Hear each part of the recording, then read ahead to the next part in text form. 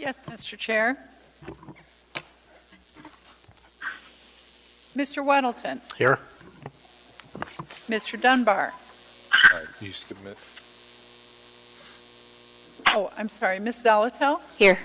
Mr. Dunbar. Here. Ms. Kennedy. Here. Mr. Rivera. Present. Ms. LaFrance. Here. Mr. Peterson. Present. Mr. Constant. Here. Ms. Quinn Davidson. Here. Mr. Perez Verdia. Here. Mr. Dyson. Here. Ms. Anderson is absent. You have a quorum. Thank you, Madam Clerk. Down to the Pledge of Allegiance. If the South High football and flag football teams can please stand up and lead us in the pledge.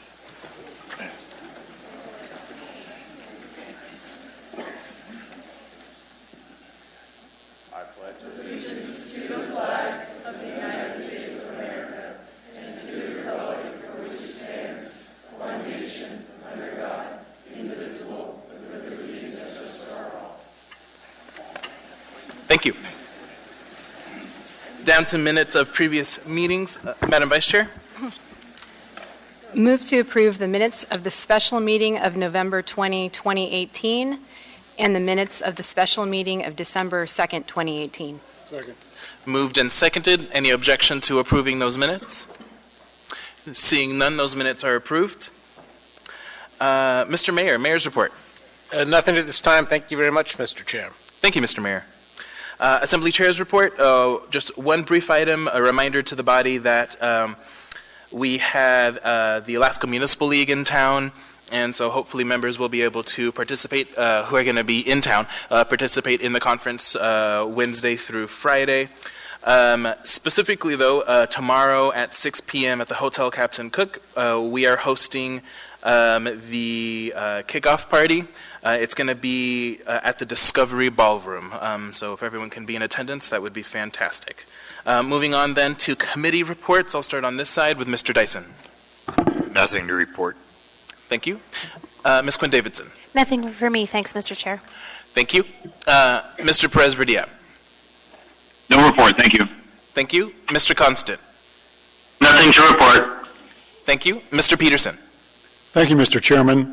The Legislative Committee met on November 8th to discuss items that need changes in state statutes, and we will meet again to finalize those that we will be presenting to the Anchorage Caucus at some point, hopefully before the end of the year. Also, the Ethics and Election Committee will meet on Wednesday, November 27th from noon to 2 p.m. It's a 2-hour meeting because we are going over the proposed changes to Title 28. Thank you. Thank you. Ms. LaFrance. Thank you, Mr. Chair. The Health Policy Committee will meet tomorrow, Wednesday, November 20, from 12:30 to 1:30 in room 155 of City Hall. We'll start with our update from the Anchorage Health Department and move into a follow-up item on vaccine preventable disease, namely gaps in vaccination coverage with child care workers. Thank you, Mr. Chair. Thank you. Ms. Kennedy. Thank you, Mr. Chair. The Community and Economic Development Committee doesn't have another meeting until December the 12th, and so we will update you on the agenda on that in the December 3rd meeting, unless Mr. Weddleton wants to add to that. So thank you. Thank you. Mr. Dunbar. Thank you, Mr. Chair. I have no committee report. However, I do have a disclosure to make, and I'm not sure if now would be appropriate time or when we get closer to the budget. Go ahead. So I have an ethics board opinion from a year ago, or 2 years ago, regarding my service on the Parks Foundation board. Tonight's budget contains, I believe, a $100,000 appropriation to the Parks Foundation. It was ruled then that I need to disclose this, but I could still vote because I have no direct economic stake in the Parks Foundation. So I'm making that disclosure now. Thank you. I'll go ahead and state on the record that I agree with the ruling and you have no conflict and you can vote. Thank you, Mr. Chair. Thank you. Ms. Zalatel. Thank you, Mr. Chair. The Committee on Homelessness will meet tomorrow at City Hall at 11 a.m.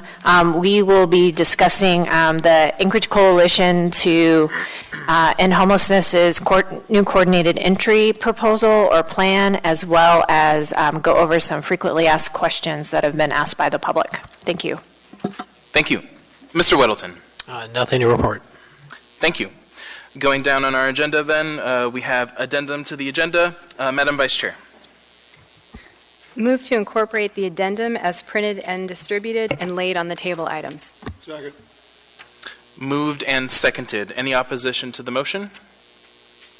Seeing none, then that motion is approved. Consent agenda items numbered 9A through 9F are typically routine or non-controversial items such as bid awards, new business, information and reports, and ordinances and resolutions for introductions. The items on the consent agenda may be approved by the Assembly by a single vote on a motion to approve the consent agenda. Prior to approval, items may be pulled by an Assembly member for discussion and separate vote on each of those items. Under the Assembly Rules of Procedure, all ordinances and some resolutions will have an opportunity for public hearing on a future date. So with that, I'll go ahead and go down the dais and see what folks want to pull, starting on this side with Mr. Weddleton. Oh, thanks. I'd like to pull 9B5. And there's some numbering confusion, and I think 9B6 is 2019-415 regarding the fire department closures. And I'd pull that one too, whatever you want to number it. There's two 9B5s. I'll pull them both. I think one might be an S version of the other. Well, no, one is Sartori, the marijuana application. Oh, okay. Thank you. And that item, the clerk advises me that that item is 9B4 on our agenda. That's how we went. Okay, thanks. Okay, thank you. So you'll be pulling 9B4 and 5. Thank you. Ms. Alatel. I'd like to pull 9D11, please. Thank you. Mr. Dunbar. Thank you, Mr. Chair. I'd like to pull 9 Alpha 2.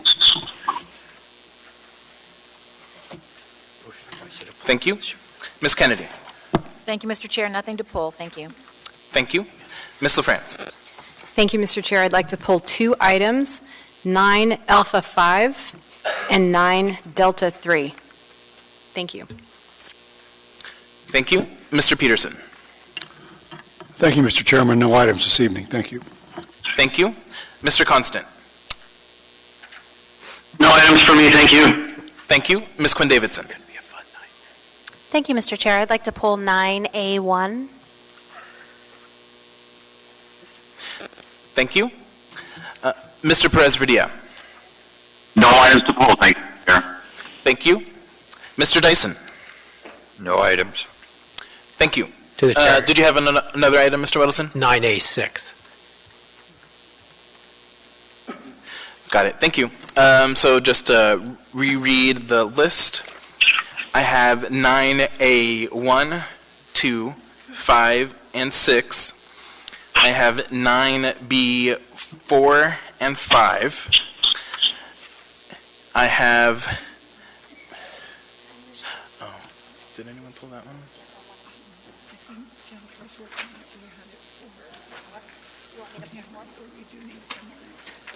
Okay. 9B4 and 5, 9D 3 and 11. And then, Ms. LaFrance, I'm going to ask you to pull 9A4. Any additional items? Okay, seeing none. Ms. LaFrance? Sorry.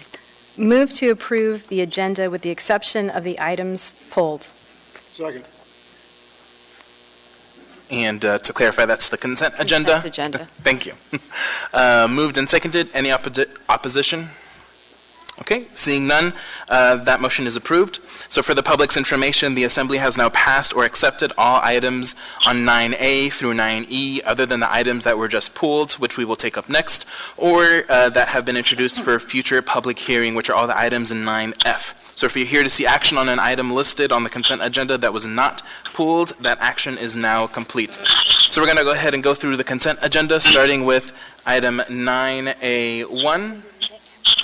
Sure. So that is resolution number AR 2019-3 391, a resolution of the Anchorage Municipal Assembly recognizing and honoring Dean Cannon, Eugene Cho, and Ryan Manzik for their service to their neighbors following the November 2019 earthquake. What is the will of the body? Move to approve. Second. Moved and seconded. Any opposition? Seeing none, that item is approved. I'll be reading, and I think Mr. Davidson will be presenting. Presenting, yeah, thank you. Okay. A resolution of the Anchorage Municipal Assembly recognizing and honoring Dean Cannon, Eugene Cho, and Ryan Manzik for their service to their neighbors following the November 2019 earthquake. Whereas at 8:29 a.m. on November 30th, 2018, a magnitude 7.1 earthquake struck south central Alaska. And whereas the Sand Lake neighborhood was severely impacted by the earthquake, with serious damage sustained to roads and homes in the area. And whereas Dean Cannon, Eugene Cho, and Ryan Manzik are all residents of the Sand Lake neighborhood. And whereas, beginning immediately after the earthquake, Dean, Eugene, and Ryan worked diligently to educate themselves and their neighbors about the severity of the earthquake damage and options moving forward. And whereas in the weeks following the earthquake, Eugene, Dean, and Ryan continued to be leaders on this issue, calling neighborhood meetings, reaching out to their elected officials, and encouraging assembly members and the administration to support an amendment to the ARDSA bond package to repair drainage issues on their street. And whereas Eugene also established the Earthquake Committee, bringing together Anchorage residents to share stories and engage FEMA and the state of Alaska to secure the maximum amount of aid possible. And whereas, through all of the work they did, Eugene, Ryan, and Dean were always concerned about the impacts the earthquake had on all of the homes in the area, rather than merely their own properties. Now, therefore, the Anchorage Assembly resolves that Dean Cannon, Eugene Cho, and Ryan Manzik are recognized, honored, and thanked for their devoted service to their neighbors and the people of Anchorage. Passed and approved by the Anchorage Assembly this 19th day of November 2019.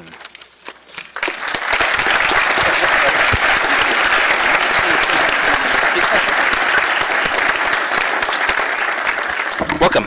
You can say a few words. Yeah, I was just going to say a couple of words. I was going to say thank you to Austin Quinn here, Davidson, and Dan Sullivan, Lisa Murkowski, and Congressman Don Young. They were a great support getting us to help change FEMA and to support Alaska more in natural disasters. So thank you, guys. I've got Dean Cannon couldn't be here today. He's in his busy season with work, so he's flying. But he did write a note here that he wanted me to share with you, and I figured I'll add some notes to that as well. So these are the words of my neighbor, Dean Cannon. I'm sorry I could not be here tonight to receive this honor. This is the busiest time of year for my work, and I'm out of town. I tried to duck out of it. Last year, though, I was able to get a leave of absence after the earthquake. This absence enabled me to meet many good people. First, I'd like to thank those that stepped up to the plate and helped their fellow townspeople when they were in need. Austin Quinn Davidson, Eric Croft, Sarah Rasmussen, Mia Costello, Bill Falsey for the Muni, and Keith Mobley at Northern Geotech. I'd also like to thank the entire Assembly who voted unanimously that night, too. And this is no overstatement, to save our circle by placing it on the ARDSA bond. There were many other behind the scenes, and I hope those present could please convey my family's deepest thanks. The November 30th earthquake is a difficult thing to sum up. On the one hand, none of us wish it had happened, but on the other, none of us can imagine life without it. By December 4th last year, all of us in Tisha Circle knew each other by first name. 3 days later, we started having meetups in each other's houses where most of us had never been before. It wasn't long before we discovered that each of us had a special talent.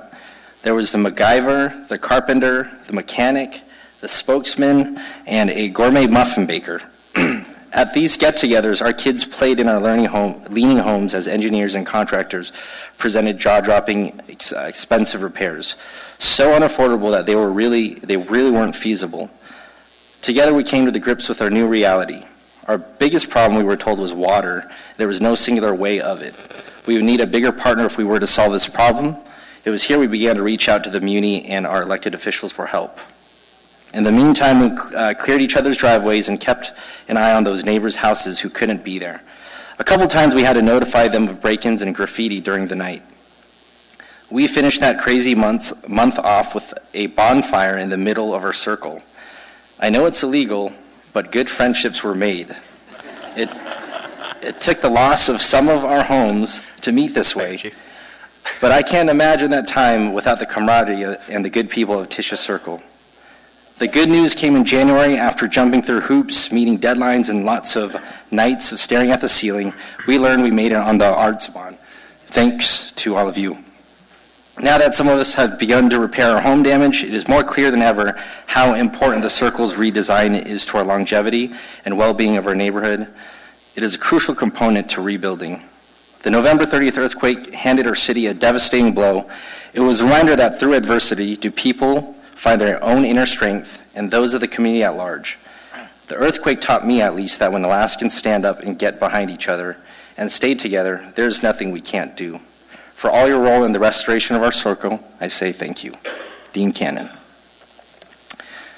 And just a few things I wanted to say is, and I'll be real quick, I just wanted to share my appreciation. This whole year has been pretty crazy, but it's been a learning experience for me. I was born and raised in Anchorage, but my parents immigrated here from South Korea. So growing up, we didn't really talk about community or working together. It was all about working and surviving in this new foreign place that we dreamed of living in. But it was many different instances, like when we were able to get your support in the coffee shop meetups with Sarah Rasmussen and Mia Costello, who had called in, and Mayor Berkowitz even came to our circle to see all the damage, as well as the meeting with Muni and Bill Falsey and the team over there. Those were all small moments of inspiration and hope to continue to see this through, and we've been able to keep whoever we could in the circle, thanks to the hope that you've provided. And for me personally, it's inspired me to understand that it's not about working hard and going on this journey alone, but this is the purpose of a community and us working together. So it was a big learning moment for me, and I'm very grateful for that. So thank you all for all the support that you've provided. I have a question for you. Ms. Quinn Davidson? Yeah, thank you, Mr. Chair. I just wanted to say thank you again to Eugene and Ryan and Dean, who isn't here. You guys are leaders in the community, and you changed the reaction and what happened in West Anchorage, and we're all so lucky to have you as part of our community. And I want to thank Bill Falsey, who looks like he stepped out of the room, but who on the Muni side was really crucial to doing this as well. So thank you. Thank you. Mr. Weddleton? Oh, thanks. I learned something very clearly the first campaign when I was going through neighborhoods, and that was that neighborhoods that had block parties had people who felt safer in their neighborhoods and they were happier in their neighborhoods, even if they were essentially one neighborhood after another, very much identical. The ones that had block parties, people felt safer and were happier. So don't wait for the earthquake to get to know your neighbors. Go have a party. Moving on, we now have before us item 9A2, resolution number AR 2019-392, a resolution of the Anchorage Municipal Assembly acknowledging the inherent responsibility of the municipality of Anchorage to protect its most vulnerable populations, recognizing the responsibility of the municipality of Anchorage and its governments to acknowledge the disproportionately high rates of murdered, missing Indigenous women and girls in Alaska. What is the will of the body? Move to approve. Second. Moved and seconded. Any opposition? Seeing none, this item is passed. Who's reading, who's presenting?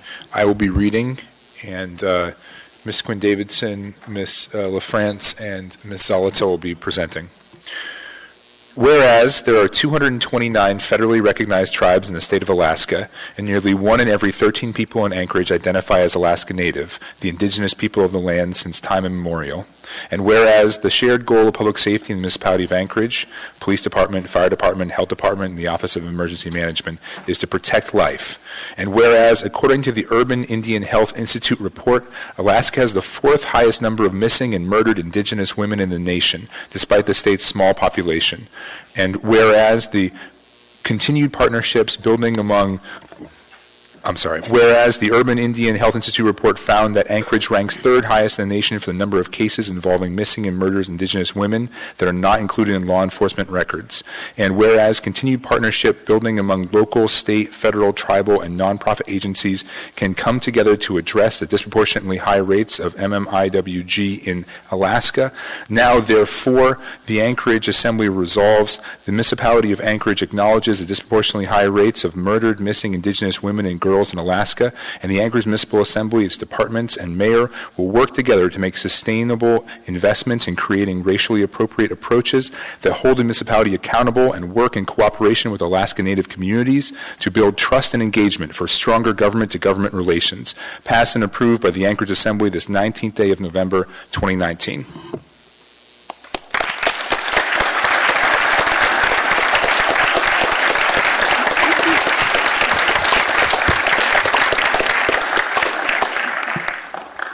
Welcome.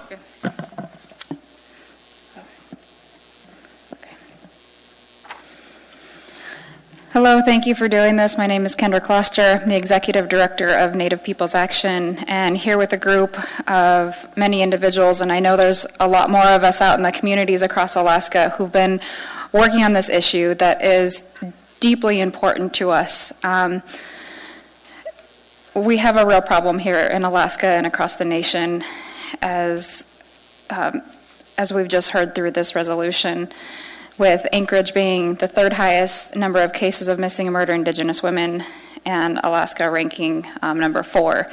We really appreciate the time that the Anchorage Assembly members and Anchorage Police Department has sat down with nonprofits and let us come in and present to the Public Safety Committee and really taking this seriously. And we just have such gratitude for this and recognizing that we can no longer stand by and watch our sisters be stolen from us. And again, Gunas Chish, thank you so much, and I just want to allow other people to have the chance to say a few words.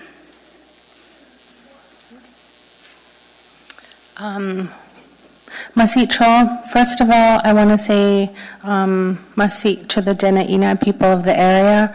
This is their homeland, and I would like to acknowledge that.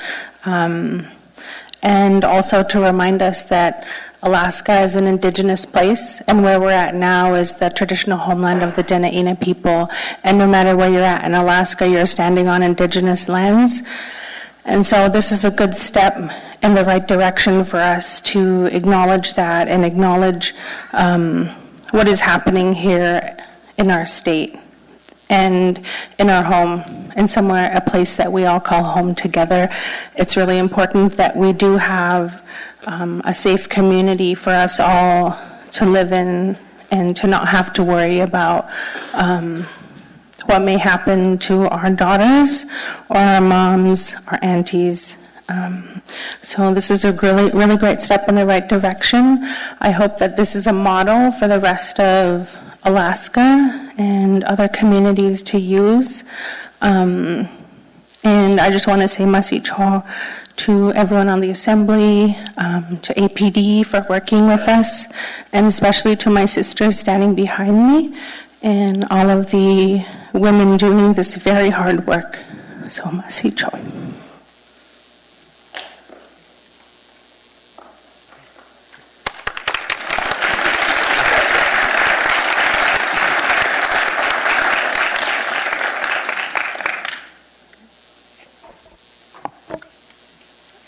Koyana, that means thank you in our language. My son is sitting behind me, and our future generations, our children, is why we work so hard together on this. And I really want to acknowledge all of the community members. We have some here today, but there are so many who are working on this front. And I really appreciate the Assembly supporting us and meeting with us, and all of the time that they spent to really hear our stories. Also with the Alaska Police Department there. This is just a recognition, which is the first steps that we can take. Our community is really working for more actionable items that require accountability and transparency on this topic. So I really thank you and lift my hands to you guys taking this first step. It means a lot to our communities. Koyana.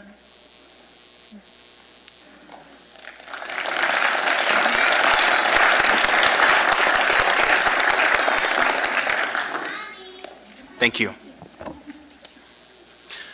We now have before us item 9A4, resolution number AR 2019-413, a resolution of the Anchorage Municipal Assembly recognizing November 20th, 2019 as Transgender Day of Remembrance.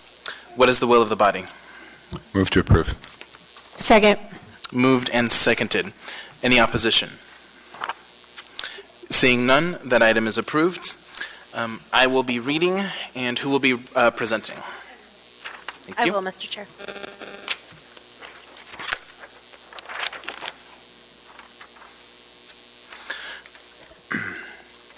A resolution of the Anchorage Municipal Assembly recognizing November 20th, 2019 as Transgender Day of Remembrance. Whereas Transgender Day of Remembrance is an annual observance on November 20th that honors the memory of transgender people around the world whose lives have been lost to anti-transgender violence. And whereas Transgender Day of Remembrance was established when Gwendolyn Ann Smith in 1999 to honor Rita Hester, a transgender woman of color who was killed in 1998, and other transgender people whose lives were lost to anti-transgender violence. And whereas Transgender Day of Remembrance provides a forum for the transgender community and allies to raise awareness of the threat of violence faced by transgender people and the prejudice and discrimination that they face in their daily lives. And whereas, according to the Human Rights Campaign, in 2018, at least 26 transgender or gender non-conforming people were murdered in the United States, and the majority of whom were transgender women of color, and at least 28 transgender or gender non-conforming people have been murdered in 2019.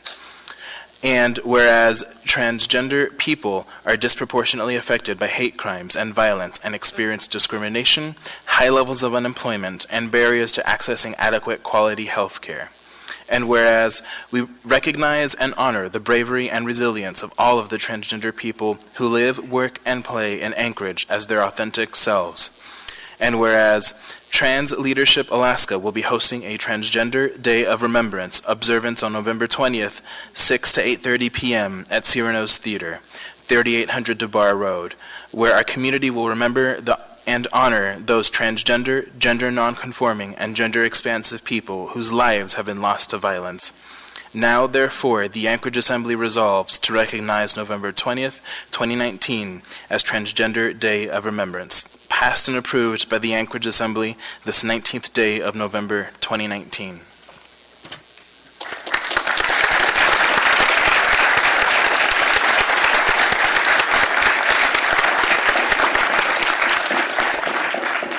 Welcome.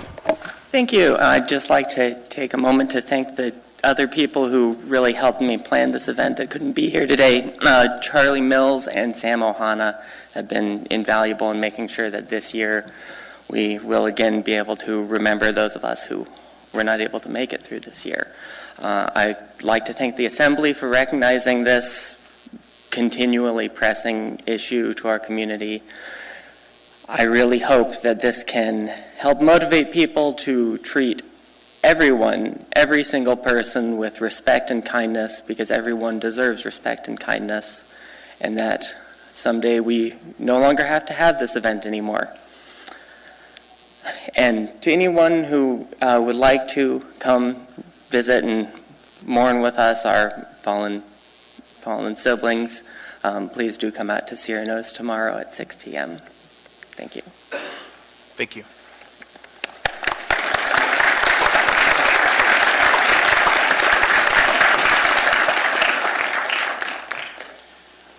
Hi, Lillian Lennon. I just want to thank the Assembly so much for recognizing TDOR. This is a difficult time for a lot of for the trans community, the gender nonconforming community abroad. We're living in a time where discrimination is rampant, and it truly feels great to have a community that backs us and recognizes the need for protections and acknowledgement of this marginalized community. So I want to thank you, and Again, want to stress that November 20th is Trans Day of Remembrance. If you'd like to join us, please do. We're welcoming to everyone, and thank you. Thank you.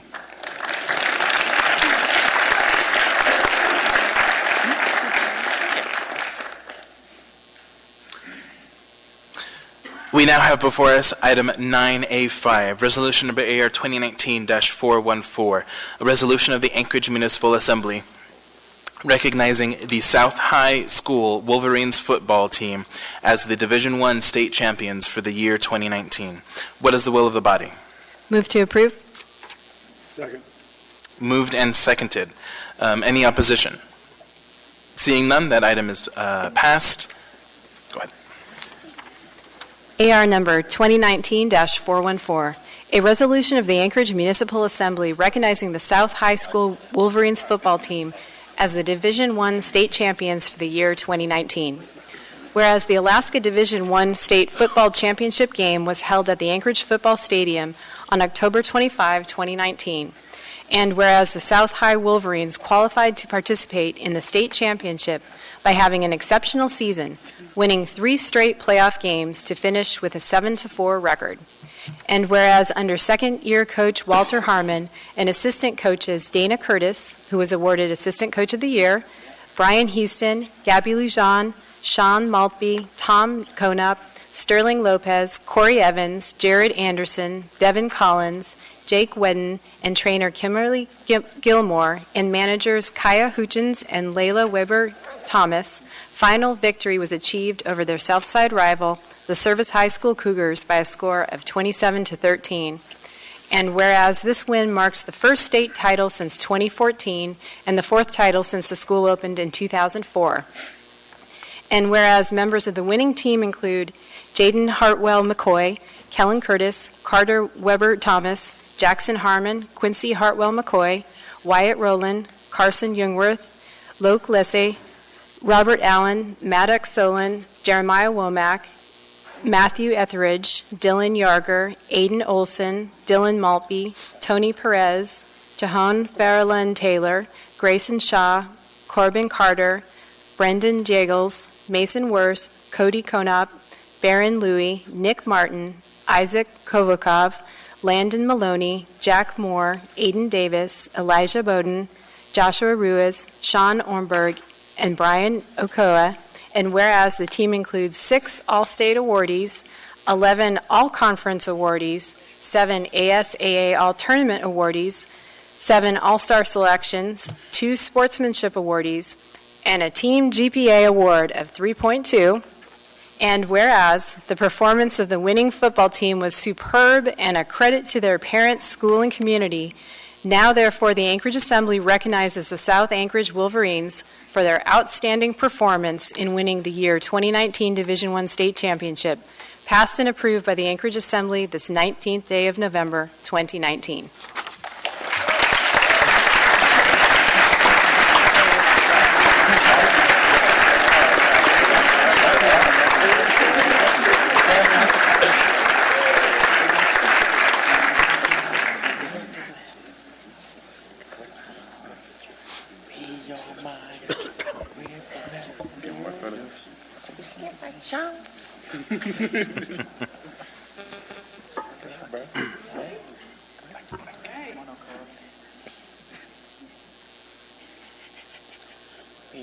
Okay. All right. You want to do one more? Say, go Wolverines. All right. Ready? Go Wolverines! Go Wolverines! All right. Oh, yeah.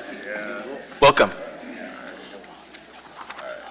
I'll be brief. My name is Walter Harmon, and I have the honor of spending a bunch of time with these young people, and we certainly appreciate the Assembly for recognizing them for their achievements. And while it's not nearly as noble as what I've heard so far, the one thing that we can guarantee is that the life lessons that these young people learn on the field today will absolutely showcase themselves later on life, and you'll be very pleased with what you see out of these young people. So thank you so much for spending the time and appreciating us. And I'm going to actually have one of our team captains come and offer you a little bit of thanks as well. Dylan. How's it going? Yeah, to go off of what he said, it's kind of hard to follow up some of the other people with some of their causes, but I'd like to say thanks on behalf of all of us for having us up here. It's pretty cool because you build up and you play your final game and then nothing really sinks in, but it's kind of starting to sink in and it seems more official, you know? And so, yeah, like he said, these guys are all some of my best friends, and I'm sure we'll be in touch with each other for a long time and wouldn't want to do it with anyone else. So, thank you. Thank you. Have a comment for you, Ms. LaFrance. Thank you, Mr. Chair. Just wanted to say thank you for being here tonight, and congratulations on a winning season. And how many of you are seniors? Just out of curiosity? A few? So the rest of you will be back next year? All right. All right, good job, guys. Thank you. Next on our agenda, we have item 9A6, resolution number AR 2019-416, a resolution of the Anchorage Municipal Assembly recognizing the South High School Wolverines flag football team as state champions for the year 2019. What is the will of the body? Move to approve. Second. Moved and seconded. Any opposition? Seeing none, that item is passed. Who's reading? Who's presenting? I'm reading. This is a resolution of the Anchorage Municipal Assembly recognizing the South High School Wolverines flag football team as state champions for the year 2019. Whereas the Alaska Flag Football Championship game was held at the Anchorage Football Stadium on October 19th, 2019. And whereas the South High School Wolverines captured their first flag football championship in their second appearance in the Cook Inlet Conference title game. And whereas under Coach of the Year, Todd Houston, the assistant coaches, Scoey Vergen, Bob Odom, and Dorian Keefe, final victory was achieved over their opponent, the West High School Eagles, by a score of 21-12. And whereas South finished the season with a 15-2 record that included 3 playoff wins. And whereas members of the winning team include Willow Oswald, Maris Solon, Abby Bush, Haley Smith, Chloe Sweet, Carson Decker, Jojo Kashivarov, Lanny Miller, Casey Johnson, Bella Clopton, Jordan Enriquez, Victoria Hawkinson, Paige Searles, Brian Dagan, Racina Torres, Gracia Hoover, Hannah Cracked, Emily Hazelbaker, Emma Freeberg, Paige Noble, Josie Crawford, Francesca Bergstedt, Shelby Autumn, Olivia Hartwell, Naya Kramer, and whereas the team includes 5 first-team all-conference awardees, 5 second-team all-conference awardees, and 3 all-conference honorable mention awardees. And whereas the performance of the winning football team was superb and a credit to their parents, school, and community. Now, therefore, the Anchorage Assembly recognized the South Anchorage Wolverines for their outstanding performance in winning the year 2019 Flag Football State Championship, passed and approved by the Anchorage Assembly this 19th day of November, 2019.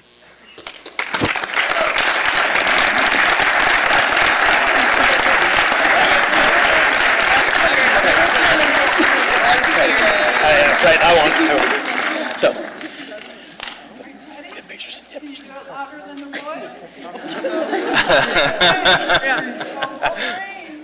Let's go Wolverines!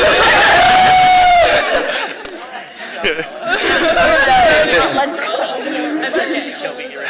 So, well, thank you, Anchorage Assembly. Everyone around, what a year. My first year as a head coach of the flag football team, bringing together kind of a very large team. We've been together for a long time, since July 31st, practicing every day, going from the extreme heat, all the way to the freezing cold. Went through a lot of adversity, but we stayed strong, family strong, has been our motto the whole year. And in 22 years of teaching in Anchorage School District, I can tell you that working with these guys has been the highlight of my career. And it's just an amazing group of kids, amazing group of athletes. And thank you for the parents and assembly and kids. Guys, thanks so much for a great season. And I'll have one of our captains come up. Shelby. Come on, Shelby. Yeah. Let's go, Shelby. Yes, Shelby, come on. I just want to say thank you so much for acknowledging us. It really means a lot. It was the first year in South's history for a flag football championship, and this team has been like my family this year, and it's just been so amazing, and we really appreciate it. Thank you.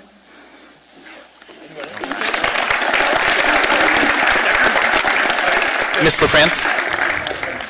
Thank you, Mr. Chair. Thank you all for being here, and congratulations on a great season. And I just wanted to take the opportunity to point out a little bit of a pattern. The win on the boys' side and the win on the girls' side. Way to go, South High. Yeah. We believe that's the first time it's ever happened since flag football started. The same schools won the same year. All right. Congratulations.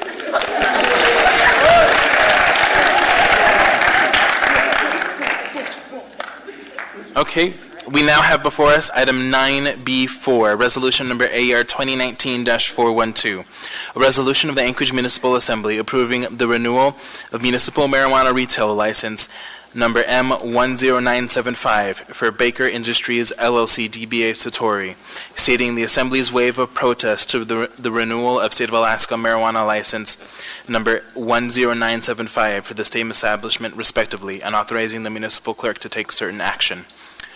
Mr. Weddleton. Move to approve. Moved and seconded. Mr. Weddleton. This license we pulled from previous consent agendas because there were a couple notices of violations regarding checking IDs, and it was mostly related to where they have their ID check stand. We met and discussed it quite a bit of depth at the Community and Economic Development Committee meeting on October 31st, and the owner has resolved the issues, and we're comfortable with this, that it should be approved. Okay. Thank you. Seeing no further discussion, members may proceed to vote. Mr. Perez-Verdia, how do you vote? Yes. Mr. Constant, how do you vote? Yes. That item is approved 11-0. We now have before us item 9B5, resolution number AR 2019-415, a resolution appropriating $50,000 from the Anchorage Roads and Drainage Service Area Fund Maintenance and Operations Department to the Anchorage Service Area Fund Anchorage Fire Department for the purpose of preventing any future closure of Anchorage Fire Department apparatus. What is the will of the body? Move to approve the S version. Second. Moved and seconded. Ms. Alatel. Thank you, Mr. Chair. So this is a resolution in response to the apparatus closures. There have been quite a few of them. I also have an email I sent or set out detailing the apparatus closures. And my understanding is that $50,000 will stop them to the end of the year. So I've asked for ways that we can fund this. My understanding is only through fund balance, and whether or not there is fund balance is something I guess we need to talk about, or if there's any other route forward to stop the closures. And I don't know if Mr. Falsey would be willing to give us a little bit of information about how he came to the savings figures, maybe just starting with the first one, and if there's then some calculation we can apply moving on down. Through the chair to Assembly Member Zalatel, I'm happy to respond to any questions. Earlier today, I did send a comprehensive list that I had received from the fire department of every time that we have closed any apparatus since October 1st, when we realized that the fire department budget was running significantly hot and that we needed to close the year as close to budget as we could reasonably come. That email shows daily savings that I have otherwise totaled. I don't have that total in front of me, but those savings derive from overtime that was abated. So as we have described in work sessions, really the primary way that the fire department can stop spending, other than to stop spending on hoses or parts for engines and whatnot, is not to call in firefighters on overtime to fill in gaps that are created when folks call in sick. What we do at that point is to take where they would have arrived and redeploy those folks to fill in other gaps in the system. So we end up providing fire service coverage in a thinner model. It is not the level of service that we like to provide. It is not a level of service that we are hoping to be stuck with next year, but it is what the budget accommodates this year. The earlier version of this amendment had proposed fixing this problem by taking some anticipated savings from the Maintenance and Operations Streets Department and picking it up from there, moving it over to the Fire Department. As we explained over email, that actually can't work because those are ARDSA collected service area dollars, and due to the particular way that we collect tax revenues here in the municipality of Anchorage, those road dollars can't be transformed into fire dollars. So the only place to go to increase the fire department's budget in 2019 would be to go into the Anchorage Fire Service Areas Fund balance. There is no more Anchorage Fire Service Area Fund balance, so we would be writing checks which are causing a deficit that we will have to fill next year. May I ask a follow-up? So I got the email and I've given it to the members, and it's very helpful to get a sense of this, but like, why is there big jumps, or is there some kind of key to the numbers here, 7,200 on October 1st versus, 1,800 on another day? Is that like a per person amount? Like we could know how many people called in or how many people that equates to? Yes, through the chair to Assemblymember Zalatel, I could invite the fire chief to help me with the mathematics, but you'll see that there's a pretty consistent number that displays for trucks. I think that number derives from the number of people that we have on that apparatus. So there are some 4-person, 4-firefighter trucks, and you'll see a larger number there. There are some tenders where we're saving only 1 person, and so the number is much smaller. But to the chief, where we are displaying 7,200 or 9,000 or 5,400, what are causing those differences? The calculation is based on an overtime per staff. Average cost is $1,800 per employee. For a tender, it's 1 person. For 3 of our truck companies, that would be 3-person apparatus.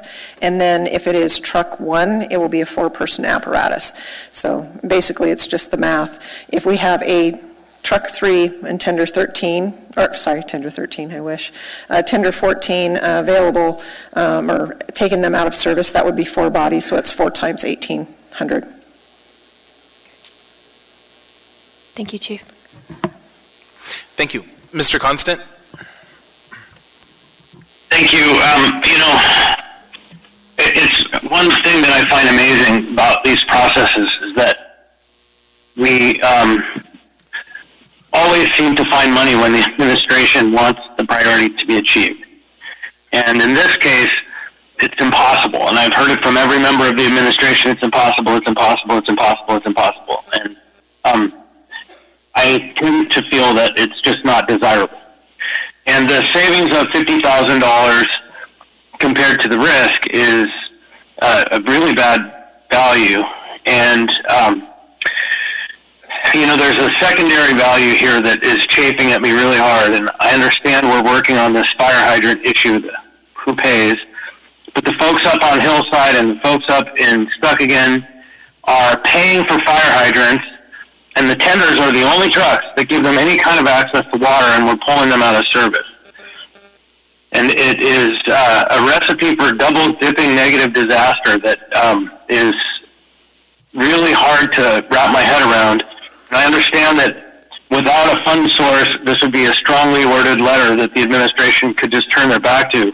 But it seems crazy to me that we're pulling out rigs when we aren't spending money, and we haven't spent money in other areas, and we find ways at the end of the year to balance the books. And I sure would like some wizard on the administration side to come up with $50,000 that we could plug this hole with. Thank you. Thank you. Mr. Dunbar. Thank you, Mr. Rivera. I think I want to ask a question I think is sort of in line with what Chris just said to the administration. So I think every year I've been on the Assembly, maybe not every year, maybe 2 or 3 years, the fire department has run hot on overtime. And we've always had some kind of supplemental appropriation towards the end of the year. I feel like we've always done that. And so my question is, what's different about this year? Where were we finding that money in previous years that we can't find it this year? So through the chair, I think that gives us a good opportunity to talk about the difference between spending the colored tax dollars and the way we account for fund balance at the end of the year. And I'll get there by saying what's different this year is that the fire department overage is greater. So it has always been the case that in order to refill the fire department budget, when we got to close to the end of the year and we needed to do some kind of supplemental, we could only give them fire dollars. You've heard me say that's a good amount of the overage of the fire department may be made up by savings in M&O. How are those two things reconcilable? They're reconcilable because when we end the year, our fund balance policy says that we will have reserved an amount equal to 10% of the total amount we spent in the 5 major funds. So for the purposes of the fund balance policy, it stops mattering whether they were fire dollars, police dollars, parks dollars, area-wide dollars, or road dollars is the last one that I'm remembering. The main difference is that the magnitude of this year's overage is to the point that we are no longer have fire dollars left to put into the fire department budget, and that we're at the point now where we are bringing the ship in as close to zero as we can. So we're going to be challenged if we continue to spend money that we don't currently have on hand. And I don't know if Mr. Wilbur wants to supplement that answer with anything further. Through the chair, Mr. Dunbar, Mr. Falsey has, I think, accurately characterized it. The reason we don't do it in the middle of the year is that when we approve a budget and then we do an adjustment in 1Q and we set the mill levies, we set the amount of tax dollars we're going to collect to support roads, fire, area-wide, parks, and such. During the budget year, during that calendar year, we can't move the taxes we collect for roads and move them to the fire department. At the end of the year, when all of those things are reconciled, if there is any leftover money from roads or leftover money from area-wide or a deficit in the fire department, we true that up at the end of the year, and our fund balance policy allows us to look at those 5 majors. But when we set the mill rate next year, if the fire department has a negative fund balance, we're going to put a 2020 budget together that says they get so much money, and whatever deficit they have in addition to that, we're going to have to tax for that deficit. And I'll say then, so we may have been in a rhythm with the fire department where each year we were collecting from the Anchorage Fire Service area the amount of money they needed to spend to their budget, plus the amount of money they needed to fill the gap they created from the prior year. Now we're just in a place where the gap from the prior year is bigger than it had been in the most recent past. And if I might add one tiny thing, clarification to what Mr. Wilbur said, when he said we true up accounts at the end of the year, that does not mean that the money is pooled into one account or moves from one to the other. It simply means that for the purpose of fund balance policy, we can essentially average out those 5 major funds to figure out if we're in violation of the policy we've set in order to protect our bond rating, our credit rating. The money never moves from one service area to another service area because it can't by law. Can I ask a quick follow-up to that? So I think I'm tracking all of the things you said, I think. But what I don't understand is if we were to pass this tonight, what exactly would happen? I mean, would we be violating a particular law? And would the effect be that it would then be added to the tax rolls in 2020, that we would have to resolve it, the 2020 mill levy? That seems to be what you said, Mr. Wilbur. But then, we do have a tax cap, and we're at the tax cap. So, again, what's the legal and practical effect of us passing this tonight if we were to do so? I can take a first swing at that through the chair to Assemblymember Dunbar. I think the practical effect is that you would be, at core, passing an unbalanced budget, that you would be calling for expenditures that exceed revenues. And that practically would mean that you would start the year in a negative position, so the first tax dollars you're collecting are just filling the hole before you're spending money. Yeah, through the chair, I think I have very little to add legally other than that it is not technically illegal for you to do this. You certainly can borrow against next year's taxes essentially through this year's expenditures, but you simply move that burden into, you have to pay for that next year, and you're right, we're not indefinitely able to increase taxes, so you would pay for it instead of something else out of the fire budget next year. Oh, it has to be. Can I ask one more? Sure. So, sorry, very, very quickly. It must be, could we use funds that are outside the tax cap? So, for example, you just said we could fill it up for using next year's money. Well, we're about to pass next year's budget, and we have a variety of amendments that use funds that in some cases are outside the tax cap, I believe. So, for example, the money from the trust, right? Can the money from the trust be used on any of these buckets? Like, for example, could I change one of my amendments to take $50,000 and put it towards paying this? I think we'll do a tag team on this one as well. But the first part of the answer is yes, if it is not a colored tax dollar, if it is instead bed taxes, cigarette taxes, municipal trust fund dividend dollars, those can go into service areas. But to the extent that you are trying to take 2020 revenue and now spend it in 2019, I think that causes some legal problems where you're depriving future assemblies of the ability to do their own budgets. But I have to think through that one. We have not so far reached into the future to spend money that we don't have in the present moment. Thank you. Ms. LaFrance. Thank you, Mr. Chair. A question for Mr. Falsey. My understanding is any overage for the fire department from this year will be paid out of fund balance next year or our savings. And that, yes, that's correct. In the first instance, to the extent that there is a fund balance in the fire service area account, yes. If that goes all the way to zero or negative, then we carry a negative into 2020 and we first collect to fill that hole. Okay, I may be a little bit confused then. I thought that the $4 million overspend was going to be essentially paid out of our savings to cover it. So I think now we might be fine splitting between the accounting behind the curtain and where the money practically comes from. From an accounting perspective, we are digging a hole in the fire service area account that will have to be filled. From a practical standpoint, when the fire department or any other department spends money they don't have, I suspect that's handled as a borrowing against the cash pool, so it's a debt that we owe to ourselves because the dollars do exist. I mean, they do go out the door.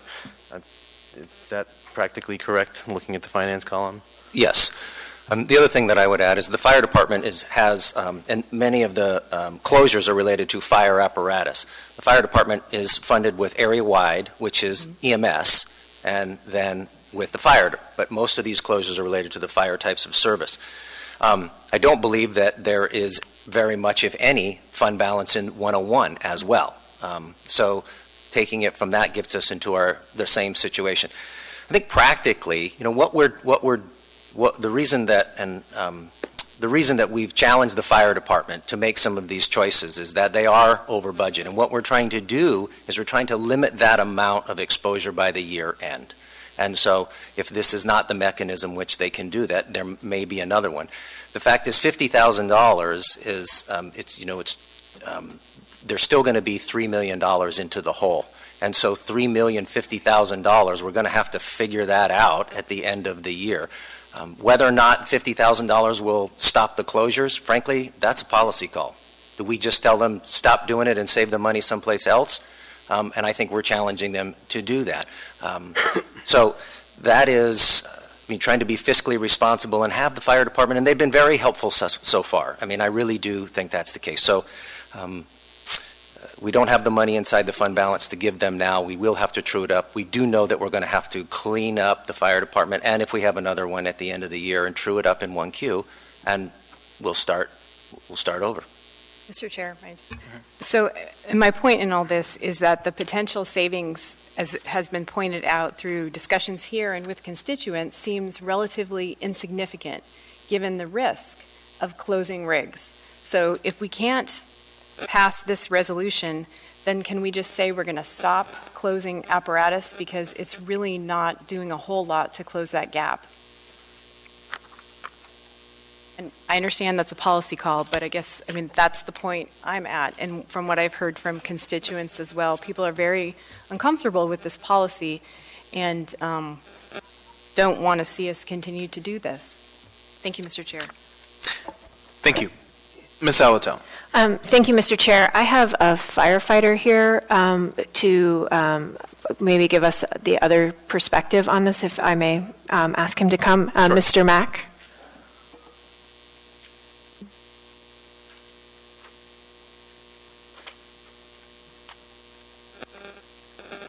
evening. My name is Justin Mack. I'm an executive board member for the Anchorage Firefighters Local 1264, representing approximately 400 members. If I could, through the chair, I'd like to speak to the potential savings that we're seeing from rig closures versus the risk that we're taking. When we look at that first date of rig closures, October 1st, with the $7,200 savings, that savings was calculated as $1,800 for 4 overtimes that the city did not have to call in. That rig was closed 6 hours into the shift, so it was an 18-hour closure rather than a 24. So that brings that number down to $5,400. There was only 2 sick calls that day throughout the shift, so it only prevented 2 overtimes. 2 of the members of that truck company that was closed were just moved to a different apparatus. That brings your cost savings down to $2,700. When you calculate the sick leave that would not be cashed out at the end of the year and the FLSA overtime payment that would not be awarded those firefighters, you're down in the $1,000 savings. $1,000 savings to close a truck company in downtown Anchorage hardly seems worth it. I'm confident if we were to go through each day and look at the numbers, we would see that the savings are nowhere near worth the risk that we're putting firefighters and the citizens in to accomplish this goal. I'm happy to answer any questions that anyone has. I'll go. Ms. Altel, did you have any? No, not this time. Thank you. Mr. Weddleton, you're in the queue. Did you have any questions for? Not from Mr. Mack. Okay. And then Mr. Dyson, did you have any? Okay. Thank you. Thank you. Mr. Weddleton. Okay, to administration.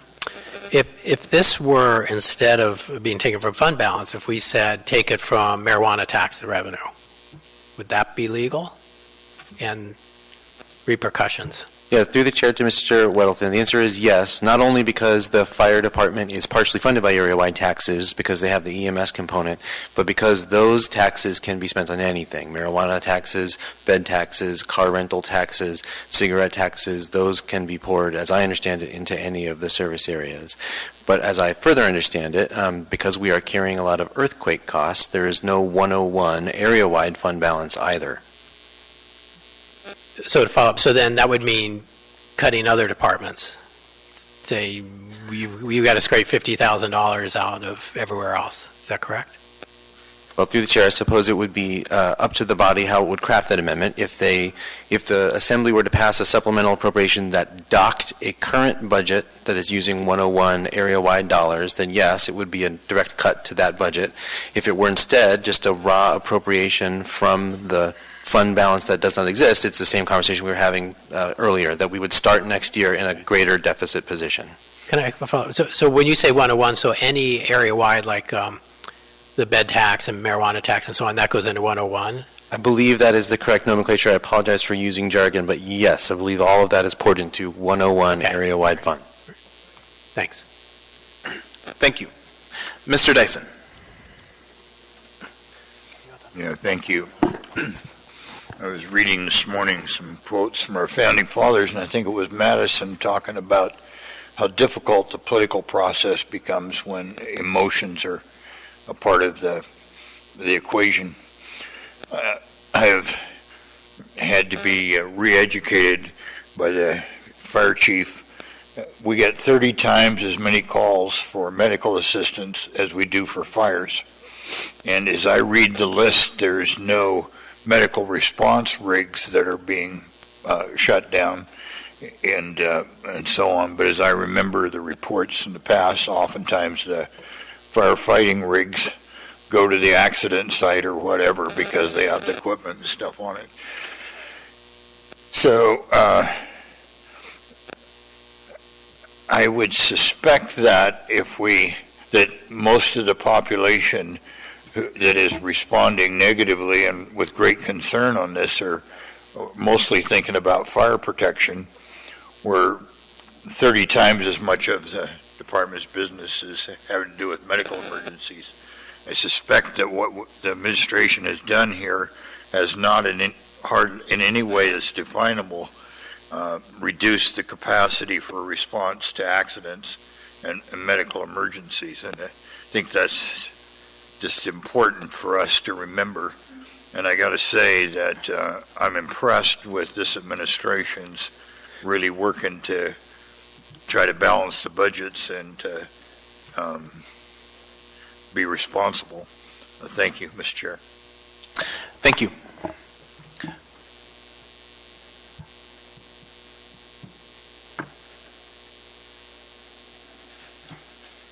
Mr. Constant. Thank you. So a couple of thoughts. First, it just became clear to me that in this conversation, we've heard that there is some number between $3.5 and $4 million that we're going to be moving forward to next year's budget. And so this conversation is about plus or minus $25,000 on almost $4 million. So that in itself speaks for itself that it's a rounding error in our big picture, and it's a real error if some problem comes up. And so it sounds as if we are already going to do this thing that we are being told we shouldn't do. It's just, are we going to do it with $25,000 added to it? Second, it's a policy call. I heard that from 3 or 4 different people. Is it a policy call or is it an administrative directive? I guess that's what I would ask of the mayor's team. Through the chair to Mr. Constant, I think the answer is it is both. You are correct. The fire department has overspent, and as we mentioned in the work sessions, we did that with eyes open on our very hot summer. And the usual process when we do that, we come back to the assembly and beg forgiveness with a resolution that after the fact ratifies that. Our policy call and our administrative direction was once it turned to the colder, rainy season, we would stop overspending to the extent that we could, and that has resulted in this model where we're providing service in this thinner coverage model, which, as I've said at the beginning, is not our preferred. But we did feel it was incumbent upon us to take our budget documents seriously and to mitigate the extent of the overage to the extent that we thought we responsibly could. So, to get to the point then, can the Assembly direct the administration that this is not a good way to save $50,000? Would you say that that is something that's within our powers? We're getting sort of into interesting separation of powers of issues. Certainly the Assembly could pass an appropriation or a resolution that expressed a directive. There is a whole body of law about executive impoundments. I don't know how it applies when we're being directed to spend money that doesn't exist. So that may be a question we would have to put the lawyers on. Well, if I might last reach into this, Felix, Mr. Chair, but spending money that doesn't exist, we've already done that. We're already doing that. That's the practice when we have a hole in the budget. We figure it out at the end of the year. Thank you. Ms. Salotel. Thank you, Mr. Chair. So if I've understood the conversation correctly, if this resolution were to be amended to the 101 fund, it would open up the opportunity for the administration to look more broadly to try to find $50,000 to stop the closures. That's my first question, if I'm understanding the difference between, like, that just opens up more fund options or areas that you could look, but I'm hearing there is no money. Am I understanding that correctly? Through the chair, I apologize. I might have missed the first part of that, but yes, you could pass a resolution directing us to look for a different way to solve this problem. I don't, as I sit here now, have high confidence that we'll come up with a good answer for you because we too didn't love this idea. We couldn't think of a better way to avoid this. Okay, I have a couple of more questions, if I may, Mr. Chair. Is there any way we can give the fire department a loan for this amount to stop the closures? Through the chair, yes, and that's the practical effect of overspending. So if we just kept digging, then they eat into the cash pool, and they eventually have to pay that back. Okay, and you said before that you used to come back and ask for forgiveness. Like, How do we tell you to just come back and ask for forgiveness? Is that just, I mean, I understand this is the policy question, but I'm asking for the practical mechanism to do that other than just say, come back and ask for forgiveness, please. I think the candid answer is I do not know as I sit here now. Thank you. Mr. Peterson. Thank you, Mr. Chairman. And I actually have a question for Mr. Wilbur. As I recall, and this has to do with marijuana taxes, we have a tendency to see a surge in sales over the holidays. Maybe it's because they're buying it as a gift, don't know. But are we figuring that annual surge over the holidays in what we're projecting with the total amount of marijuana taxes we're going to collect this year? So through the chair, the answer is yes. We're not only for marijuana, we're looking at all of them. I mean, bed tax, fuel tax, we're going to be looking at all of those things. And then at the end of the year, as all of those revenues come in the door, if they are over the amount that we actually projected we would get, that helps solve parts of these problems. But we don't allocate what we don't have until the year is done and we clean the books. Okay. And one other item, if I might, Mr. Chair. And so looking forward to next year's budget, we've added some additional funding to the fire department, and some of that is for a fire academy to hire and train some additional firefighters. Are we hoping that by adding additional firefighters that we might reduce the need for overtime for next year? Through the chair, Mr. Peterson, the proposed budget does have an academy in there. It doesn't grow the fire department. It's an attrition academy, but we're also going to start a little bit earlier. We also have been talking to the chief. The amount of, when they started 19, they had some vacancies. They also had some other things that influenced that overtime early on in their budget. And so with this budget, the full academy cost right at the beginning of the year will help meet the challenges they had in covering the academy costs, and right now we don't think that they're going to have those vacancies, so they won't incur that overtime. Okay, thank you. Thank you. Mr. Dunbar.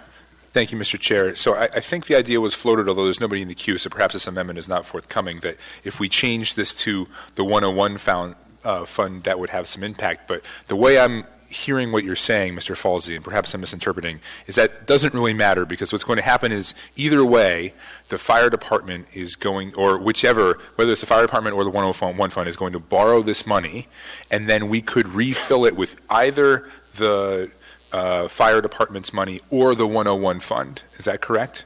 The borrowed money. The chair, I believe the answer is yes. The answer is yes, assuming yes. Okay. So as is, whether it's this, the 101 fund, not really a difference. So I have an amendment that we'll get to when we get to the operating budget that has $250,000 of trust fund money. Actually, it's myself and Mr. Rivera, and I don't want to speak on his behalf, but if we were to slice off $50,000 of that, which is, my understanding is sort of colorless money because it comes out of the trust, and dedicate it towards repaying this, refilling this part of this hole, would the administration commit to stopping the rig closures? I'm going to do the classic trick of responding to the question with a question. So the proposal would be to pass a 2020 budget that includes a 2019 expenditure. So we would say in 2020, we're anticipating a source of revenue that we will dedicate to cover an expenditure incurred in 2019. Well, we know that there's going to be a hole that we have to fill between $3 and $4 million, and we're potentially making it slightly larger. And so what we'd be saying is we are going to cover a portion of that hole with this fund that we anticipate, this money that we anticipate. And it's going to be a 2020 debt regardless. There's going to be some amount of 2020 debt regardless of what you do.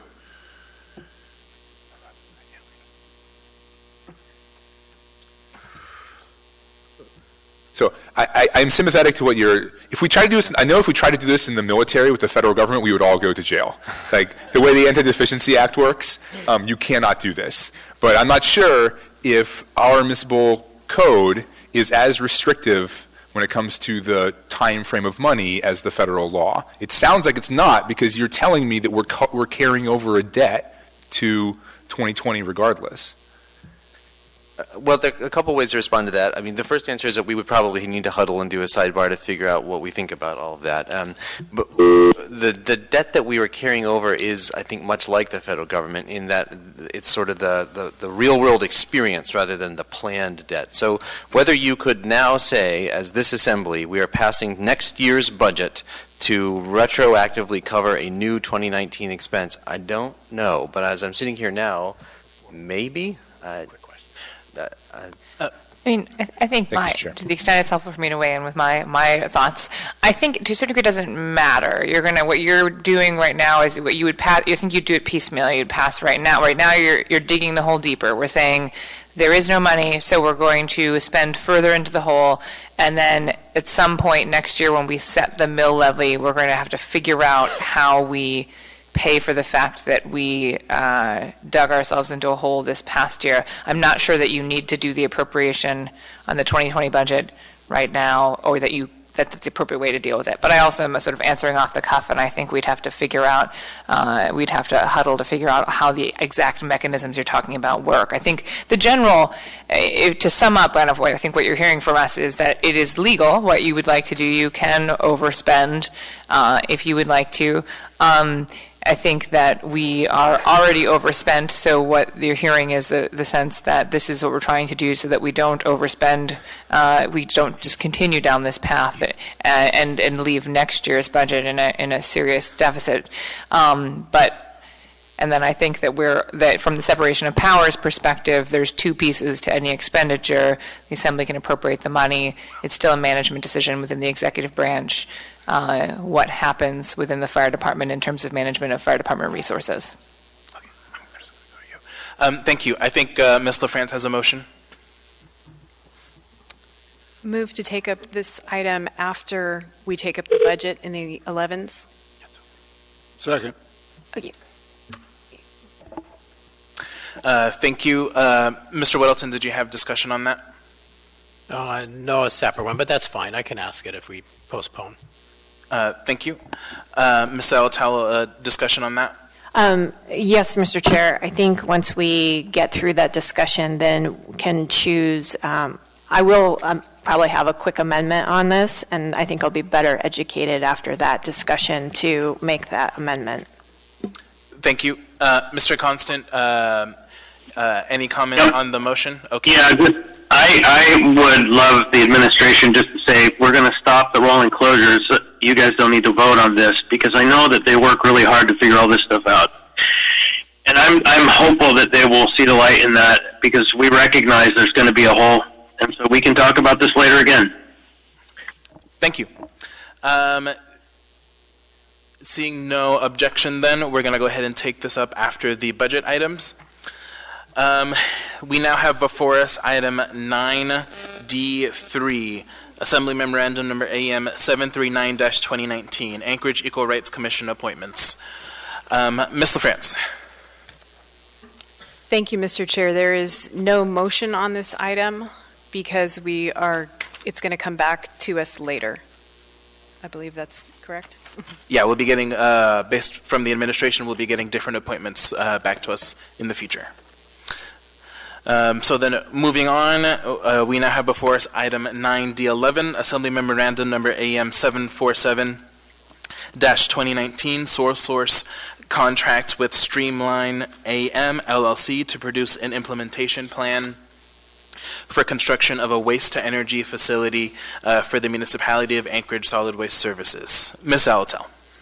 Thank you, Mr. Chair. I had asked a question about this and unfortunately didn't get a response. Sorry, did you want to make a motion? Sure. I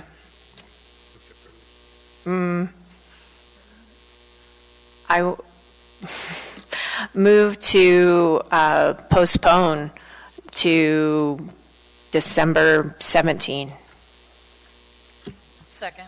Moved and seconded. Ms. Alatel? Thank you. I'd asked a question about this. If we had done a specific work session about this, and or where we're headed with this, I have received very little information about waste to energy. So I guess I just need. That's why I'm asking to postpone. I don't know how far down a path this takes us. Thank you. Seeing no discussion. Mr. Chair, I would just, if I can, offer that we did have an extensive work session with a briefing on this project. So I don't know if there's any problem whether we delay or not, but we definitely had a really substantial briefing at the Enterprise Utility Oversight Committee. Thank you, Mr. Constant. Mr. Falsey? Yes, to the chair, to Assembly Members Alatel, mea culpa. We had a whole conversation about how my emails with your questions had been mediated through Barbara Jones. I sent it back, answers to Barbara Jones and the whole municipal family, but not to you at 9:27 this morning. So the answer to the question was we are giving this waste to energy project very serious consideration, both because of the positive feedback we received from the Assembly and from the Matanuska-Susitna Borough, who seem to be interested. This funding doesn't commit us to anything beyond this funding. This is the next concrete step to take. If we take this next step and then decide it is too expensive, or this dog don't hunt, or we don't want to do it, then we stop. And I apologize, I just forwarded you that email now, having realized that you did not receive it. Thank you. Ms. Kennedy? Thank you, Mr. Chair. I would be interested in postponing this as well, mostly because I think this is a brand-new idea, and we were, obviously just first exposed to it a couple of weeks ago, and we did have, a fairly interesting work session on it. But I'm concerned just about, $100,000 just to decide whether or not we want to go down this track seems like an awful lot of money as well. And I'm just thinking that this might be a little premature. So I would rather have the time to really understand whether or not this is something, we think a $300 to $400 million project for the municipality, and that is a significant amount of money. So I'm not sure we're ready to go down that track yet. So I would like to see us maybe hesitate long enough to really talk about whether or not we really are serious about going down this path. Thank you. Thank you. Mr. Dyson? Yeah, au contraire. This is an extraordinary idea. The question ought to be, why in the world didn't you do this sooner? This solves a significant, in the out years, reduction in the amount of stuff we have to cover with gravel out there, probably stretches the life of the refuge dump out there by decades. 130 years. Sorry? 130 years. 20 to 30 years. 130. Let the record reflect once I did not exaggerate.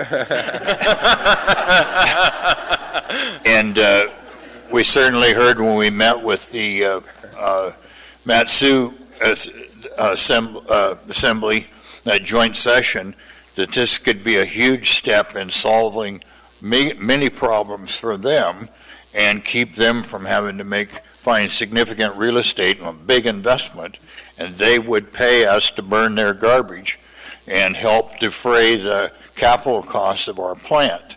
And I mean, people are doing this all over the world, and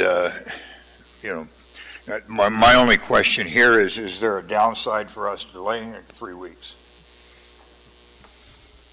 Through the chair, to Mr. Dyson, I'll ask General Manager Spafford to respond. Yeah, Mark Spafford, General Manager, Solid Waste Services. So through the chair, to answer a couple of the questions that came up, that's what this implementation plan will do, is tell us what we need to do and how we need to do it and how much time and effort is going to take to actually develop a project like this. And so $100,000 to spend on a task that, to put us into the point where we would even get to something like construction is a 7 to 8 figure move forward. And so $100,000 on an implementation plan, that's going to tell us exactly how much time and effort we're going to have to put into a project like this to get it to the point where we can go to construction. Is kind of money well spent if it's something that we're serious about. You didn't answer my question. Oh, can you restate the question, please, sir? Yeah, is the project going to be material affected by us delaying for 3 weeks? The sooner the better. We've got our consultants lined up. They have the time and we're ready right now to go. And again, I guess I didn't really answer the question, but the implementation plan will answer those questions that we do have. And so if we're asking questions like how long is this going to take to do, how much effort is going to be involved, that's what the implementation plan is going to tell us. Yeah, fuzzy answer, but he kind of said, no, it's not really, but get with it because we're eager to get it done. Correct. Thank you. Mr. Peterson. Thank you, Mr. Chairman. And so they're giving us this, they provide details about the feasibility of doing this, how soon we can do it, whether the location we've chosen is a good location, that type of information? The implementation plan will tell us what those next steps are. Like, for instance, to answer your question, not fuzzily either, but it'll say, we'll have to do a site-specific study to see where the best place to site the facility is. We'll have to do something like a waste characterization study that'll tell us, what the fuel value is of the garbage. We'll have to hire a communications firm to help, get out and this is all stuff that is going to tell us that we need to do. Not actually we're going to start hiring the communications firm, but we need to come up with a communications plan about how to best communicate the value of a project like this, as well as design, putting together, construction documents, et cetera. Thank you. Ms. Kennedy. Thank you, Mr. Chair. Question to Mark. Is this Streamline AM, I guess? Are they connected to the gentleman that gave us the presentation at the work session? Through the chair, yes, ma'am. It's the same person? Yes, ma'am. Thank you. Thank you. So we have a motion to postpone this item before us. Seeing no further discussion, members may proceed to vote. December 17th. Mr. Constant, how do you vote? No. Mr. Perez-Verdia, how do you vote? No. That motion fails 7-4. We now have the main motion before us. Move to approve. Thank you. Thank you. Seeing no discussion on that motion, members may proceed to vote.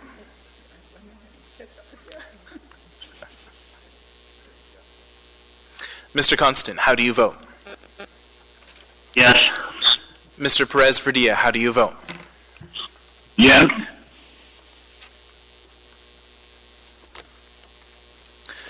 That item passes 10-1. With that completes our consent agenda, and we're going to take our regularly scheduled dinner break and come back and take up item 11A. We'll be back in 20 minutes.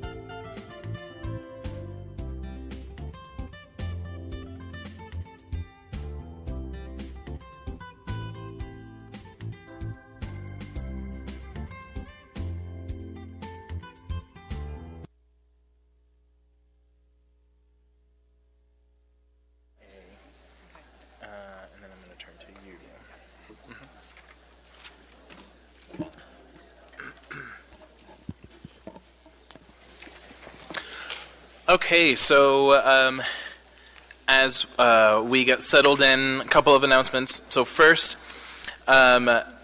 we held 3 public hearings on the budget, 2 of which are charter mandated? The public hearings? 2 of which are chartered mandated, and we decided to do extra third.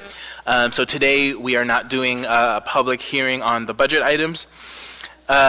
Second is, in a minute, I'm going to have Mr. Wilbur walk us through the S version of the budget, and in that he can talk about some of the changes made in the budget. Before I do that, though, Madam Vice Chair. Move to accept item 11A2, AIM 159-2019. Is there a second? Second. Moved and seconded. Madam Vice Chair. This is the Municipal Budget Advisory Commission 2020 Proposed Budget Resolution, November 2019. And the reason for accepting this item is that we don't necessarily want to approve it when we take up the main budget item. And to put a finer point, so there's a legislative difference between approving and accepting something. Any discussion on that? Okay, seeing none, members may proceed to vote on accepting that resolution. Mr. Constant? Hello. Hello. Sure. Thank you. We hear you. And then, Mr. Constant, you're really loud on our end, so if you could speak softer or reduce your volume, that would be fantastic. So, were you able to hear that motion that we're currently in, Mr. Constant? No. So we're currently voting on a motion to accept the resolution put forward by the Budget Advisory Commission.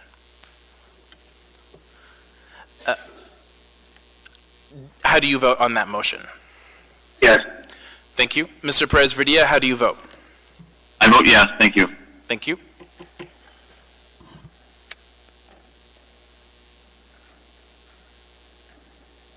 That passes 10-0. Did you have? Mr. Dunbar. Thank you, Mr. Chair.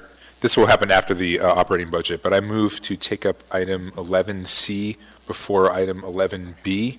This is related to the amendment that I'm offering regarding Academy and Vanguard. I was informed by Mr. Wilbur that to do that, we have to take up 11B before we approve 11C before we approve 11B. Second. Thank you. Moved and seconded. Any opposition to changing the order of the day? Seeing none, then the order is changed. Okay, Mr. Wilbur, can you walk us through the S version? Thank you, Mr. Chairman. What I'd like to do before we get to that is, because I know there's members of the audience and maybe just a reminder of the Assembly, how we got to this S version. So the administration, when we prepared our proposed 2020 budget, we started working with departments. And as part of the proposed budget that we've provided to the Assembly that you guys have been reviewing since October 2nd, the documents that the public has had an opportunity to review and comment on, the points in which the work sessions and all of the comments that you've made to that point. When the proposed budget that we have, I'll just remind the assemblies and members of the public, again, the priorities that we have invested in the proposed budget above a continuation and public safety is almost $3 million. It has to do with the academies and the additional officers at the police department. A little over $1 million in homelessness, and so that is a piece of that we included in our proposed budget. And then we had some continuity, some changes in the library, the I-team, and a variety of other things that we've already incorporated in that. So the S versions that I'm going to talk about are in addition to those things. So I just wanted to make that clear.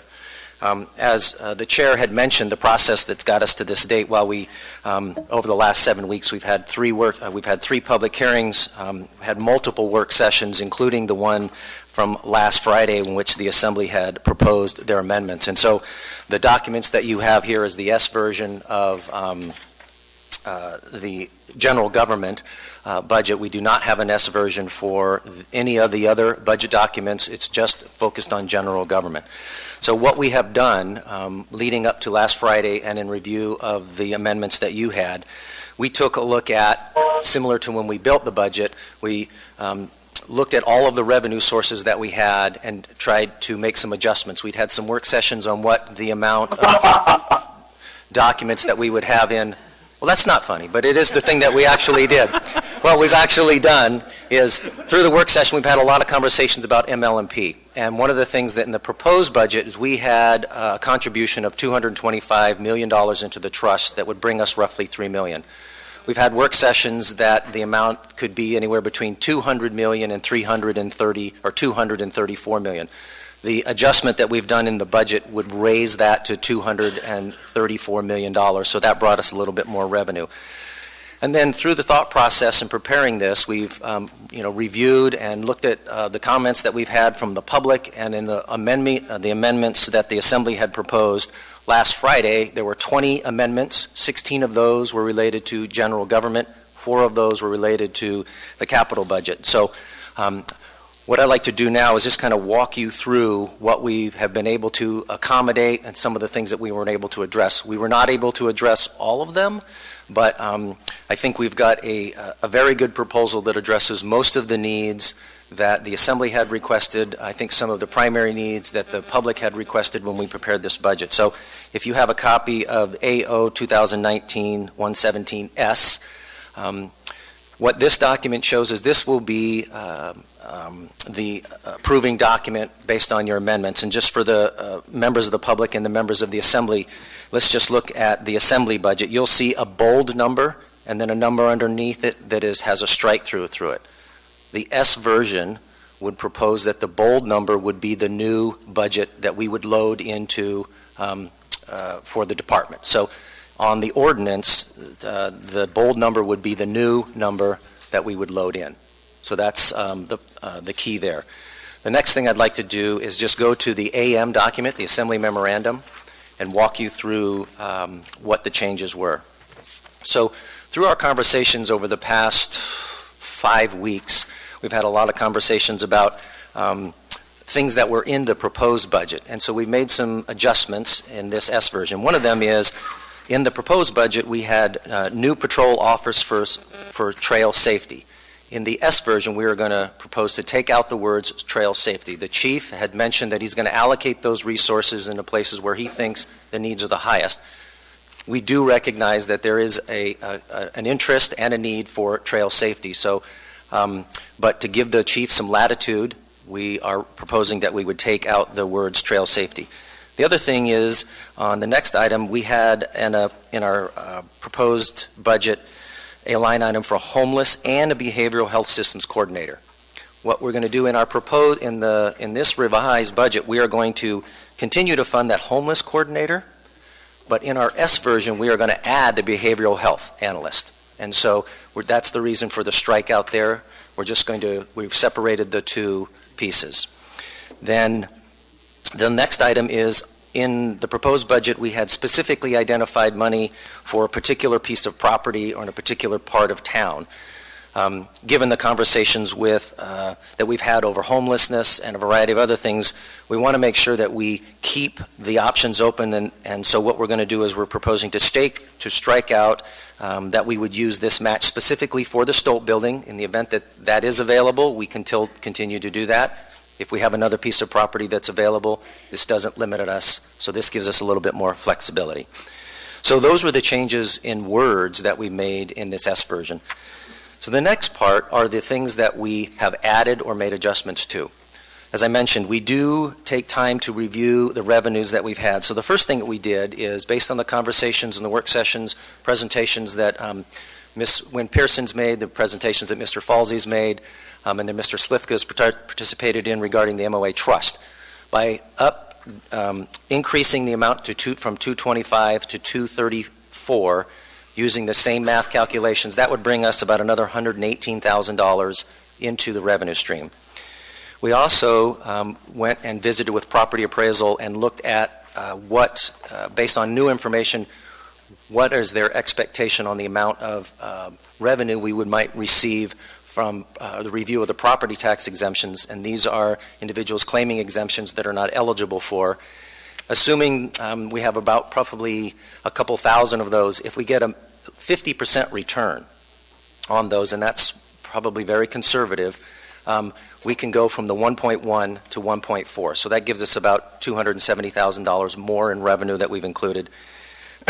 And then through the MLMP sale, we also recognize that there's going to be a utility rate cost reduction to those properties inside the existing MLMP. For the municipality of Anchorage, through that rate cost reduction to the municipality, we're going to save some money. So that's important there. And then last is the room tax. So as part of the room tax, it's going to be up about $200,000 more than what we had projected in October. We get a slice of that. Our slice is $66,000, so we included those revenues. So all told, that's about $450,000 in total revenues. So we took that information, and then we looked at the Assembly's proposed amendments that we went through last Friday. The Assembly had, as I mentioned, 20 proposed amendments. 16 of them were in general government. Roughly, I think 8 or 10 of those were inside the Assembly's budget. Some of them were repetitive. There were different options that we would do. So what the administration is proposing, rather than pick and choose what you would want to do with it or us making those decisions, administration is going to propose that we put $229,000 inside the Assembly budget. You can allocate that however you want. You can do it for your elections, minutes clerk, however you want to do that. We'll leave that up to you, as the same we would do for any department. Then for the health department, we are going to add a behavioral health analyst. This position would start half the year, and we talked to the health department because of that. We have to, basically create the position, put it out to bid, and do all those things, so it makes reasonable sense to start that in July. The MIT, the Mobile Intervention Team, in our proposed budget, we put the money in the health department. We're proposing to move it to the police department, and it's a net zero change in the budget. It's just moving it from the health department to the police department. In maintenance and operations, we have a couple reductions that we would do. One of those is, as I mentioned, through the utilities, the restricted rate reduction that would happen in those areas. We expect that we'll probably get at least $60,000 in savings in utility bills, so that's also probably a conservative number, so that's an expense that we won't have, so we can put that towards someplace else. And then we also proposed about $90,000 to implement the energy and efficiencies through the Climate Action Plan. There's only so much we can actually accomplish in that, so we're going to reduce it by $60,000. We're going to keep $30,000, and if for some reason we get into the first quarter and we are looking better, then we can address that then. Then the last item, probably the biggest additional item to a department, is the administration is proposing to add $250,000 into the public transportation department. That will provide a match to a grant, and the intention there would be to provide a new bus route, and the priority for that would be the bus route on the Route 36 going by the library, going down the old Seward Highway, basically connecting Diamond Center to downtown Anchorage. So again, this is, when we make all of those changes, it provides us a continued balanced budget. It ups the total amount of the budget from our proposed to this by about $520,000.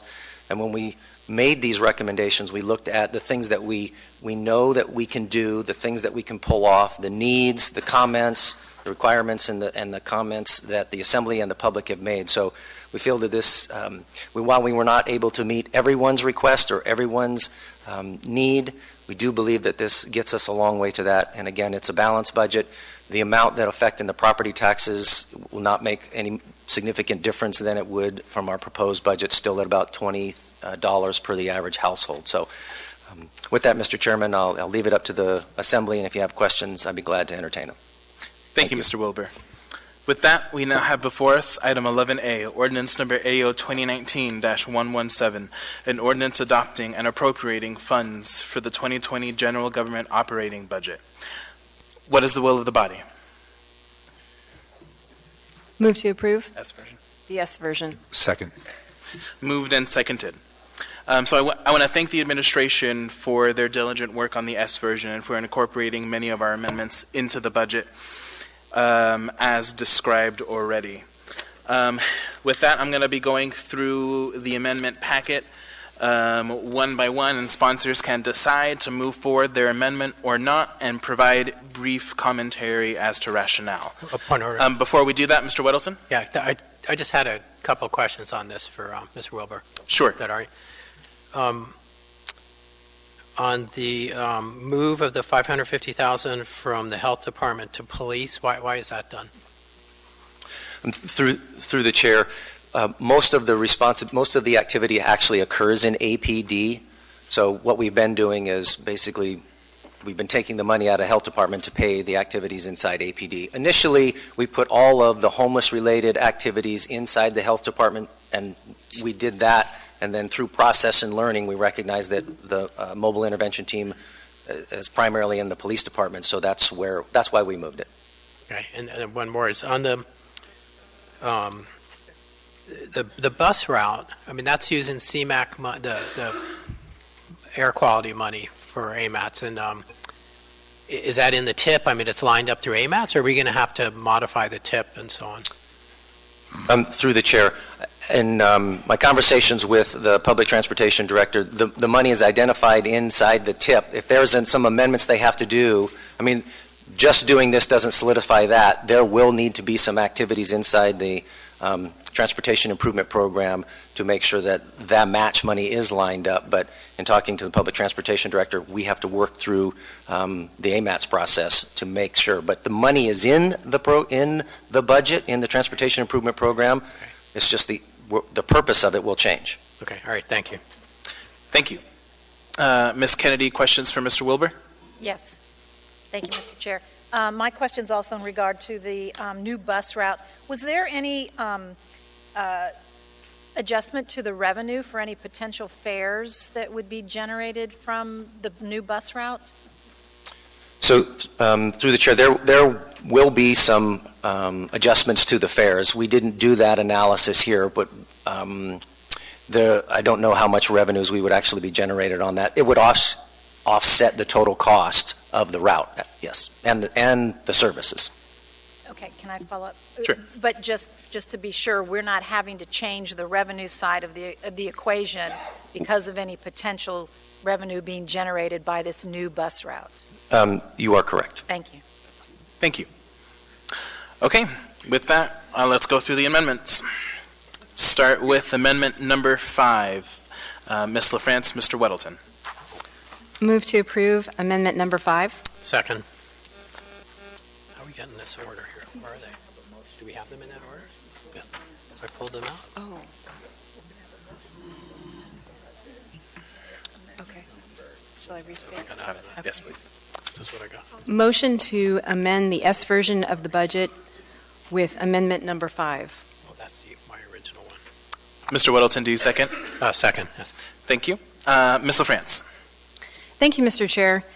This amendment proposes adding $16,000 to the Anchorage Fire Department in support of the Firewise Forester position, which is grant funded, but not for the period of January 1 through April 15. And so this funding would enable the community to continue with important work. There's really good momentum. It's not just to support the evacuation drill that's planned for May for the Hillside area, but there are a number of other goals that the Resiliency Committee has, such as improving and sharing emergency communication procedures, establishing right-of-way standards, holding a wildfire tabletop drill, expanding access to woodlots, organizing isolated residential areas to increase all hazard response capability, pursuing the Firewise site designation for the Rabbit Creek Community Council, funding to develop missing road connections, outreach engagement and recognition of volunteers assisting with hazard reduction, and monitoring and advocating for technology development. The funding source, I would want to amend clearly, it does not appear to have made it into the S version, although perhaps Mr. Falsey or someone from the administration could address the funding in the Office of Emergency Management, which I understand can support some of the preparation activities. But one other funding source would be the IT travel budget, to take 16,000 of it from that to fund this, depending on what's left. All right. Did you have a question, though, for the administration? And I don't know if Mr. Weddleton wanted to speak before that, but yes, actually, a question concerning what's in the Office of Emergency Management's budget to support these kinds of activities. Through the Chair to Assembly Member LaFrance, as we originally understood the motivation for this amendment, we understood that the Rabbit Creek Community Council and others had been working on some kind of evacuation drill, and that they were looking at the fire department's forester to help them with that. Our response to that had been that that's not really the forester's job. That's a responsibility that the Office of Emergency Management should be coordinating with them, and that remains true. So the Office of Emergency Management, since we got wind of this, has been in contact with the Rabbit Creek Community Council. I think they are more than happy to take that load off of any other responsible party from the municipality, so that the evacuation drill and that kind of work will go through OEM, the Office of Emergency Management, within Office of Emergency Management's usual budgetary authority. There's no additional grant person that you would need to bring on there. We have been somewhat grappling to understand the scope of work that was now further intended for someone to do between January and April. I will confess that from the list that we have seen, we don't believe that there is work for the forester to perform in January, February, March, or April. So where we are now is that we don't see the utility of this amendment. Thank you. Mr. Weddleton?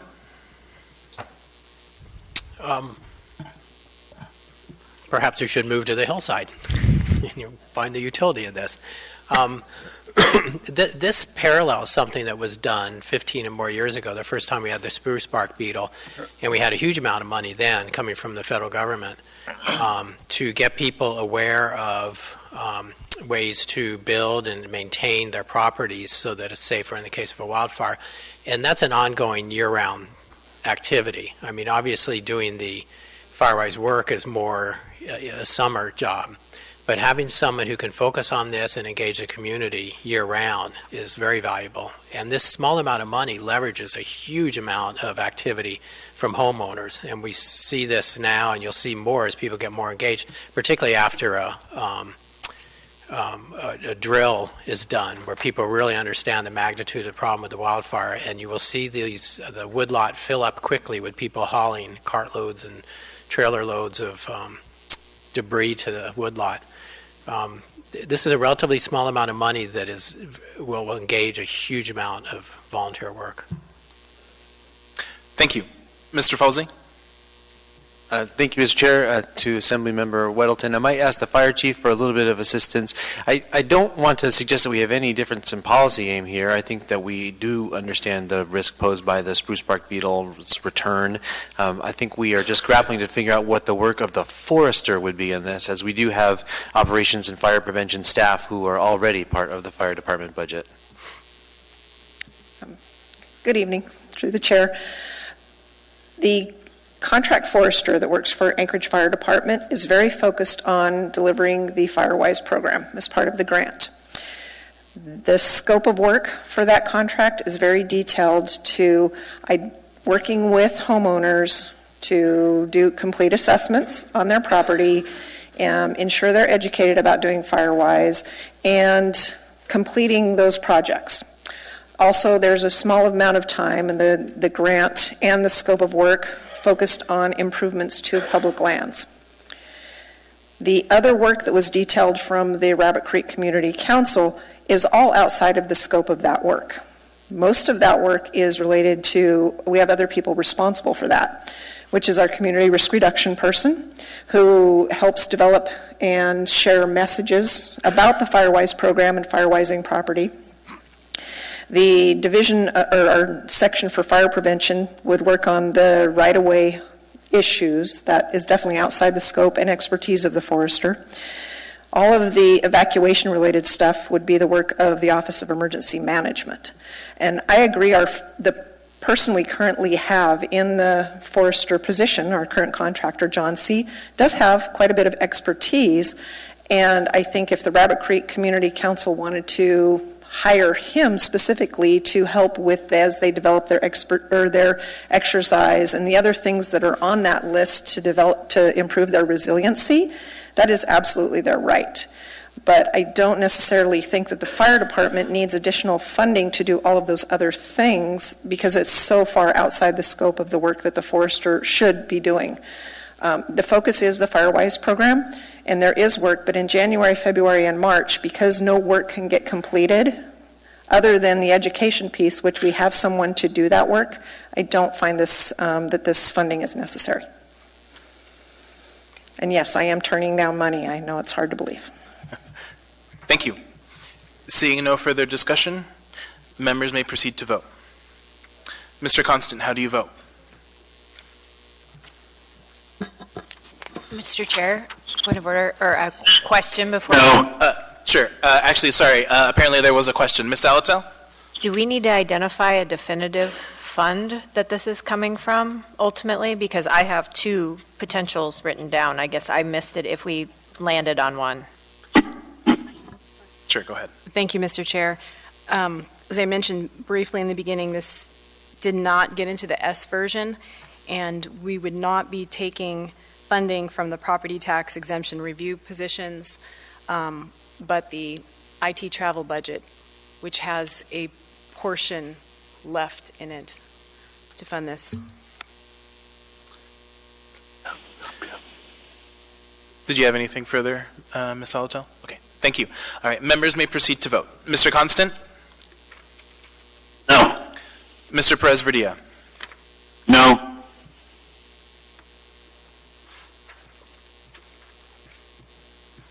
That amendment fails 8-3. We now have amendment number 6 by Ms. Quinn Davidson and Ms. Salatel. Will either of you be moving this amendment? No, Mr. Chair. Okay. Thank you. We now have amendment number 10 by Ms. Kennedy, Ms. LaFrance, and I.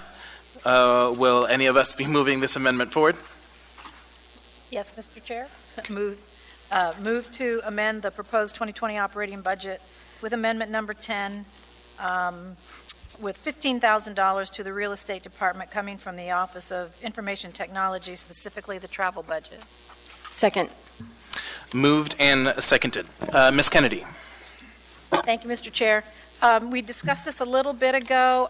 There's been some interest for the past 10 years on selecting some property in the Chugach Eagle River for a Chugach Eagle River cemetery. And over the past year, there's been some more concerted effort to make that happen. And all the community councils out there have sent a representative to what we're calling the Chugach Eagle River Cemetery Committee. And that committee has been in contact and in conversations preliminarily with Heritage Land Bank in regard to trying to designate a site. So for the plan to go forward, the money would have to go to Heritage Land Bank to establish a study on the land use in the area. And this $15,000 would be a part of that funding. The other $30,000 is being worked on from some current 2019 funds. So this would be part of getting us toward the end or toward that spot or point of being able to actually hire someone to do the study. So, thank you. Thank you. Mr. Dunbar. Thank you. So I have a question about the fund source. This is the second amendment in a row to propose this, and I see that there's some other in the packet. I'm curious why the Office of Information Travel Budget is Information Technology Travel Budget is sort of the target. So, is there anyone here from the Office of Information? Is Susie Marshall here? Okay. Okay. So do we have an excess of funds in the Office of Information Technology travel budget? Through the chair to Mr. Dunbar, Ona Brous, Chief of Staff for Mayor Berkowitz. We have discussed this with Ms. Marshall to determine what the impact of this would be. And while it does actually, you won't be surprised to hear this, limit the SAP training that we'll be able to go through, it will be accommodated in Susie's budget. So we're comfortable with this amendment. Okay. Thank you. Thank you, Ms. Brown. Thank you, Mr. Chair. Thank you. Mr. Rivera? Thank you, Madam Vice Chair. So I've worked hard as chair to try and listen to the concerns of Eagle River and Chugiak, and they remain a part of the municipality and should treat them as such. So that means supporting their needs, and I think this is one of those, and I urge my colleagues to support it. The funding source, as has been discussed, is simply a proposed increase, so we're not cutting the IT budget. Thank you. Thank you, Mr. Rivera. Ms. Kennedy. Thank you, Mr. Chair, and I just want to express my thanks to Chair Rivera and to Vice Chair LaFrance, and appreciate all the work that went into this. I mean, I feel like it is a relatively small ask, but it certainly gets us down the track toward making sure that we have a burial place, considering that the Anchorage Cemetery is coming to a close. So anyway, we really appreciate your support. Thank you. Thank you. Ms. LaFrance. Thank you, Mr. Chair. And to just echo the words of Mr. Rivera and Ms. Kennedy, I urge support from other members of the body. This is important. We need to do this, and so please vote yes. Thank you. Thank you. Seeing no one else in the queue, members may proceed to vote. Mr. Constant, how do you vote? Yes. Mr. Perez-Verdia, how do you vote? Yes. That amendment passes 11-0. We're now at amendment number 17 by Mr. Dyson. Mr. Dyson, will you be putting this forward? No. We are now at amendment number 18 by Ms. LaFrance, Ms. Quinn Davidson, and Mr. Constant. Will either three of you be putting this forward? No. We are now at amendment number 19 by Ms. LaFrance, Ms. Quinn Davidson, and Mr. Constant. Will anyone be putting this forward? No. We are now at amendment number 20 by Mr. Weddleton. Will you be putting this forward? No. We are now at amendment number 21 by Mr. Dunbar and I. Will you be putting this forward? No. We are now at amendment number 21A by Mr. Dunbar and I. Will you be putting this forward? Chair? Mr. Chair. Could you slow down a little bit? I don't know which amendments we're talking about. Oh, sorry, I'm just going through this in order. In the S version in order. In the packet we got today. In the packet we got, yeah. Yeah, I have all these notes in the packet we took on Friday, so I'm just trying to track both of them. Okay, sure. And I also realized for the public, there's no reference to these amendments, so they might not be following either. Sure, I can slow down. So we now have before us Amendment 21A by Assembly Members Dunbar and I. Will you be putting this one forward? Yes. However, I'm thinking about the timing here, Mr. Chair. So we have both, and we have Ms. Zolotel's amendment, which is related. We also have the question that remains unresolved about the fire department and that $50,000. So I don't know if we want to have this now or delay this until after we've had those other discussions. Ms. Alatel, do you want to speak to it? I can, Mr. Chair. I have a non-appropriation-based revision to the fire department resolution that I'm having legal and other folks look at right now to see if it's good to go. I haven't heard back yet. And then as to the other amendment, I will be moving the 15D. Okay. All right. In that case, yeah, I will move Amendment 21A. Is there a second? Second. Mr. Dunbar? Thank you, Mr. Chair. I mean, I can speak better to the funding source. I think that you perhaps want to speak to the substance. We worked on this together. It resolves serving children with high adverse childhood experiences scores. It's work done by the United Way. The funding source involves a temporary increase from the trust fund payout. And so we could have a long discussion about that, but I'll just say briefly, I've talked to the administration about this. I believe we're in agreement now, and they can, Ms. Browse or anyone else can contradict me if that's not the case. The way the code was written, the payout from the trust fund was set to 5% for a long time. Then when the financial crisis happened, it was reduced to 4.25%. But it said in the language it would be increased back to 5% if the fund ever, quote, recovered to a level larger than it was prior to the financial crisis. All of this budget is predicated on the fact that the MLMP sale will go through. When it goes through, we are going to drop in somewhere between, I believe, somewhere between $200 and $234 million. This is based on us dropping the entire $234 million in that fund. The plain language then would make the fund recovered. But I actually do have an ordinance that I had Mr. Gates very quickly draft up. So if anyone has any questions about how this might be operationalized between now and June or July when we'd have to pass it, I do have an ordinance that you can see. It hasn't been introduced, but he has the language drafted up.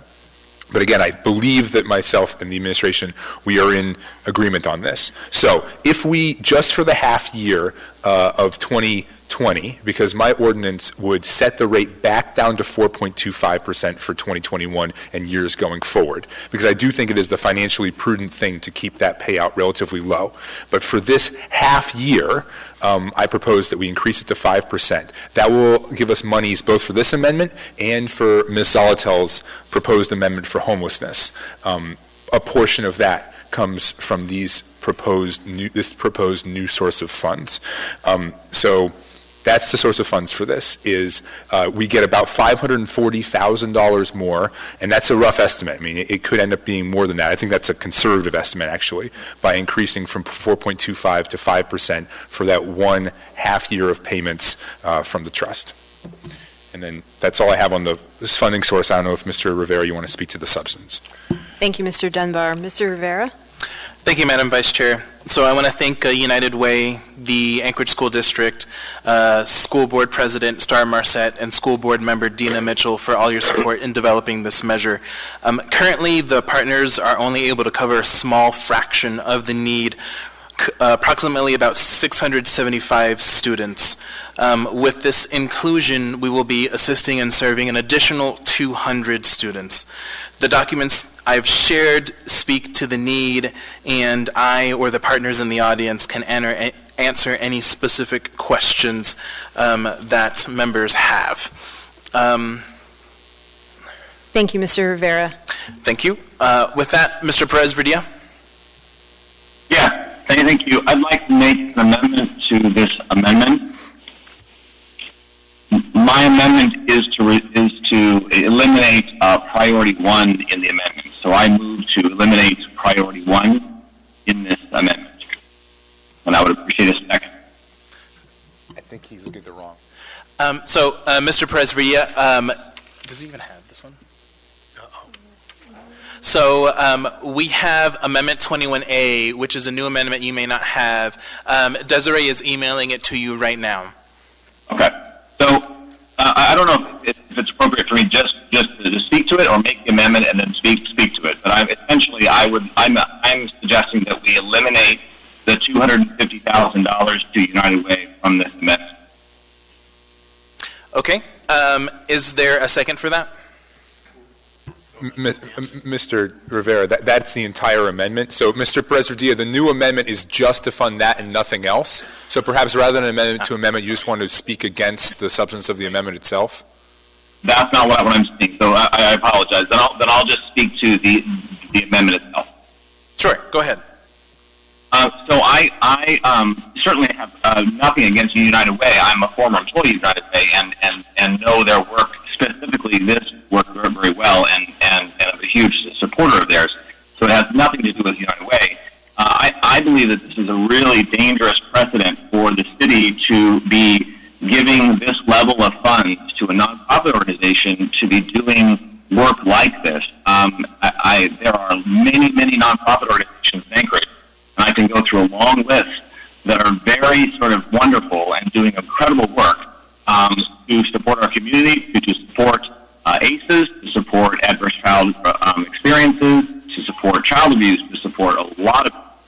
And so I was surprised by this, and I think it really deserves more thought about what the role that our city plays in directly funding programs of nonprofit organizations within the city. And the second thing that I would say is that if we're going to get into the role of becoming a funder of nonprofits, which foundations do, the federal government does, the state does, then that requires that we have a relationship with them, requiring that we have outcomes and that we have a clear sort of process for determining whether we're getting the return on this kind of investment. So I feel like we're going down a road that is setting a precedent that can be very difficult. And I speak from experience because this is the field that I work in. So I would really encourage the Assembly to be cautious with this, and before going down the road of allocating $250,000 to one particular nonprofit organization in our city, I would prefer that we have further discussion. So I would really encourage my colleagues to not pass this amendment, not because of United Way, but because this is setting a precedent that could be very difficult to follow through with in the future. Thank you, Mr. Chair. Thank you. Mr. Weddleton. Well, geez, I have a whole different thought. I appreciate that from Cameron, but yeah, I don't know that this is a precedent. I mean, because we given $440,000 to Beans Cafe. Essentially, I guess we're renting space, but essentially it's a grant. And then I think we haven't, or we will, give some to Commission for Homelessness, or I'm sorry, Jasmine's group. And so this isn't the first time, but I think it is a valid point that given, hundreds of different very worthy nonprofits, how do we choose? We can't do them all. So that's a good point, and I'm going to think on that a bit. Broadly speaking on this, I mean, we are looking at very soon a huge amount of money to be where we would spend setting up homeless shelters, and really a big increase in the amount of money we'll be spending directly on homeless. And I think we need that. But ultimately, that's a losing battle until we deal with the things that cause it. And I really like this one in particular, and I know there's probably dozens of other nonprofits that deal with those causes. I mean, there certainly are. But I feel good about this one because this little piece, gets to that root thing, and 20 years from now, we'll be glad we did this because we'll have less homeless out there. So I'm inclined to do this. But Cameron, I really appreciate that viewpoint. I think it's very valuable. Well, let me respond if I can. Mr. Perez-Verdia, I can add you to the queue. Thank you. Thank you. Thank you, Mr. Weddleton. Mr. Rivera? Thank you. So just to speak to a few of those points that Mr. Perez-Verdia brought up, first, in regards to role and setting precedent, I just want to state on the record that we already do some of this type of work, particularly with some of the grants that we give out to other youth-serving organizations.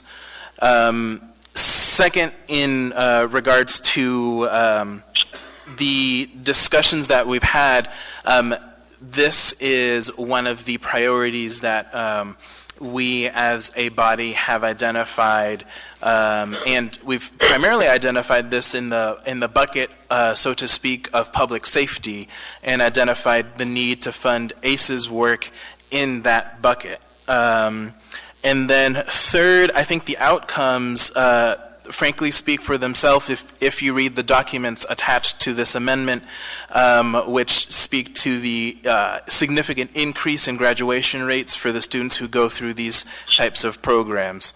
And If any members would like, Michelle Brown is here to answer any specific questions that you have. Thank you, Mr. Rivera. Mr. Dunbar. Thank you, Mr. Rivera. I have a response to Cameron, but first I noticed that Mr. Dyson is in the queue, and I hope he's in the queue to praise the amendment, given that he often talks about how much we need to do to work with children and children who are survivors of various kinds of abuse. And ACEs scores isn't only about abuse. It's a variety of things that affects children. But this is directly speaks to something that he often highlights as a priority and pushes the Public Safety Committee and others to focus on. In regard to what Mr. Perez-Verdia said about establishing a precedent and paying, providing municipal funds directly to nonprofits. There's just one example I want to give. I remember my first year on the Assembly, and Mr. Welton probably remember this too. The 4As had a funding need. They had a funding shortfall. And Mr. Traney, I believe it was, perhaps he's in the audience today, maybe he can shake his head yes or no. He proposed an amendment that directly paid about, I think it was $70,000 to the 4As. And I voted for that, and they made a compelling case for it. I agree this is larger, and we haven't had, I would say, quite the level of public comment that we did with the 4A's amendment, but still I think it's good work, and I don't think it is establishing a precedent again, because that precedent is fairly long-standing. Thank you, Mr. Chair. Thank you. Ms. Quinn Davidson. Thank you, Mr. Chair. What Cameron brought up did make me think about, when you're normally awarding a grant, you have certain deliverables that the person who you're awarding it to will meet. So do we have any of those? It seems like no. And then the second question is, why is this not part of the ASD school budget, since it's for funding is it within the schools, correct? So for that, I'd actually like to bring up Michelle Brown to give a more eloquent answer.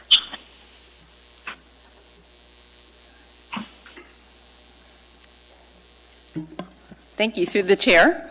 I don't know if I can hit that bar, but I'm going to answer your question. This is community-based resources. So this is a way where we work with the school district.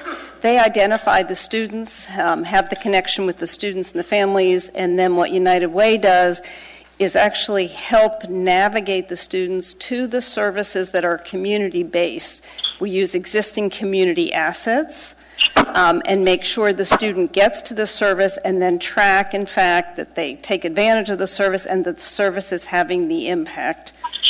So it's community-based work, just done in partnership with the school district.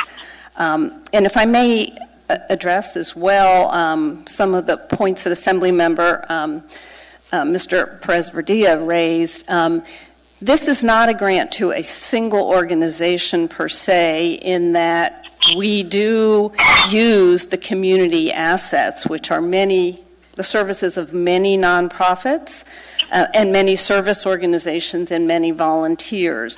This has been in operation for a number of years under a cross-sector leadership team. It's known as the 90% graduation by 2020 exercise. And so this has been well vetted. The leadership team sets the direction for this, helps us establish all the broad partnerships. And the deliverables have been in place for a number of years. And as the chair pointed out, we're seeing actually very good results on the children in elementary school who were chronically absent are now outperforming the school average in attendance, and students who were on the verge of dropping out and we were losing them are staying in classes to get credit recovery, getting wraparound services, and since we've been doing this, 337 of them have graduated. And these were kids who would not have walked that stage but for the supports that were given to them through the community partners that we help navigate. Can I just follow up quickly? Sure. Thank you for that. And I'm from a very poor rural town surrounded by people who had no money and a lot of trauma, so I appreciate what you're saying, and it's real. I'm still not clear on what the specific deliverables are for this grant. So we would just give the money. There's no reporting or specific things that have to be done with that money. Can you speak to any reports that are done from these two programs? Yes. Through the chair, we do a general community report, but we also, for any grants that come to us, we will do grant reporting on whatever interval you want. And the measurable outcomes are services delivered to the students and that the students, in fact, achieve the outcome that we're looking for. So, for instance, in the high school, we 79% of the students that we have served have ended up graduating. In the elementary schools, the students who were chronically absent, 93% of them who took advantage of 2 or more supports that we offered to them have now met or exceeded the school attendance rate goal. 84% of the students who took advantage of 1 support have. So we have those kind of measures, and we will report to you at whatever interval you would like us to report. Thank you. Ms. Kennedy. Thank you, Mr. Chair. And actually, Ms. Brown, if you wouldn't mind staying. One of my questions is in regard to how are these students identified to begin with in terms of how do you locate them, contact them to put them into the program? Assemblymember Kennedy, through the chair. The school district identifies them based on attendance records, behavior records, various criteria. There are different criteria in the elementary than there are in the high schools. The school district identifies them. It can be a counselor, it can be a teacher, it can be a school nurse. And then they make the connection with us. Our role really is more of a navigator. We want the primary relationship to remain school personnel and the child and family.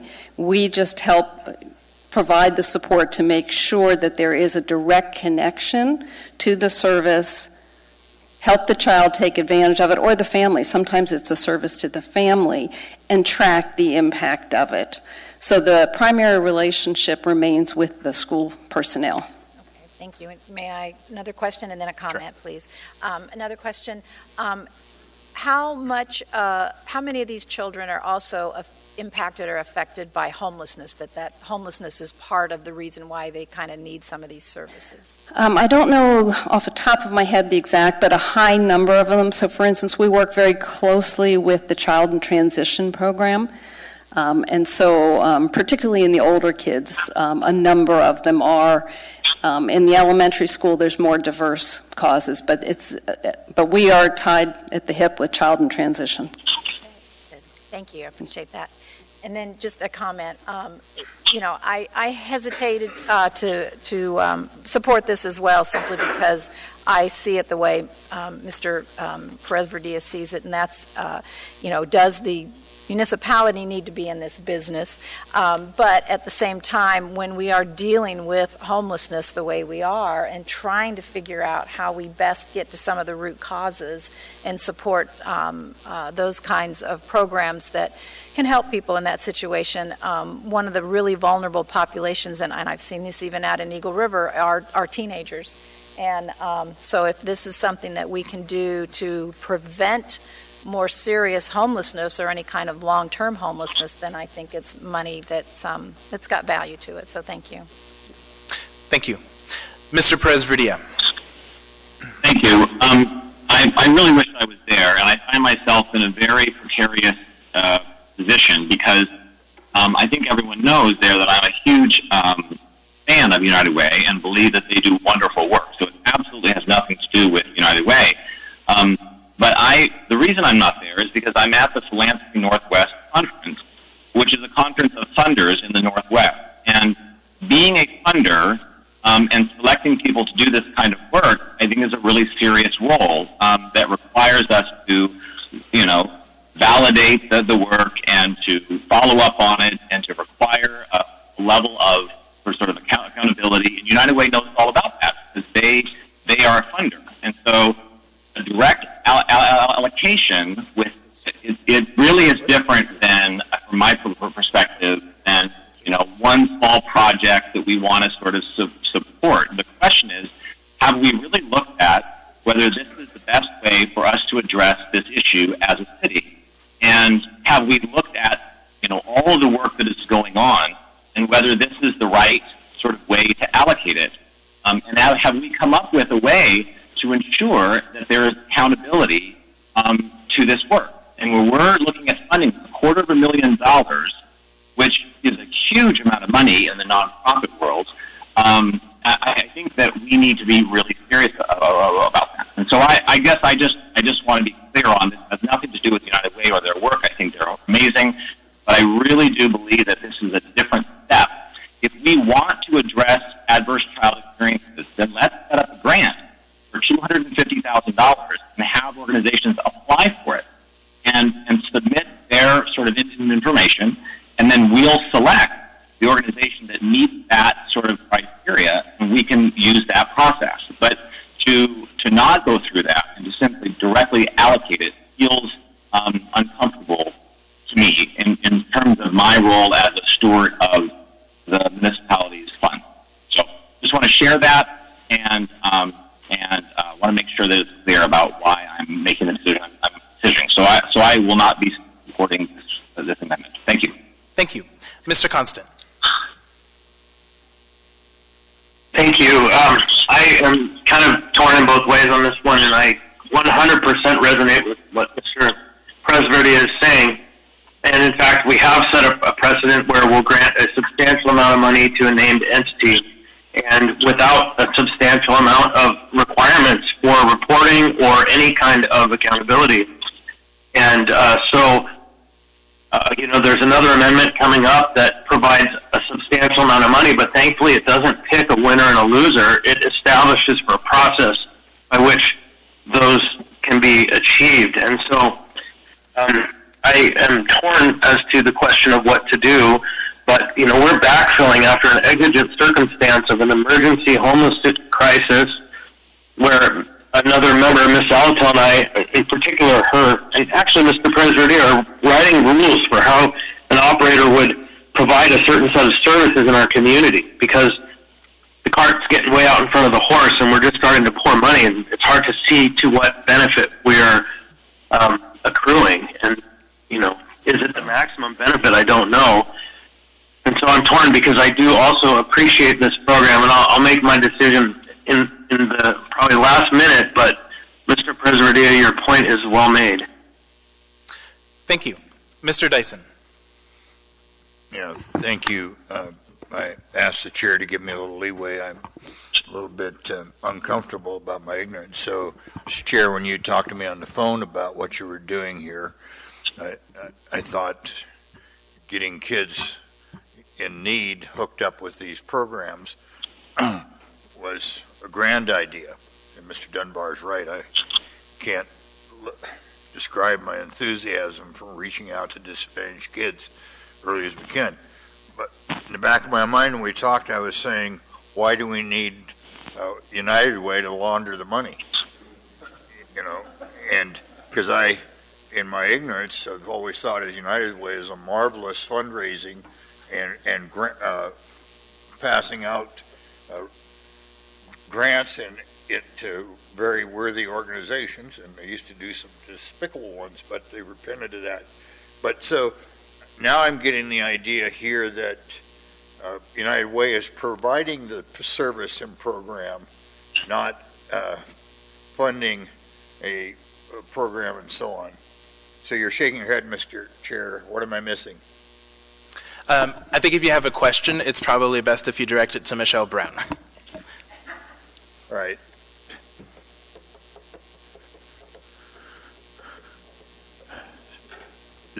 So, listening to your talking here earlier, it sounded to me that United Way's role is just coordinating, hooking the kids up with the service providers. Is that right? Assemblymember Dyson, through the chair. That is part of the role. And so as a little bit of background, if I may,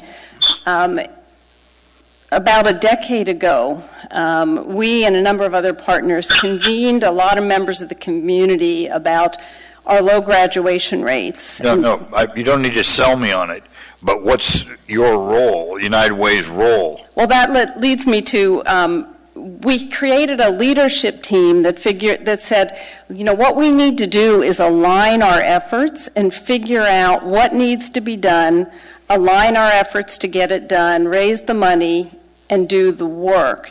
So it's not about, you know, setting up grants situations. It's where you have a leadership team that has decided this is the body of work, these are the accountability measures, these are the outcomes we need. And so what United Way does is help coordinate all the work. So it's not just passing the money out, it's actually developing the action plan.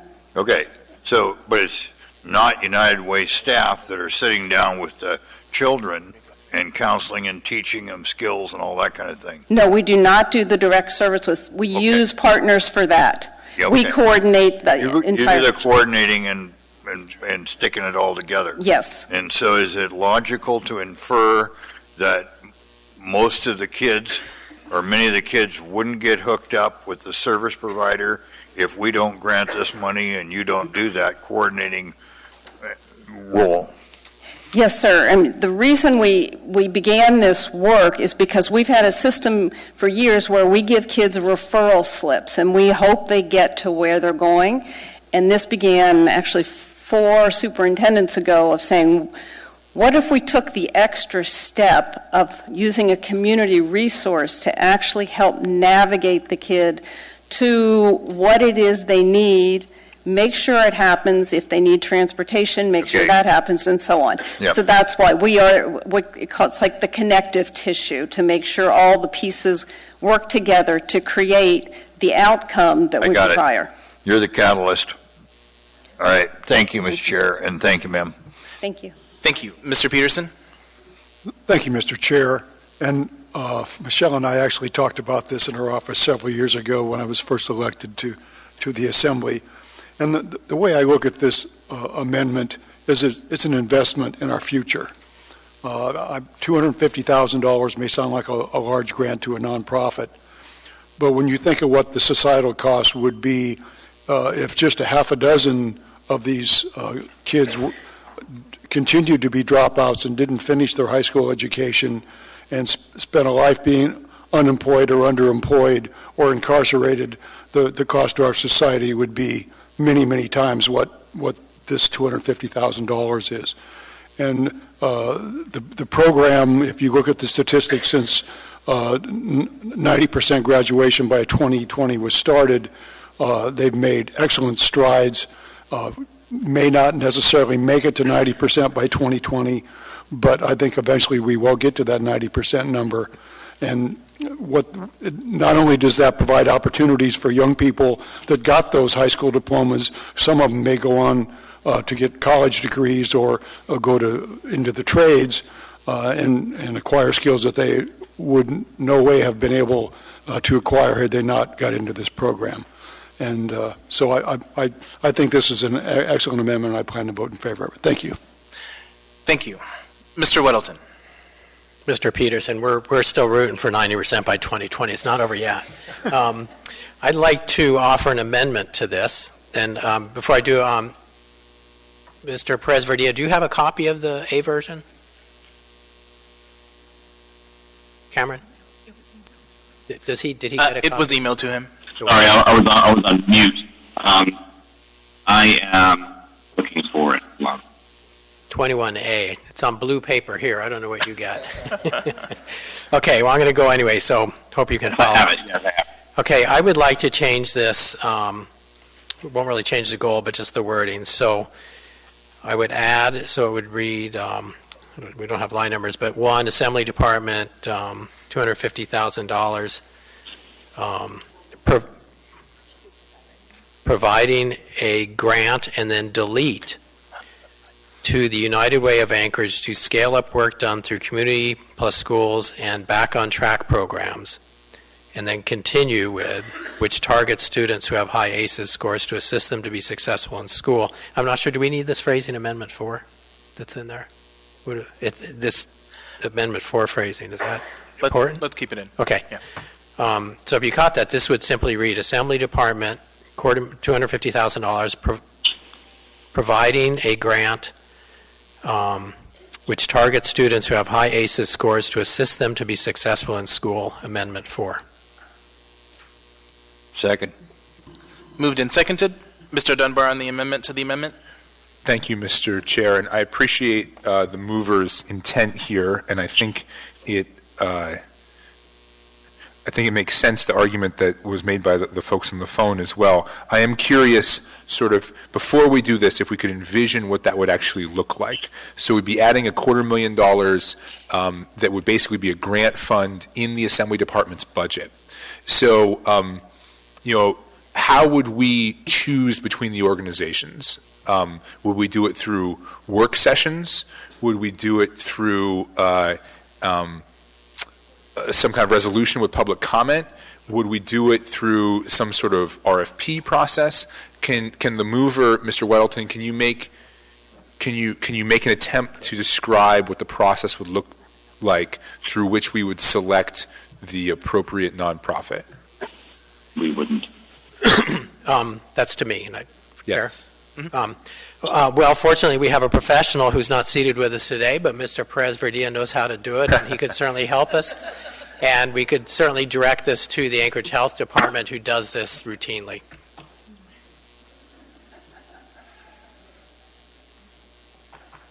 May I speak to that? I have you in the queue. Mr. Rivera? Thank you, Madam Vice Chair. So I appreciate Mr. Weddleton's amendment, and if it does in fact pass, then I will continue to support the amendment, but I will be voting no on the amendment, and that is primarily because what Ms. Michelle Brown described, which is that for years all of the hard work has already been done to identify what programs need to be supported for the outcomes that we're looking for. And so why would we recreate the wheel?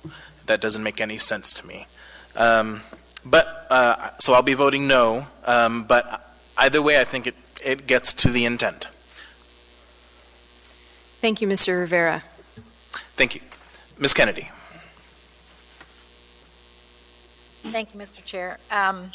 Yeah, this is a difficult one, mulling it over. I think I'll support the amendment, mostly because I think even if we were to step back for a minute and say we wanted to commit $250,000 to something that, went back into the community in such a way that supports children and our students, I think would be a good thing. But there could be other organizations out there, and the idea that we just didn't really try to flesh this out in the community in terms of finding out who else might be interested or who could provide a similar service. It does seem a little bit unfair to just pick one. And I'm like Mr. Perez-Verdia. I'm not picking on United Way by any means, but it is interesting though to think that there might be a process, a step in the process that maybe we forgot. Before we got to this point. So it could very well be that United Way would end up with the $250,000 anyway, but maybe it's a wise thing to step back and say, should we maybe go through a little more meaningful process to determine where this money should go. But thank you. Thank you. Mr. Constant. Thank you. I think it's a meaningful amendment, and it takes away the at least overt and extreme look of picking someone to do this work. It does fall in the clerk's office if it's in the Assembly's budget to do the work, which is a whole other question of how. That goes back to Mr. Dunbar's point, and we'll have to sort that out thoroughly because this is a big proposal. It's not a small $10,000 increment to help a neighborhood plan. This is big. But I will be in support of the amendment, and I just want to ask the question, and this is one-time money, right? We're not talking about creating a permanent source of funds. That is the way the amendment is framed, correct? Thank you. Thank you. Mr. Perez-Verdia. Thank you, Mr. Chair. A few things. There's some language. I don't know if I need to make an amendment to the amendment, but I would sort of request Member Weddleton to add the word competitive in there that we're looking for a competitive grant process to meet these particular goals. So that would be just one question or comment. And the second is that I guess my question is that the city, the administration, has a competitive grant process. They grant out funds, and I wonder if we could just utilize their sort of process doing that.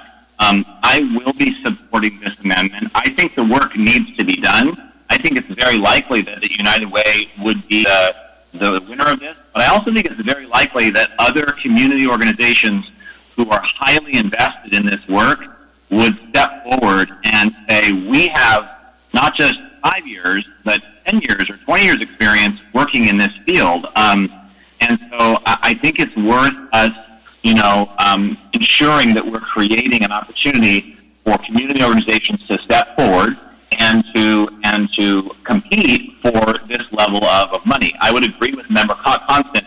If it was $5,000, if it was $10,000, those are smaller allocations for very targeted specific things. This is $250,000, and so I think it rises to a new level of responsibility for us to be making sure that it's done in the proper way, and that there is a process of holding whatever organization receives funds accountable for meeting the goals that we set. I don't want to turn us into a funder, but that's why I'm a little bit confused about the budget piece. Even if it's in our budget, could we not still use the city's grant-making process to allocate this? So that's a question to the administration. Does someone from the administration want to respond? Through the chair, I think I caught the last part of the question, which was, do we have the capabilities to administer these grants? The answer to that is yes. The health department has a whole team of people who not only do RFPs, competitive solicitations for grants, but also have the grant reporting and the grant monitoring, and then ultimately work with the finance department who tracks all of the funds. So the long version is that. The short version is yes, and probably the health department would be best suited to deal with it.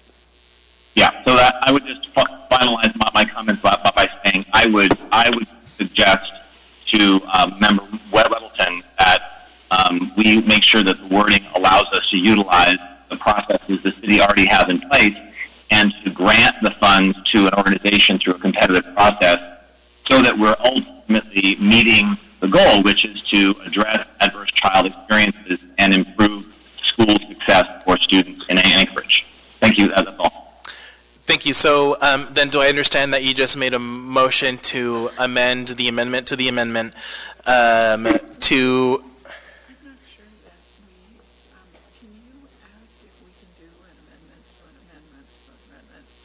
I can restate if that would help. Who would I ask? Mr. Gates? Yes. Mr. Gates, can you please clarify if we are following correct procedure?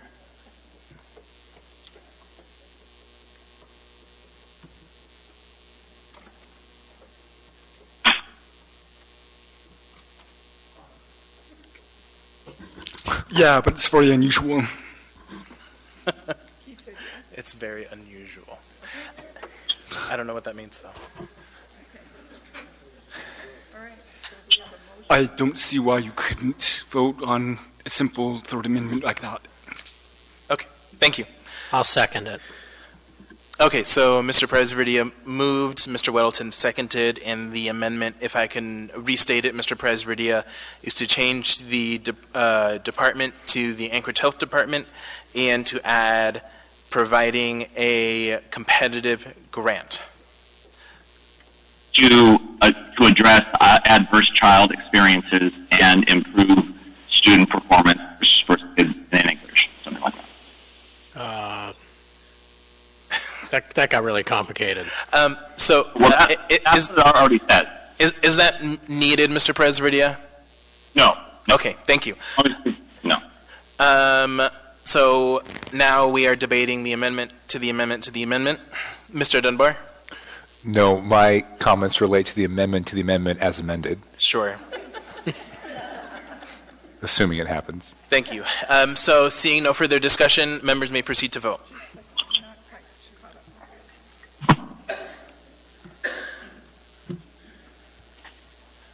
And while the clerk is getting ready, does everyone understand?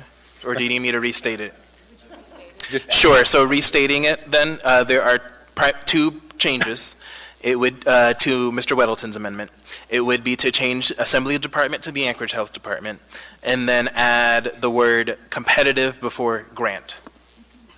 Oh, sorry, Mr. Chair. I did not understand that we were also changing it to the Health Department, so I do have a question about that if I'm in the queue. Sure. Go ahead, Mr. Dunbar. Where is the head of the Health Department? Could you please come to the mic?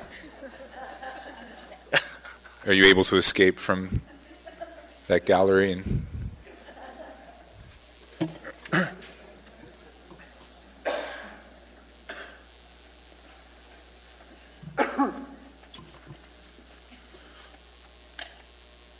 through the chair. Yes, Ms. Pineda. So what kind of burden would it place on the Health Department to find the appropriate recipient of this grant and then perhaps to administer this grant? And could you put a percent of the dollar value on what it would cost to pay your department to do that? I don't think I can put a cost on the fly, but I talked to Deanne's here, Deanne Fetko, our deputy director and our budget manager, and she also oversees the grants and contracts team. We think we can take this one on into our workflow.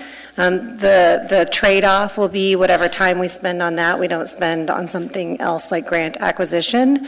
However, we don't think this would be, I don't even know if we could ballpark how many hours. Obviously, we'd have to develop, an RFP, but all the processes and people are already in place to manage it. Can I ask a follow-up or two, Mr. Chair? I don't know if you have the amendment in front of you. It's not on the screen either. Perhaps someone could hand her the blue sheet there. Is that, reading that language, is that enough guidance for your department to develop an RFP? We're pretty amazing. So yes, we're actually working. We understand your intent, and most likely we would craft something, and I'm assuming we have the latitude to ensure that that intent is still in line with you. We could share that with you. Okay. We're also working on ACEs within our department and doing training. One of our current division managers is Christy Lawton, the previous director of OCS, and we're very interested and I think well informed on the issue. Great. One more, Mr. Chair? Sure. So this is we're also building a legislative record here. So the way I read this amendment, it says providing a grant. So one lump sum grant as opposed to a series of grants. Is that how you interpret this amendment as well? If that's, what you guys want to do, yes. We'll ultimately do whatever we're asked to do. So if you want to do one lump sum of $250, that's how it would go out. Okay. And okay. So that is my intent as one of the movers of the amendment, that it is one grant as opposed to a series of grants. Thank you, Mr. Chair. Thank you. Ms. LaFrance. Thank you, Mr. Chair. A couple more questions for Ms. Pineda. One, how much time does this add to the process, or how long would it take to administer a grant? And the second question would be, does adding the word competitive trigger anything in terms of a different process or substantively more hours from your department staff in terms of what you need to do? I'm not sure if I know the exact answer to I don't know how many days we're required to put out an RFP. I don't think we would do any other method but an RFP. We'll use an RFP. So we would work with procurement, and there would be some set number of days that it would be put out. So if this budget passes tonight, our team is aware that you guys want this, and they'll be working to make it ready to go out to the public as soon as possible when the funds are available. Thank you. Mr. Perez-Verdia. Thank you. Just wanted, because I'm not there to see it, in the original amendment, there was actually the name of the program. Has that been removed from this amendment to the amendment? Correct. Yeah, okay. And so my question is this grant and this RFP process and this intent, is this in line with some of the goals and the sort of strategies you have within your department? Does this fit for you? I think that's for you, Ms. Pineda. Yeah, okay, I'm thinking. I do know that we have, I don't know right off the top of my head if there are any current grants or work that we have that specifically identify focusing on high school students with ACEs scores. So I couldn't say affirmatively that we have an exact goal of that. Our goals at the department are primarily focused on trauma-informed training for our staff and working with community organizations on those issues. And I think Christy Lawton is also on some statewide committees working on the issue. But I don't know that we have a stated department goal. Yeah, so just one final comment, please. And so I just want to make sure that, again, that we're addressing through this adverse child experiences within youth that ultimately will help them be better in school. And so I would just hope that the language of this wouldn't limit you to only being able to choose one particular organization, that you would actually go back to the intent of this, which is addressing those areas. So I just want to make sure from your perspective that the language of this amendment gives you the flexibility to be able to address the core challenges that you face that lead to them not being successful in school. I think it gives us enough latitude, and the only comment I would have is maybe removing the word target and using a different word that's less, not the word target. So either, sorry, like identifying, supporting, engaging, but that's just a little semantics. Thank you. So I'll try to handle this one quickly. Mr. Weddleton and Mr. Perez-Verdia, are you okay with changing targets to identifies? Yeah. That's fine. Thank you. Let me check my thesaurus. Hold on. Ms. Salatel. Thank you, Mr. Chair. For both the bringers of the original amendment and potentially Ms. Pineda, this was originally brought to ensure that it was brought because it was in line with the Assembly's goals. What do we need to add here, if anything, or can we just request it to be reported out to us, the outcome of this? Because we don't track every grant that goes through the health department. So I guess I want to make sure that we can follow up on this in a timely manner and learn the outcomes if we are putting this over into the health department. If that's completely possible, then I'm good. Member Zalatel, through the chair, that's entirely possible. We're happy to provide that to you and make sure that the intent ultimately is what you want. Yeah. Thank you. So seeing no further discussion. No, I'm sorry, I got back in the queue, Mr. All right, it's all confusing. Mr. Dunbar on the amendment to the amendment. Thank you. For both, actually, Ms. Brown and Ms. Pineda. So, Ms. Pineda, I don't think you answered Ms. LaFrance's question about how long would be added by going through that RFP process. Could you take another stab at, actually before you do that though, Ms. Brown, so originally United Way was going to be the receiver of these funds, but you know that this isn't until the 2020 budget, so presumably, so when did you envision beginning this work? This, through the chair, this work is already underway. So as soon as monies come in, we take on more students. The infrastructure is in place. Philanthropy has funded this for years. It's ongoing work, and so we just increase the number of kids with every new investment that we get. So as soon as the money comes in, we will start increasing and serving more children.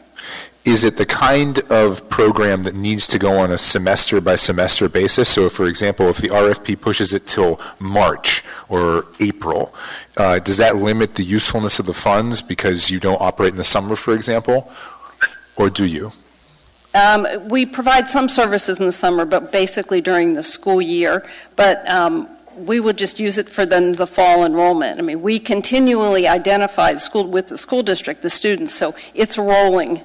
Okay. So what I'm hearing is, and of course, if we do the competitive RFP, it's not guaranteed that you will be the receivers of it, but I assume because the intent for us was ACEs work in school and you have a program that's already running, you would be a strong bidder, so to speak. You'd be potentially one of the recipients. And what I'm hearing from you is, even if the RFP process pushes it a few months or even half the year into 2020, that doesn't prevent you from doing meaningful work with this money if you were to receive the award. Is that correct?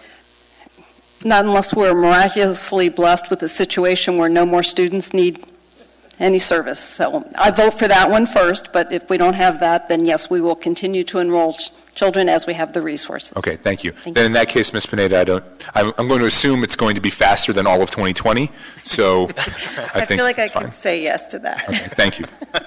Thank you. Ms. Quinn Davidson. Yeah, this is a question for Ms. Brown. So I'm trying to decide if it's appropriate to ask it in the amendment to the amendment to the amendment. I'm just wondering how much funding you have to do this work otherwise outside of this $250,000. Right now, we have enough funds to serve about 700 children. And, you know, we're constantly raising the resources, constantly getting grants. So we just keep, it's an ongoing fundraising, ongoing service model.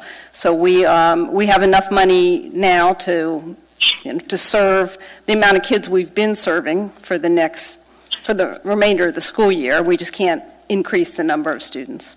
And so the ballparks that I remember from the documents, and you can correct me if I'm wrong, is the total need amounts to $2.4 million. Currently funded is around $860,000. Mm-hmm. Thank you. Seeing no further discussion on the amendment to the amendment to the amendment, members may proceed to vote. Mr. Perez-Verdia.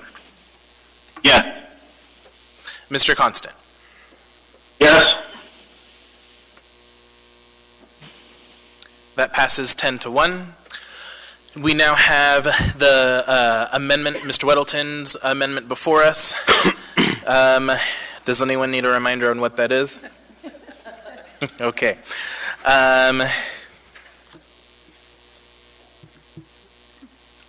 Mr. Rivera.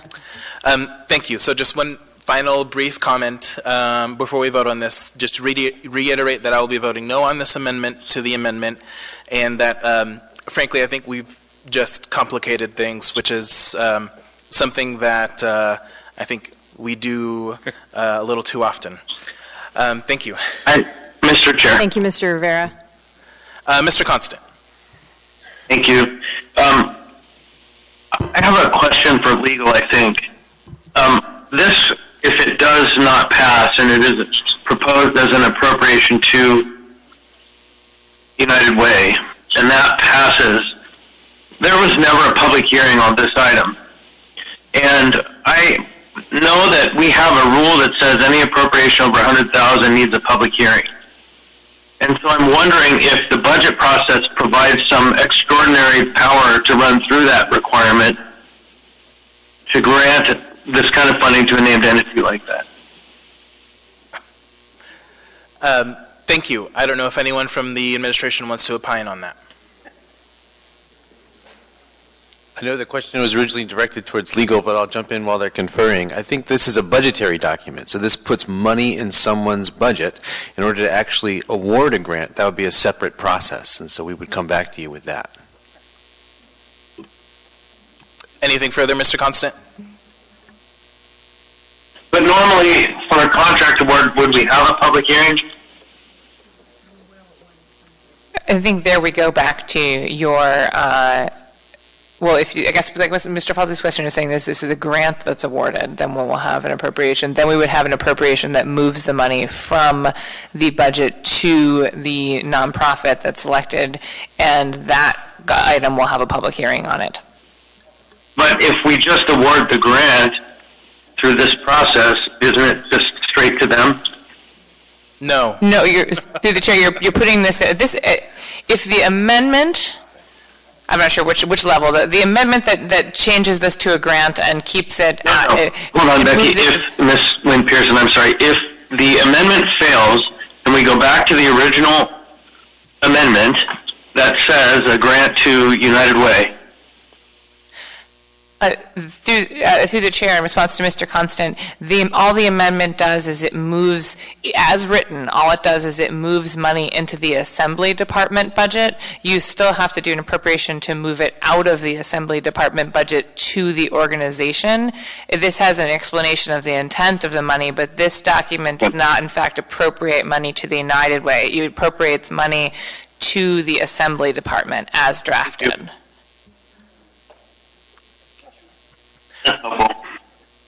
Anything further, Mr. Constant? No. Thank you. So now we are seeing no discussion. Let's vote on the amendment to the amendment. Mr. Perez-Verdia? Yes. Mr. Constant? Yes.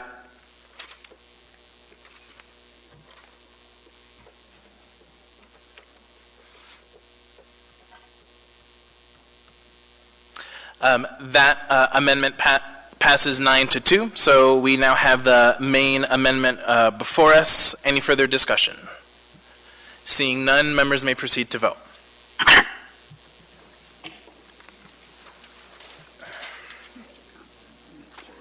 Mr. Constant? Yes. Mr. Perez-Verdia? No.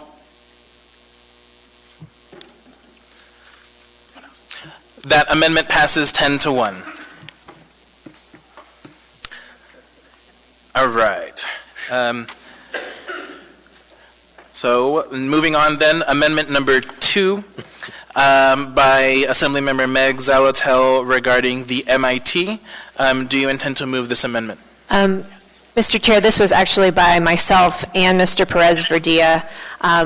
I do not intend to move it because there are funds in the S version that allow the Anchorage Coalition for Homelessness to do some data collection work, and I'm excited for that partnership. But if Mr. Perez-Verdia, nope, he agrees. So we are not going to move this amendment, and I look forward to the collaboration moving forward. Thank you. Then moving on to the series of different amendment number 15, including A, B, C, D,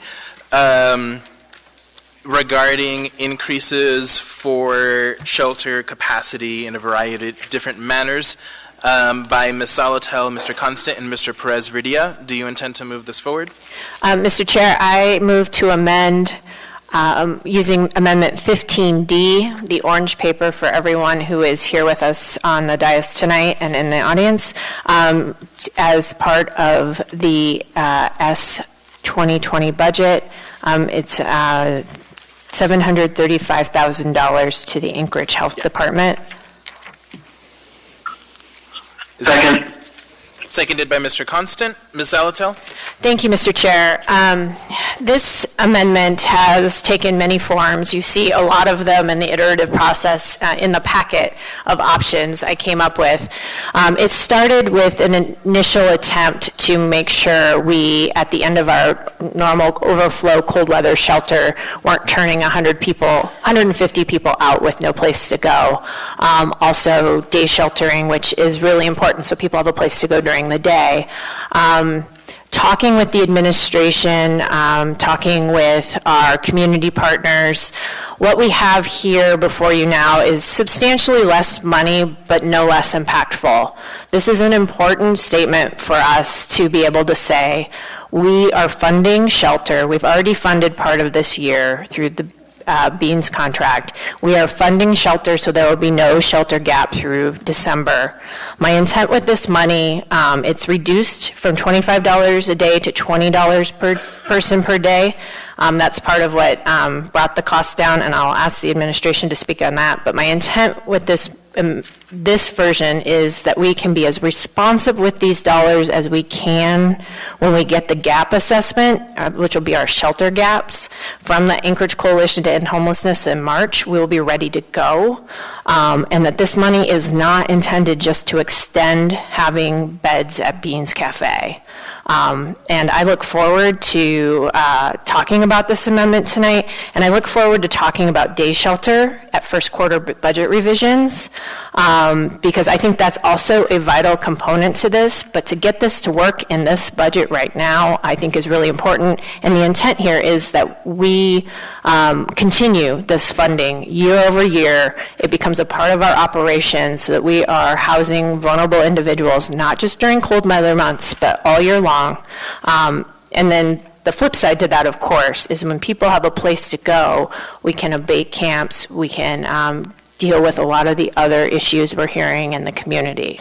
And with that, I'll be happy to answer any questions that I can about what's here today. Thank you. Mr. Weddleton. Okay, thanks. So this is to the sponsors. I guess more overflow shelter and day shelter, and the question is where? I mean, it's like we have operating funds, but we don't have a place to operate. To Mr. Weddleton, this does not have a place to operate, but we currently have shelter for folks up through the end of April. This provides us the funds to go out into the community and say who can do this work. And we will be ready to do that work without having to wait for first quarter budget revisions to get to this, because we'll be too late then. We will really be rushed at that point. I very much like Mr. Perez-Verdia on the last one, want to see this be competitive. We want to get the best service for our dollar, and that requires time for a competitive process, but also time to get information about exactly who needs these services. We know there are 150 people after April that will need shelter, but who are they? What are their needs? And then hopefully we can be strategic with this money. But if we don't have it lined up, I think we won't get to that point. I think we will, well, I will say last year we gave money in first quarter budget revisions for shelter. It was never spent. It didn't do what we intended it to do, which was to keep more people sheltered for more camp abatement. So I think now is the time. Okay, can I flesh that out just a little bit? So is the idea that this money's available and then the Rescue Mission or Salvation Army or some other group could say, hey, we could provide that if we had that money, and have some grant process that would award it to one or more of those groups? I think that's definitely in the realm of possibility. I think the real key piece here is there's this gap assessment coming that will tell us who. Good. Thank you. I'm done. Thank you. Mr. Constant. Thank you. All of you have seen the steady stream of email communications that have come in. This has tapped into a nerve of strong support across all kinds of boundaries. And I know even the administration is strongly supportive of helping us all collectively figure out what the next steps are to merge efforts of this coalition that's formed, the funders and our efforts. And so I would like to hear, if he's willing, the mayor kind of chart the course for us right now in the short to midterm, how this fits in or doesn't, if they support it. If I may, Mr. Chair, Ona Brous, Chief of Staff to the Mayor. I would like to lay some informational groundwork before our esteemed Mayor takes the request of Mr. Constant. I'd like to thank Assemblymember Zolotel, Assemblymember Constant, and Assemblymember Perez-Verdia for bringing this forward. This is a good opportunity for us to update the Assembly on work that's been done over the last few months, but in particular over the last few years, but in particular over the last few months. As Mr. Weddleton alluded to earlier this evening, and as Ms. Zolotel has said, and I believe as most of the Assembly knows, the administration has been working as a result of the emergency declaration from the summer and the funding announcement from the private sector has been working aggressively to put together a plan that includes prevention, sheltering, and housing all the way through the continuum, and the ability to shore up all of those services at the same time to make the most impact for the community. We believe that as a result of the engagement from the private sector, which comes from the work of the administration and the Assembly that has been done over the last few years, I think seeing the dedication of the municipality working towards this solution gives them confidence that their money will be spent wisely. In order to do that, we have to have a comprehensive plan. In the emergency declaration process, through the deliberations of the appropriation, we had the conversation about what do we do when this money runs out. We have to know how we're going to stabilize our sheltering capacity in the community. We intended to bring forward the comprehensive plan at the end of January for the body's consideration for first quarter budget amendments. We still plan to do that. The administration has been meeting regularly on a weekly basis since September with the mayor, the municipal manager, the Office of Economic and Community Development, the health department, the police department, the fire department, the real estate department, the Department of Law, the Coalition to End Homelessness, the Mobile Intervention Team, and the Rasmussen Foundation. How's that? It was good. Including other providers, trying to determine what are the missing pieces, who's responsible for paying for those, where are the capital investments that are one-time costs required, where are the operating costs associated, what are the outcomes associated with each of those things. Part of the process in the Coalition to End Homelessness reformatting how their work is done is to ensure, as Ms. Zalatel said, that gap analysis is performed and we understand exactly where the missing pieces are. Our work with the private funders, with the Assembly, with the community members and the providers to get to a place where everyone understands what is going to come next and what the outcomes are is our goal for the first quarter budget process. When Assembly Member Zalatel, Assembly Member Constant, and Perez Verdia brought this amendment forward, we acknowledged that this was our intent as part of the first quarter budget process, but we understand the desire of the Assembly to set aside this funding so that it is secure and will perform the job that it is intended to. As we said earlier about the grant process, the administration will not spend the money without coming before the body and with the plan and the details. We believe that the appropriate process is to have an extremely robust community conversation with detailed information. We still plan to do that. We don't intend for this money to be spent before that happens, and we plan to do that during the first quarter budget process. Anything further, Mr. Constant? I was hoping to hear from the man himself. My apologies, Mr. Constant. No, Ms. Brown, thank you very much. You did an important job. I didn't mean to besmirch you in any way. That wasn't it. Yeah, thank you. Mr. Chair. Mr. Mayor. I presume that Assemblymember Constant was referring to me, but if he's not, I'd like to know. The challenge of resolving homelessness or making progress on homelessness has been forefront in the priorities that this administration has had for the last number of years. And we view homelessness as a symptom of broader societal problems.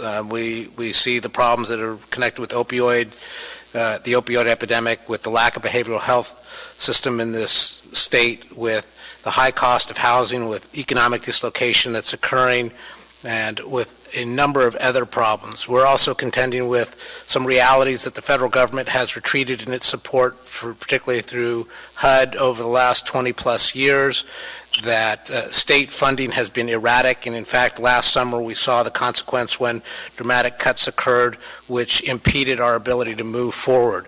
But through it all, the municipality has made progress. We have added 100 officers to the police department, which has enabled the CAP team to do the work that it does. We've stood up the MIT to augment what it does.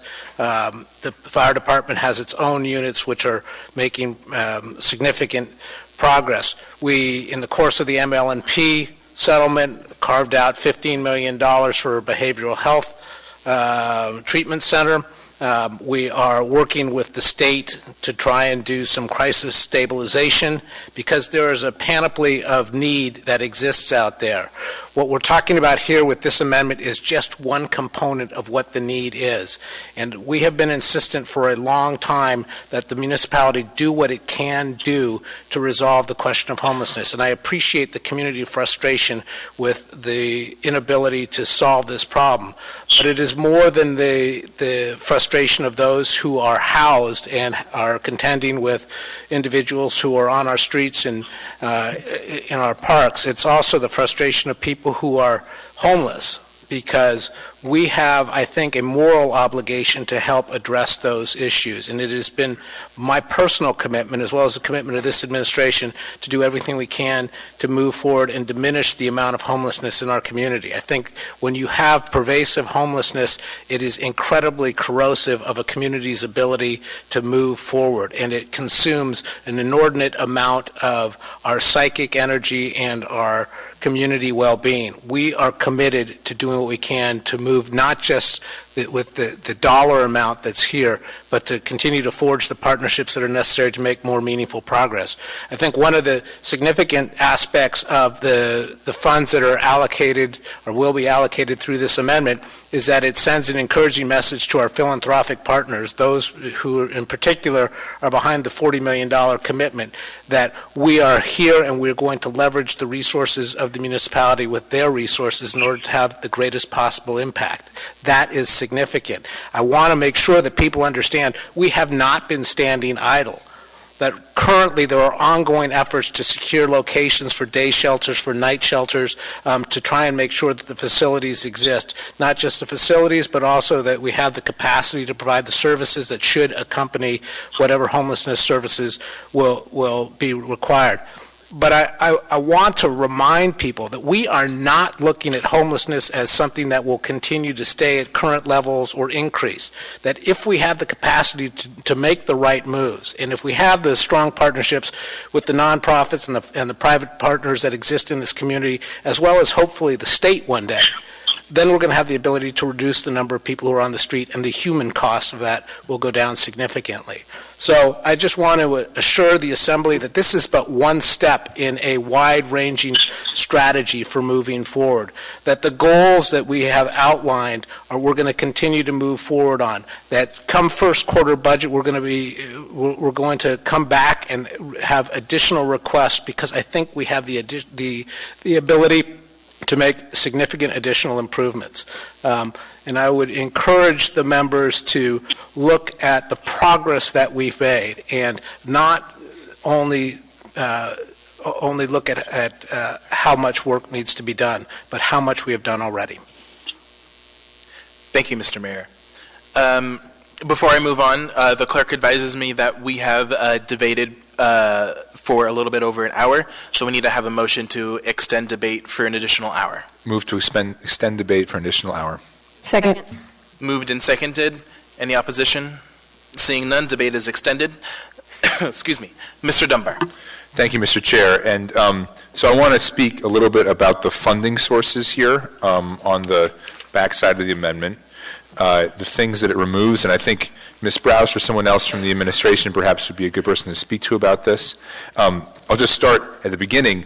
My only request for the administration was that we did not cut the library's budget, and they did not do so, which I appreciate. They actually increased the library's budget. This amendment cuts the library's budget or cuts additional cleaning. However, I believe the intent is if we have a day shelter in Midtown, presumably that will reduce cleaning costs at the library, because we know that those two things are related right now.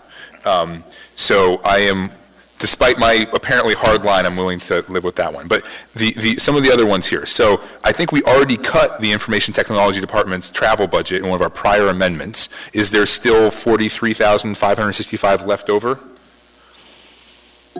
Through the chair to Mr. Dunbar, yes, there is. That does continue to decrease their ability to respond appropriately for training and development of the programs that they have. But we believe that in the same way that we have had the conversation with the members about what can and can't be a conversation in first quarter budget revisions, we believe that that can be one of them. Great. So Ms. Kennedy just handed me a sheet that looks like we went from about $100,000, or no, I'm sorry, $79,000 down to $20,000. So that is a very significant cut with these two together, but you're saying perhaps we can address that at first quarter budget revision. Through the chair, correct.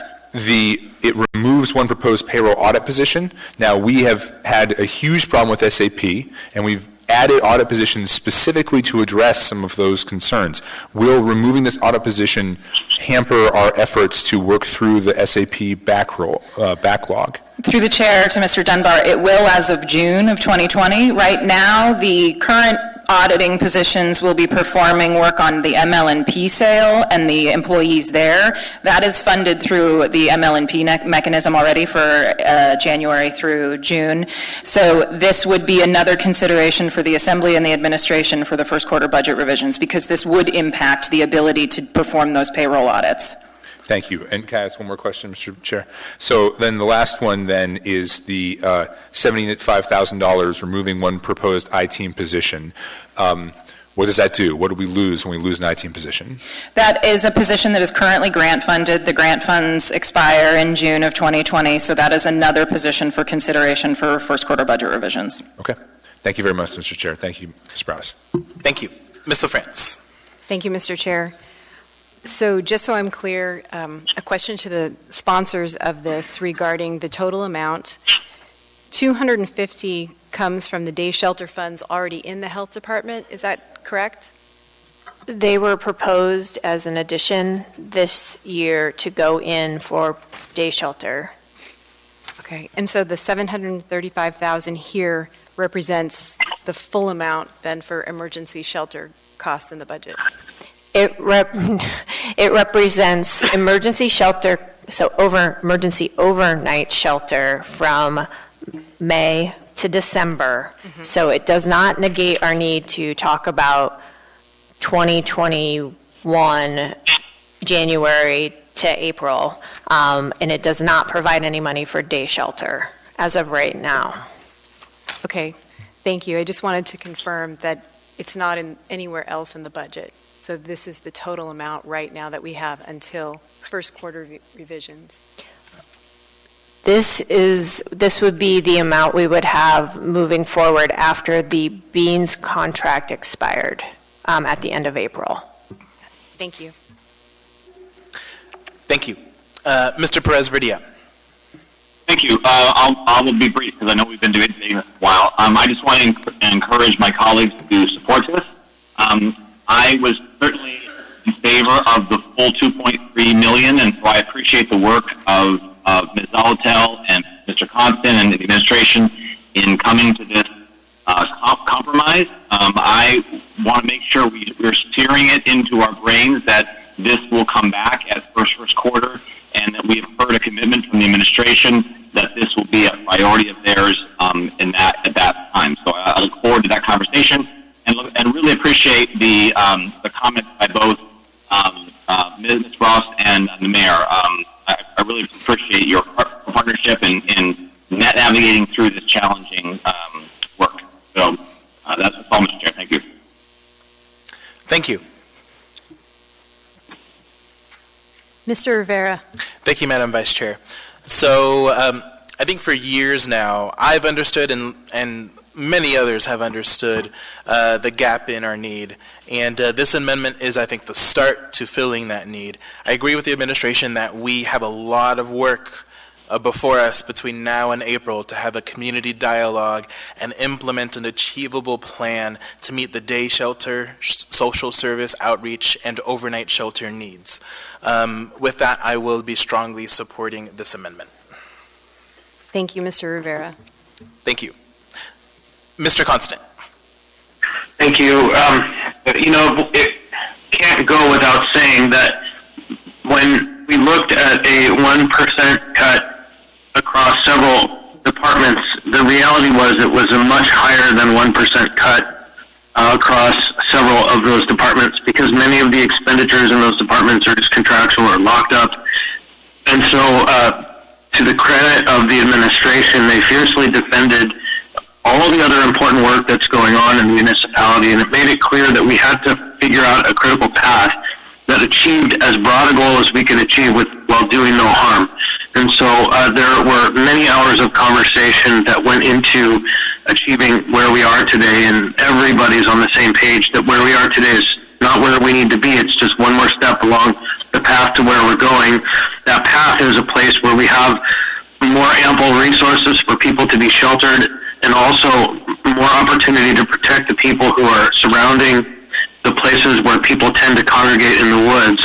And we are working really hard to that, to everybody who's listening, and this is a really good faith effort by all parties to show the municipality is putting something on the table to move the conversation forward as we witness the external funders establish where they're going to invest. And I believe they're going to show us where the shelters ought to be. And I urge your support as well. Thank you.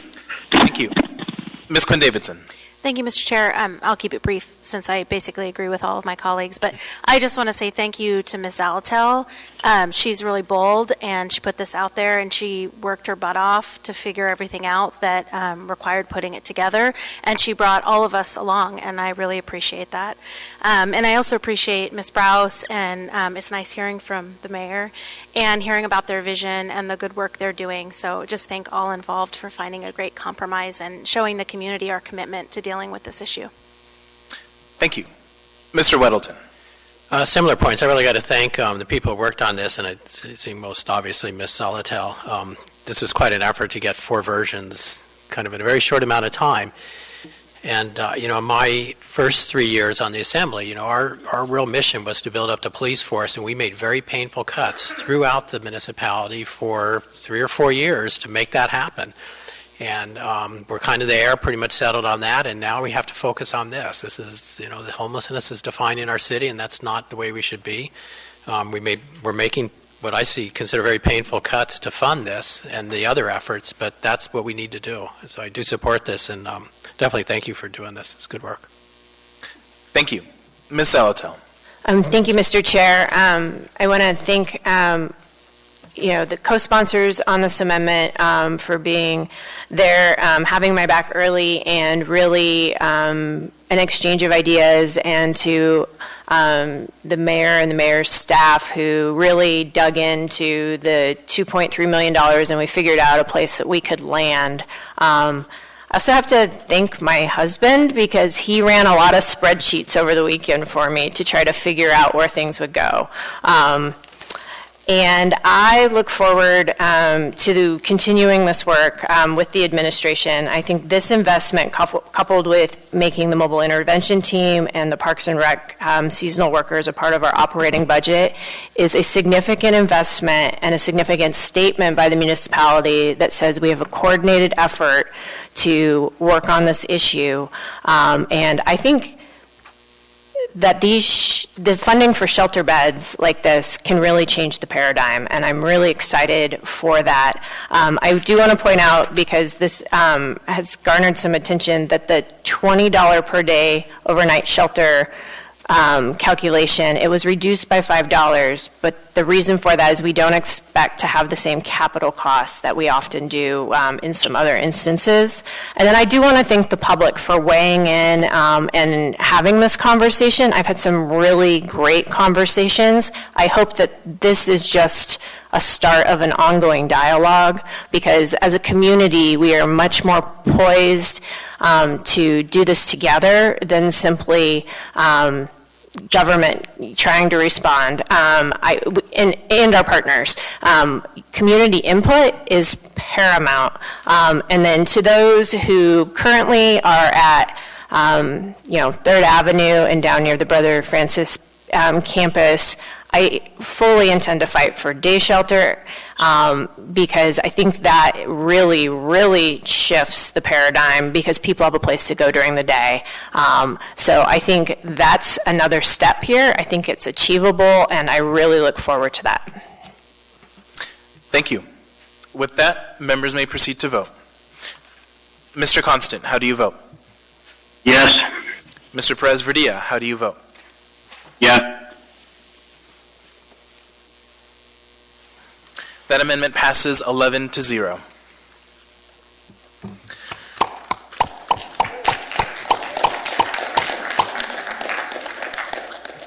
With that, we are through with operating amendments, and we have the main motion before us.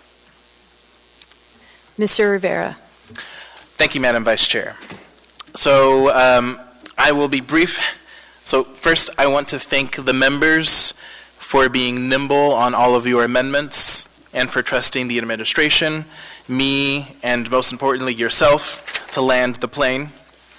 We are about to approve a budget with numerous amendments that make no budget cuts and fulfill many of the administration and assembly priorities, from adding a new public transit route to increasing the number of shelter beds, to funding ACE's work, to increasing the number of sworn and non-sworn APD staff. I'm confident in saying that we did our job. And with that, I look forward to voting yes on this amendment, on this budget. Thank you, Mr. Rivera. Thank you. Mr. Weddleton. The question to the administration. So moving way back to our discussion of the fire department deficit. So it's roughly $4 million. Where is that in this budget? So through the chair, it is not in this budget. It is handled in the tax levy, and I'll turn it over to Lance Wilbert to give you the details. Through the chair, the fire department's the deficit that we're projecting on 2019 is not part of the 2020 budget. So as Mr. Falsey had mentioned, at the end of the year, when we figure out what that deficit number is, then we will then have to make a supplemental appropriation out of that fund and then adjust the taxes to do that. So there is no, the 2020 budget for the fire department is based on the 2020 operations. And I guess if I could provide a little bit more explanation, that is because we are presuming that we're going to be able to end 2019 at even across all departments. If we instead think that we are going to end 2019 in a real no-kidding deficit position for fund balance policy, then at first quarter budget revisions, we're going to have a new part of the budget that says we started in a hole of this size that must be filled before we can start spending money in 2020. Correct. Okay, because there's that tax cap thing. We couldn't. Correct. That's right. Okay, all right, great. Thank you. Thank you. Seeing no further discussion, members may proceed to vote. Mr. Constant, how do you vote? Yes. Mr. Perez-Verdia, how do you vote? Yes. That item passes 11-0. And with that, we're going to take a 10-minute break.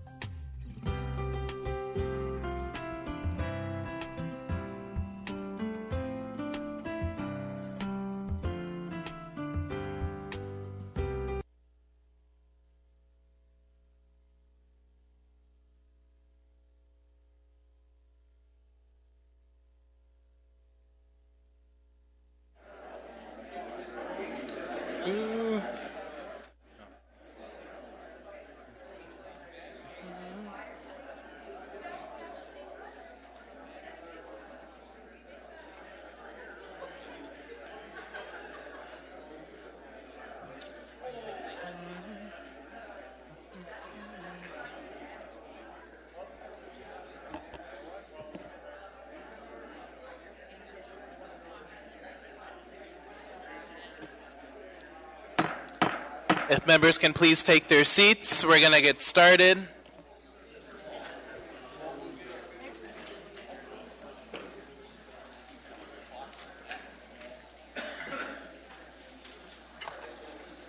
Yeah.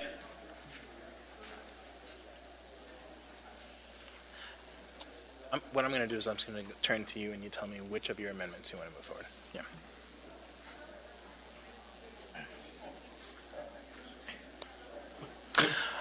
Okay, we now, actually, let me move this binder out of the way.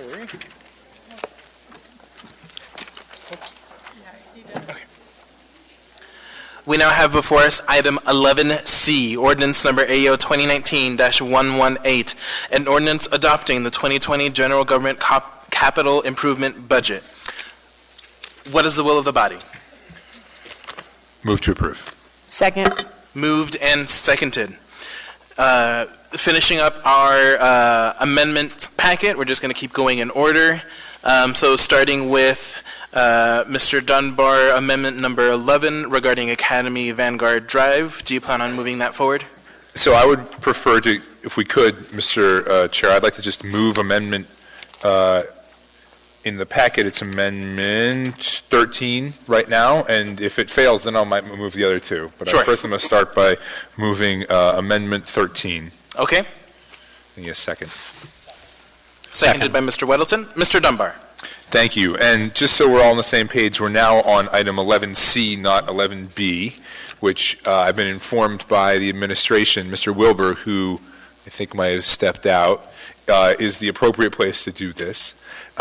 We've had some discussion, actually quite a lot of discussion, about the Academy Vanguard project, which is in response to a State Department of Transportation project that would punch a arterial road, or a collector, I'm not sure what the exact term is, but a major road underneath the New Seward Highway and drop 10 to 14,000 cars into this neighborhood.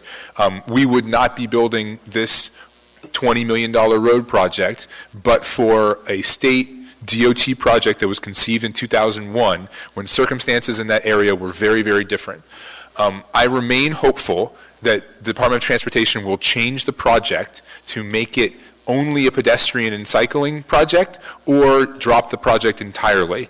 And I think there are a number of state legislators who are now starting to realize that this expense is, yes, it's not, their portion is 90% funded by the federal government. But by the way, 10% of $80 to $100 million is not nothing in these tight times. And the $20 million municipal project is totally unfunded at this point and would come directly out of the pocketbooks of their constituents if they are a legislator in Anchorage. Therefore, I remain hopeful that project will go away. However, I realize that we have put one particular group in a very precarious position, not us, the State Department of Transportation and us responding to them, and that is the Christian Health Associates, who have a building that is in the path of this proposed road project. Therefore, this amendment, rather than dropping all the funds for Academy Vanguard, instead reduces it from $4 million to $1.5 million, which, in addition to the $3 million previously appropriated, or bonded for rather, should be enough to move Christian Health Associates into a new facility. Then the municipality would own their building. That's not ideal, but I believe it's a high-quality building that we could lease and at some point hopefully recover the costs from. So that money remains. I asked the administration if we were not doing this otherwise unneeded Academy Vanguard projects, if you had that money, what other projects could we do? And they identified 3 projects, 2 of which I have funded here. One is an upgrade to West 32nd and 33rd, and one is a resurfacing of 15th Avenue. I think those are both very worthy and shovel-ready projects that I would like to see go forward. It does increase the total bond ask by $500,000. Thank you, Mr. Chair. Thank you. Ms. LaFrance. Thank you, Mr. Chair. I would like to ask the Director of PM&E to come down, if that's okay.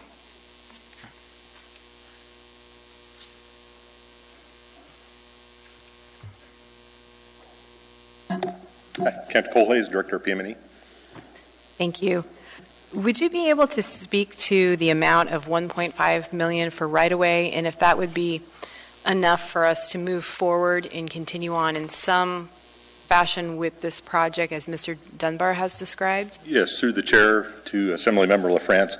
We've been looking at that for the past few days. We've had some discussions with Christian Health Associates, non-binding discussions, but we got some information from them, and we've taken a look at our project budget, the available funding, and I believe that if the Assembly decides to proceed with funding the project, I would request $2.25 million on the bond package for spring 2020. That would provide us a conservative amount of funds to assure us that as negotiations proceed, we could move forward with the acquisition. Thank you. Thank you. Mr. Rivera? Thank you. So before I make a comment supporting this amendment, I just wanted to clarify, so in a work session, we had talked about $1.5 million, and Dave Kuiper, who is manager, owner of Christian Health Associates, stated on the record that he was okay with that $1.5 million. So why would we then go up to 2.25? The 1.5, I'm recalling from the work session, I believe the 1.5 million was the amount needed. There's three components to the acquisition. There's purchasing the property. There's the physical move. The municipality pays those costs to move them to their new location. And then there is renovating their facilities to suit their business model, the new building to suit their business model. And I believe that the $1.5 million number was the renovation cost. I may be remembering incorrectly. Right, but this would be in addition to the $3 million already appropriated in a previous bond package. Correct. So it would be 4.5 total. And wouldn't that be able to handle all of those things? It would not, based on the look we've taken over the past few days, and I can provide some information on that if it would be helpful. Sure. I'm going to go ahead and just make my comment, and then if you could provide that information, and I think there are other members who have questions along the similar vein. So just to piggyback on what Mr. Dunbar stated, this pretty horrible project has been forced on us by the state, and I think truly has a decades-long history. In a previous lifetime, the state agreed to pay 60%, and the MOA agreed to pay 40%. At the minimum, we should stick to that agreement, if not have the state pay 100% of the cost. This amendment allows the city time to negotiate with the legislature, and as Mr. Dunbar stated, they're really starting to learn about this and have an interest in this particular project and its impacts to the city. With that, if you have anything more specific to present, you can do that now. Okay. So as I said, we took a look at the available funding, and we took a look at a conservative estimate based on the information we received from Christian Health Associates to acquire the property, move them, and renovate the facility that they've proposed buying. And I don't recall, I probably gave you the $1.5 million number. I don't recall that particular discussion. But when the city bonds for capital money, there's a percentage that comes off the top to the operating fund, the overhead fund that just runs the operation of PM&E and the other agencies that support those projects. And that's a 15 to 20% overhead tap. So I may have neglected or missed that during the work session, but when we run the numbers, the 2.25 accounts for overhead and the best estimate of cost to acquire and move them. Thank you. Ms. Salatel. Thank you. So I'm a little disappointed in the increase here. Is it is there no other amount that can get Christian Health Associates kind of moving on? I mean, I guess I don't, other than the 20%, I guess is 20% more than 1.5 million to 2.25 million. Is that's more than a 20% difference. So what else accounts for this significant jump here? Is it because we had less of the original 3 million? We have through the chair, we have 2.85 million of the original available. And of the 2.85, I was talking with our finance person in the department today. Of that 2.85, 15% of that is taken off the top for overhead when those bond funds are spent. So the original bond amount wasn't 3 million, it was 2.85? It was, through the chair, the original bond amount was 3 million. There is a separate 5% that's taken off when the bond is passed and the money is received. Then there's the 15% overhead that's taken off when the money is spent on a specific project. Thank you. Thank you. Mr. Weddleton. Boy, money dwindles away fast. I do. So if we were to increase this 1.5 to 2.25 million, and then, for example, knock down the 15th Avenue resurfacing to 750,000, were the Christian Health Associates moving everything to come in underneath that amount, you can move that money to other projects. Is that correct? Through the chair, I would defer to advice from the manager or the municipal attorney as to whether bond funds can be moved from one project to another. What I know we could do is, the overall cost of the Academy project is significantly more than that. If we didn't move it to another project, those funds would remain in that account for use on the next phase of the project. Okay. Well, is there someone who could answer that? Can we move money within a bond? Through the chair, Mr. Weddleton, the answer is yes. Okay, thank you. And it's because of the way the bond language is written when it goes to the ballot. Okay, good. Thank you. Thank you. Mr. Constant.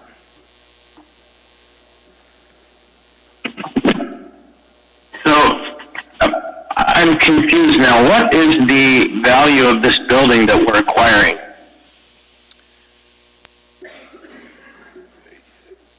Or proposing to acquire? Through the chair, I'm not sure that it's in the best interest of the municipality or the department to discuss we're in negotiations right now with the property owners. Right. I guess then to come and put a less fine point on it, it's a moving target that's growing. That's, I guess, the takeaway that I'm supposed to take right now. It's a moving target whose price is growing. And I am concerned still. I am drawn back to my 3rd Avenue neighbors who long suffer, and we're doing something extraordinary here for one property owner in the context of a bond issue for a project that is being laid on us that we agreed to 20 years ago or 10 years ago. And I'm just confused. It seems like we're going to end up in a pit much deeper than we thought we were with just the simple $1.5 million building purchase. Thank you. Mr. Dunbar. Thank you, Mr. Rivera. I was going to comment. I was going to say something similar to what Mr. Constant did, although perhaps in a different way, and I can find a question in there too. But it seems like we're negotiating with ourselves to a certain degree, right? It was $4.5 million in cost when we did the work session last week, when you take the $3 million plus the 1.5. Now it's grown. Now, I get some of that might have been overhead that we've left out, but I am curious what would happen if we had $4.5 million. And I have Christian Health Associates does great work. I have no interest in sort of holding them over a barrel and forcing this on them. On the other hand, when we did the Spinard Road project, for example, there were very painful discussions about right-of-way, and people end up going to court and that kind of thing. And I'm curious, I do sort of feel like the larger we grow this bond, the more they will ask for, because why wouldn't they? They know how much money we have, right? So I am inclined to leave it as it is and see how much we can do with them, and then if we need more money, perhaps come back next year or shift money from a different bond source. Could we do that? So we're going to purchase the building. The issue to me, I think, the real expense, I think, is probably going to be the renovations to the building they're going to. And my understanding is they are going to a much larger, more complicated facility, and they are themselves going to renovate a lot of that as well. Is that your understanding? That's my understanding, yes. Okay. So what would happen if we have $4.5 million and, through good faith negotiation, we realized, it actually was $500,000 more? Could we find that money somewhere else in the bonds? I suppose that we maintain a contingency in PM&E for unexpected events. Can I ask a second question, Mr.? Are they going to do this entire thing and all the costs all in 1 year? Or theoretically, if there are some overhanging costs, could we bond for that in the following year? I believe they are not planning to incur the entire expense of moving in fiscal 2020. Okay. So yes, I believe there would be opportunity to bond for more in the next year if that was necessary. Great. Then I'm going to recommend we do that for at least two reasons. One, what Mr. Welton, from his question, you said, well, if we had some money left over, we could keep it with this project. But I want this project not to go forward. So I would rather underfund the project and then maybe have to go back in the future rather than have money sitting out there waiting to fund this project. And two, I think there is sufficient we've talked about this enough, and there's sufficient pressure now, I think, in the public. We're starting to get emails about this project that I think if we grow this portion of the bond too much, there's a chance it will maybe not sink the bond, but make the bond significantly harder to pass if people think we are giving a significant chunk of money to this project, which they realize now is wasteful, or in response to a wasteful DOT project. So my recommendation is to do $1.5 million and then come back next year and see if we need more. Thank you, Mr. Rivera. Thank you. Mr. Weddleton. I think I'm okay, thanks. Thank you. Mr. Dyson. Yeah. I need Mr. Dunbar, Mr. Weddleton, perhaps, to tell me what the importance. So I understood that 1.5 wouldn't hold this property owner harmless. It wouldn't, and take care of their, whatever it takes to make the new building and facilities at least as serviceable as the old one. Is that what you said, sir? Through the chair, we have not completed negotiations with the property owner. We have some information from them. We have an appraisal for the building. We have a counteroffer for the price of the building, and we have something less than an appraisal for the renovation cost of the new building. All that is still subject to negotiation. What we have done, what I've presented, is the upper end of that, so that if negotiations came out at the upper end, that we would have sufficient funding to proceed with the acquisition.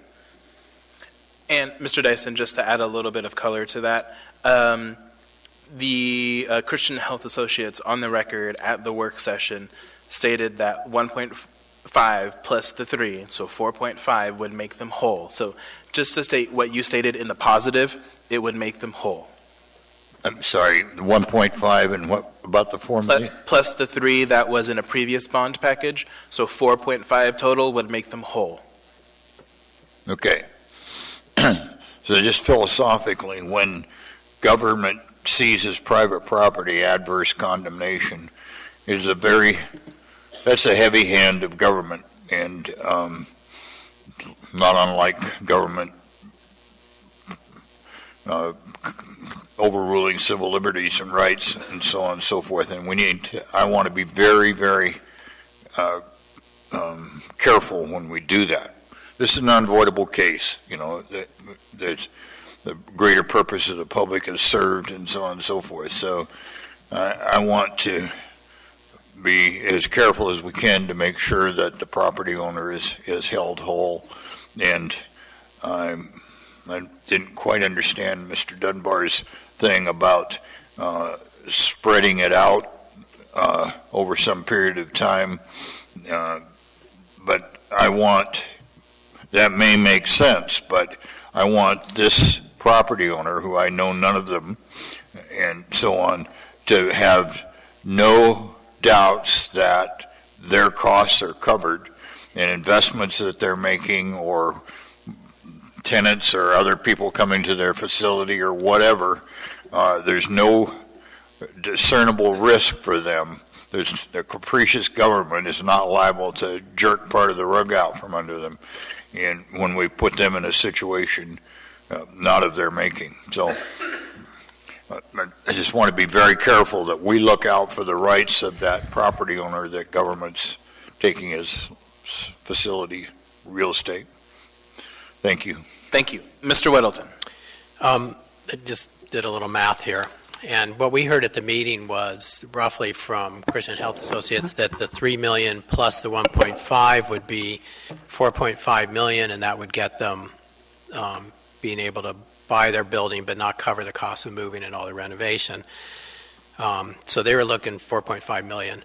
So now what we're hearing here is when you take about 20% off the top, the proposal here would be 2.85, which is remaining, plus 1.5 is, when you take 20% off of that, it's only 3.48. So we did not get to where they need to be.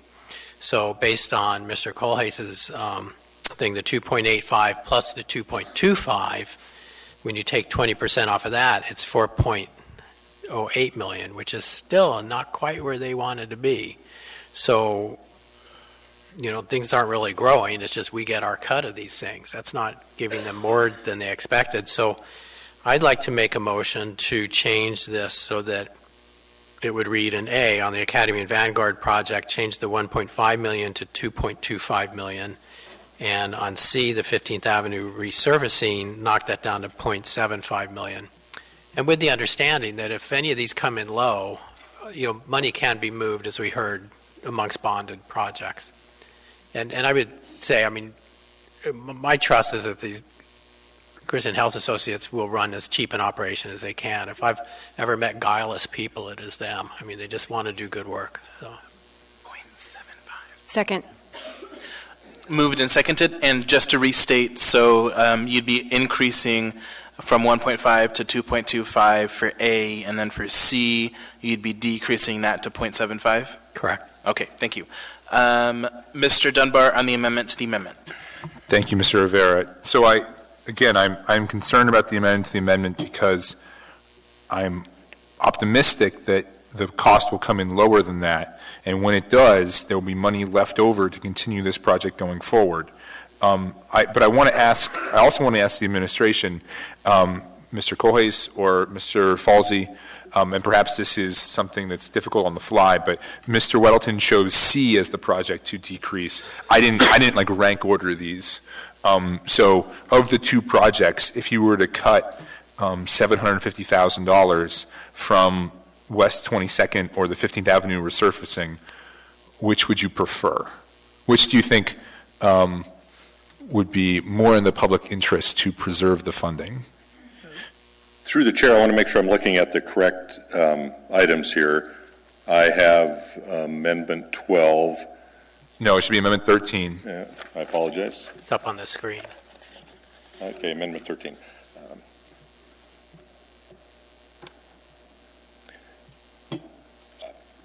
I would say that either project, 32nd or 33rd or 15th, both are scalable projects. We're able to do them in phases very easily because they're linear projects. Okay.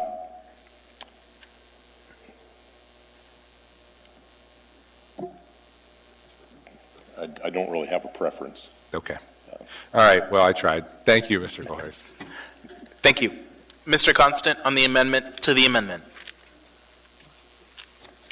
So just looking at the properties as they're assessed under the municipal tax, well, there are two properties that are taxed on this piece of land, $730,000, $837,000 for $1.5 million total. We're going to double that here, so that'll buy their new building, and then we're going to add a triple to that for God knows why, plus administrative expenses. I am wholly unsatisfied now with the process that we're going through, that we're having this conversation for a project that we may not do, that we don't want to do, and they feel like they're being held out. This is the state's problem. They should sue the state. And I think what we're doing right now is we're making a very big gift. Thank you. Seeing no one else in the queue, members may proceed to vote on the amendment to the amendment.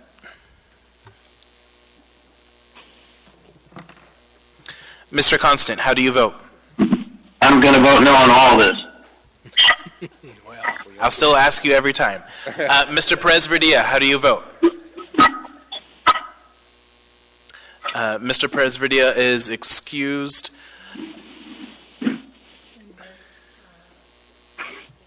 Ms. Quinn Davidson is excused as well.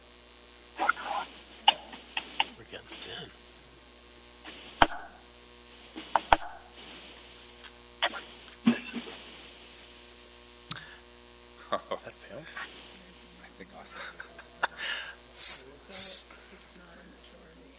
I think Austin would have voted no on that. Where is she? Mr. Gates, or someone who can do that math, does that a motion fail? 5-4? No, it passes. You have a majority? Or... What was the 5? The code provides for any measure to pass, it has to be a majority of the full body of 11, so you still need 6 votes tonight. This is an ordinance, and that's necessary. Okay, thank you. So that amendment fails. So we now have the main amendment before us. Mr. Peterson. Thank you, Mr. Chairman. And thinking about this situation logistically, the religious institution, the first thing that's going to have to happen is the remodeling of the place they're moving to, because they can't move out of where they currently are until they get the new place fixed up and ready to go. So if we want to phase this, we could, provide the funding for them to be fixing up their new facility, put that on one bond, and then put the other funding on the bond the following year. I don't know, just throwing out ideas here. What do you think? May I respond? Sure, Mr. Weddleton. Sort of, but they need to buy that building pretty quick because they've got a contract on it and it won't last forever. So they need to buy the building before they would put money in to fix it, and they need this money to buy that building. Oh, I see. Seeing no further discussion. Wait. Mr. Dunbar. I'm sorry, I just want to make sure, because we really need you all because we have so few members here right now. Please, I'm just going to appeal to you. Please vote for this. You want to reconsider this? What's that? Reconsider the amendment? No, I think we are in a good place. It funds good things. It keeps things moving forward. It might not be ideal for the folks that we are potentially displacing, but it's a lot better than nothing. And my other amendment is nothing. So please vote for this. Thank you. Ms. Kennedy. Thank you, Mr. Chair. I'm going to support this, but I would be remiss if I didn't make a comment that from somebody that called me today. It's an Eagle River resident, but they own property on the west side of the highway, and they were really shocked to hear that this project might not go through because for 4 or 5 years they've been told that it would, and they felt that there was some value to it. And I guess my only question, though, would be from an email that we received, I don't know exactly what time, but from one of the original project managers on this project, Ann Brooks, you might know her. But anyway, one of her questions was, do we really know what the impact would be of the rest of that corridor if we decide not to do anything in terms of where other cross traffic can actually go? And I guess just for purposes of having all the I's dotted and T's crossed, so to speak, I would be interested in hearing any kind of comment that the administration might have. Mr. Colhase, you might have a comment about that, but really that, to a certain extent, is the question. If we really aren't going to go through with this and we're buying some time, what else do we think might be in the works with DOT, with having some other kind of connection, east to west connection across the Seward Highway? Through the chair, I walked up here to tell you that I don't know the answer to that. I don't know what happens to the state's infrastructure if this project is not built. I know that we've discussed the impacts to Academy Vanguard if this project isn't built and the state builds their project. And we've also discussed with the body the idea of blocking Academy Vanguard, which would funnel traffic up and down, north on the Brayton Drive frontage road. But I can't speak to the impacts to the DOT situation. Okay. Well, I appreciate that. And like I said, I think without asking some of those questions, we might have left maybe a few comments or questions on the table. And I just thought I'd probably go ahead and say something. And if anybody else has any other input on that, I'd be interested in hearing an answer. But thank you. Thank you. Ms. LaFrance. Thank you, Mr. Chair. As it's been pointed out, this one is unsatisfying for a number of reasons, and I guess maybe I'm buying time by speaking right now as I figure out what to do. I mean, it's a $100 million project, but the state is only paying $10 million, and the city is supposed to pick up $25 million. That's not right in so many ways. On the other hand, to Mr. Dyson's point, we need to make the Christian Health Associates whole. I do believe, and I understand they could go to the state. Good luck with that, right? I mean, we can't seem to get any help. So I think we do need to make them whole.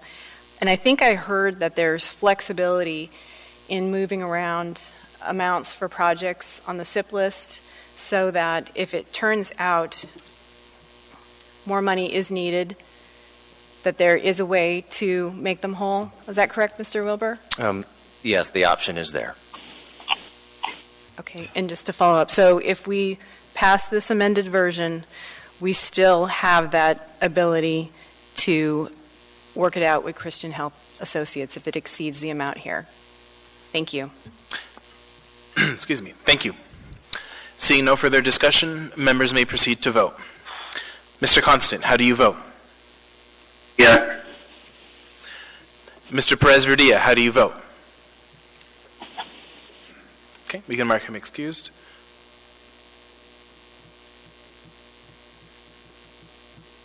That passes 9-0. Moving forward in our amendment packet, because of the passage of Amendment 13, Amendment 16 is not needed. We have no further amendments to the item 11C. Any further discussion on this item?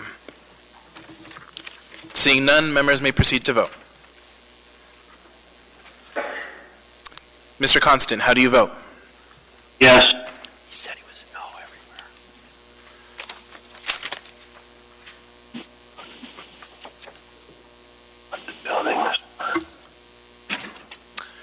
That passes 9-0.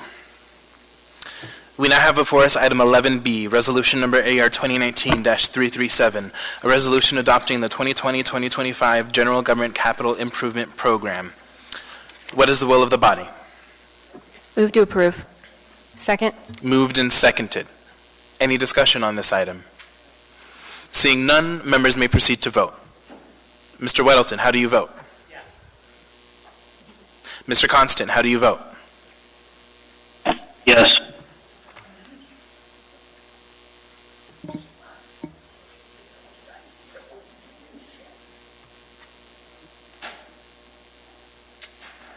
That item passes 9-0.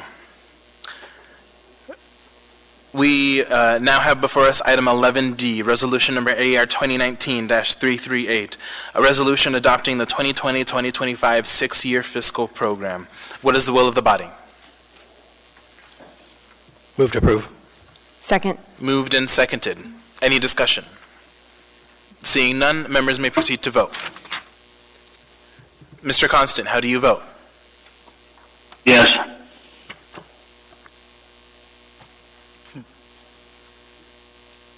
That item passes 9-0. We now have before us item 11E, resolution number AR 2019-339, a resolution approving the 2020-2025 Municipal Utilities Enterprise Activities Capital Improvement Programs. What is the will of the body? Move to approve. Second. Moved and seconded. Any discussion on this item? Seeing none, members may proceed to vote. Mr. Constant, how do you vote? Yes.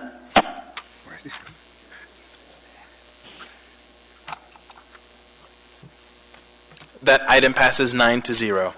We now have before us item 11F, ordinance number AO 2019-119, an ordinance adopting and appropriating funds for the 2020 Municipal Utilities Enterprise Activities operating budgets to include municipal light and power and Anchorage Water and Wastewater Utility reimbursable projects, MLNP BRU Gas Field Fund, and MLNP Contributed Plant, and the 2020 Municipal Utilities Enterprise Activities capital improvement budgets.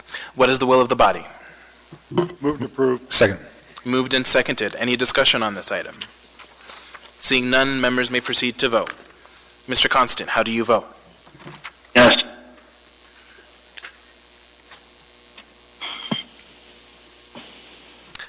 That item passes 9-0.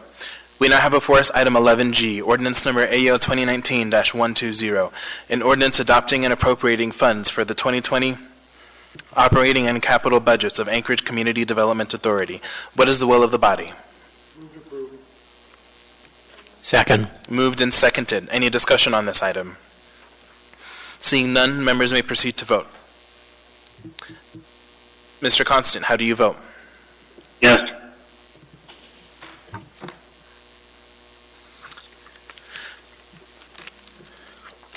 That item passes 9-0.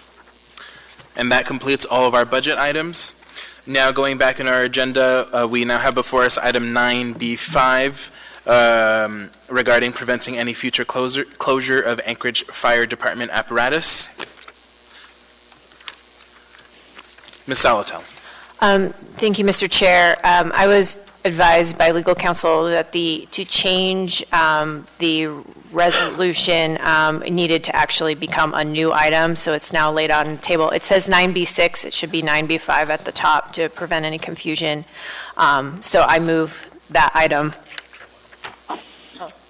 Second. Oh, okay, I'm sorry, Mr. Weddleton has corrected me. This should be 6 because we had a 5. So this, if I may speak to it, Mr. Chair. Sure. So this basically tells the administration what we've already debated here tonight, that we don't want any apparatus closures. We strongly recommend not doing that. That's what it does. It takes out the funding portion. Okay. Thank you. Any further questions on this item? Mr. Chair, I would just add, it's a strongly worded letter. I hope you all join. Thank you. Ms. Kennedy. Thank you, Mr. Chair. Just a question to the mayor, the administration. What does this tell you that you need to do or not do, or what does this mean? Through the Chair to Assemblymember Kennedy, I would interpret this to mean an expression of the will of the Assembly. It is not technically binding, but it would be a strong indication of what the Assembly's preference is.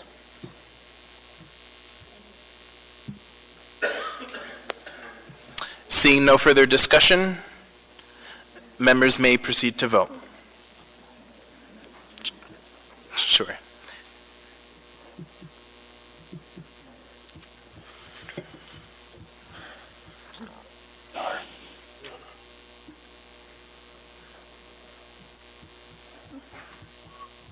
There's the...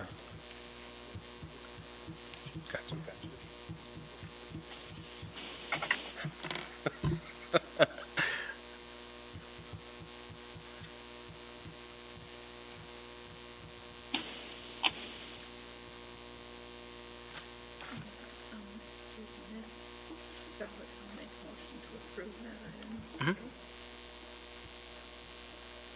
Do you need the second?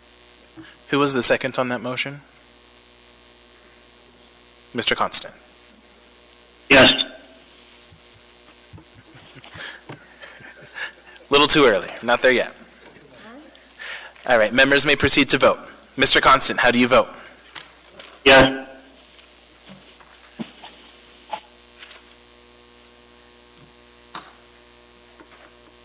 That item passes 8-1. Ms. Salatel, oh, where'd she go? Oh, do you intend to move forward your late on the table item? That was late on the table. Oh. Yeah. So item 9B5 will just die for failure. Okay, thank you. All right. Moving forward in our agenda, we are at item 11H, Information Memorandum Number AIM 146-2019, Members of Citizen Name Panel for the purpose of naming a public place or facility in honor of Marty Charles Smith. Madam Clerk, do we have a motion on the floor? No, Mr. Chair. What is the will of the body? Second. Moved and seconded. Mr. Falsey, or someone from the administration, can you speak to whether the issues were fixed on this or not? Through the chair, I cannot, but it looks like Ms. Ona Browse may be able to do that. Great, thank you. Through the chair to the assembly, yes. That's all we need. Thank you. Okay, seeing no discussion on this item, members may proceed to vote. Mr. Constant, how do you vote? Yes. Yeah.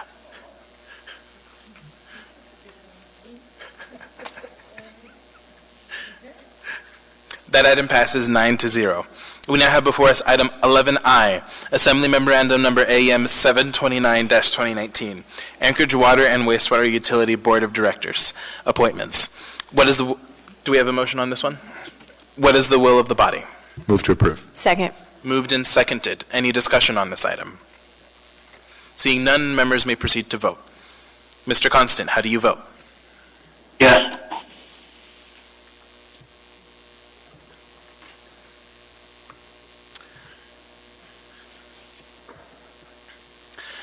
That item passes 9-0. We now have before us item 11J, Assembly Memorandum Number AM 731-2019. Amendment Number 4 to Purchase Order Number 27-000900 with Cowie North America, Inc. to provide professional architectural engineering design services for the Anchorage Port Modernization Program Petroleum Cement Terminal for the municipality of Anchorage. What is the will of the body? Move to approve. Second. Moved and seconded. Any discussion on this item? Ms. LaFrance. Thank you, Mr. Chair. So we had a work session on this item last week, and it's my understanding that this is a built-in change order, so we don't give the money away all at once. There are some design changes. There's potential value engineering savings. However, as of this time, this project is on budget target. And may I ask a question to Mr. Falsey?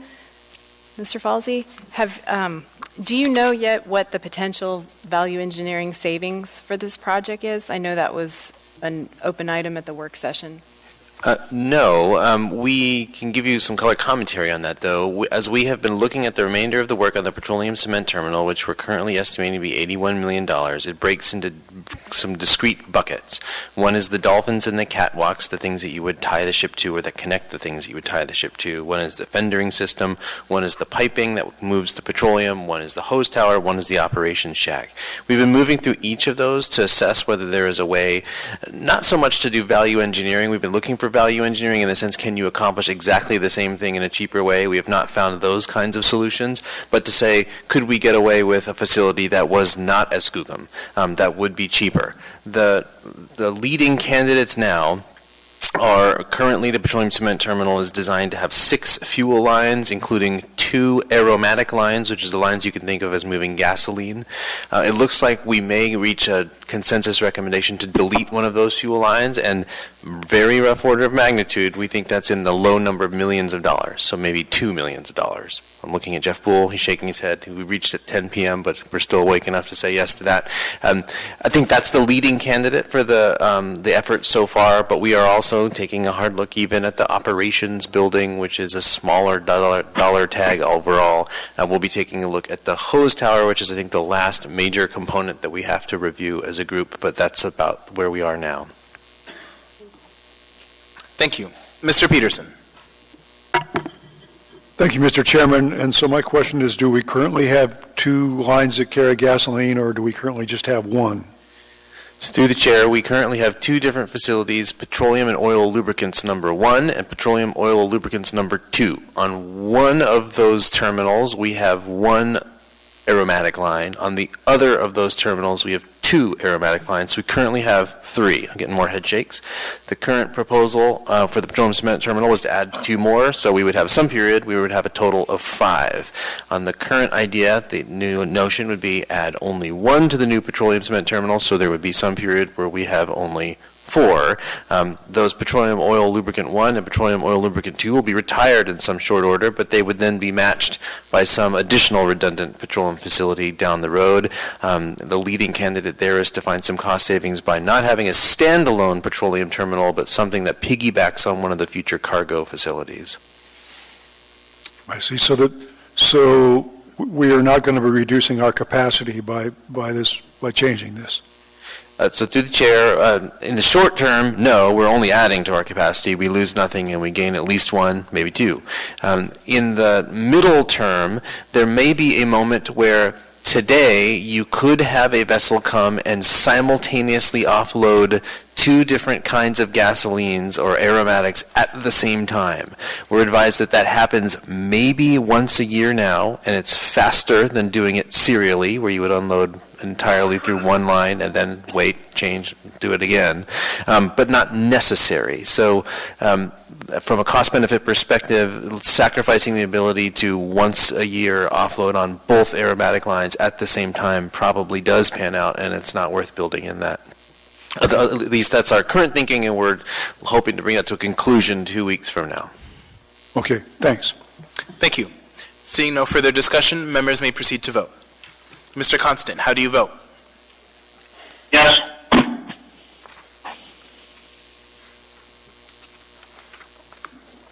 That item passes 9-0. Before I move on to the 14s, Mr. Weddleton, can you explain your very fashionable X on the floor? I would like to go back to something that was done for many, many years when I was spending a lot of time over in those seats, and that is getting people to queue up before they speak at a public hearing. So we've presented a blue line there, so anyone who wishes to speak on a public hearing item can walk up to that blue line as things are being introduced, and it will speed up the process, so perhaps we'll finish meetings before midnight and get our work done. So if anyone's question is a blue piece of tape on the carpet there that will simplify and streamline our operations. Thank you. Thank you. We now have before us item 14A, resolution number AR 2019-369, a resolution approving an administrative agreement between the municipality of Anchorage and the Anchorage Police Department Employees Association regarding payday, military leave, employee relations name change to human resources, and patrol officer title change to police officer. Public testimony is now open on this item. Would anyone like to testify? Anyone at all? Seeing and hearing no one, public testimony is closed. What is the will of the body? Second. Moved and seconded. Any discussion on this item? Seeing none, members may proceed to vote. Mr. Constant, how do you vote? Yes.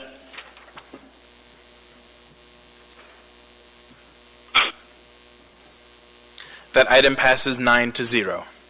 We now have before us item 14B, ordinance number AO 2019-136, an ordinance of the Anchorage Municipal Assembly amending Anchorage Municipal Code, section 27.40.010, to establish the construction and maintenance of life safety access roads as a power exercised as on an area-wide basis.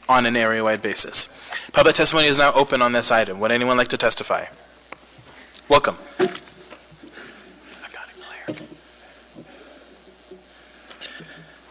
My name is Eugene Cohayman. I represent myself. Follow the public process. When the public process is done appropriately, decision made by the governing body is more like the public interest. None of it in the Matsu Valley.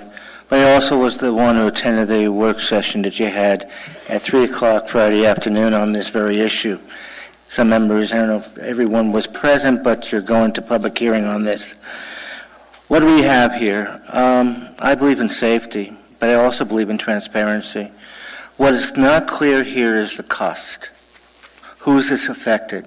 What property owners out there? This is being pushed fast, and I realize the need for safety.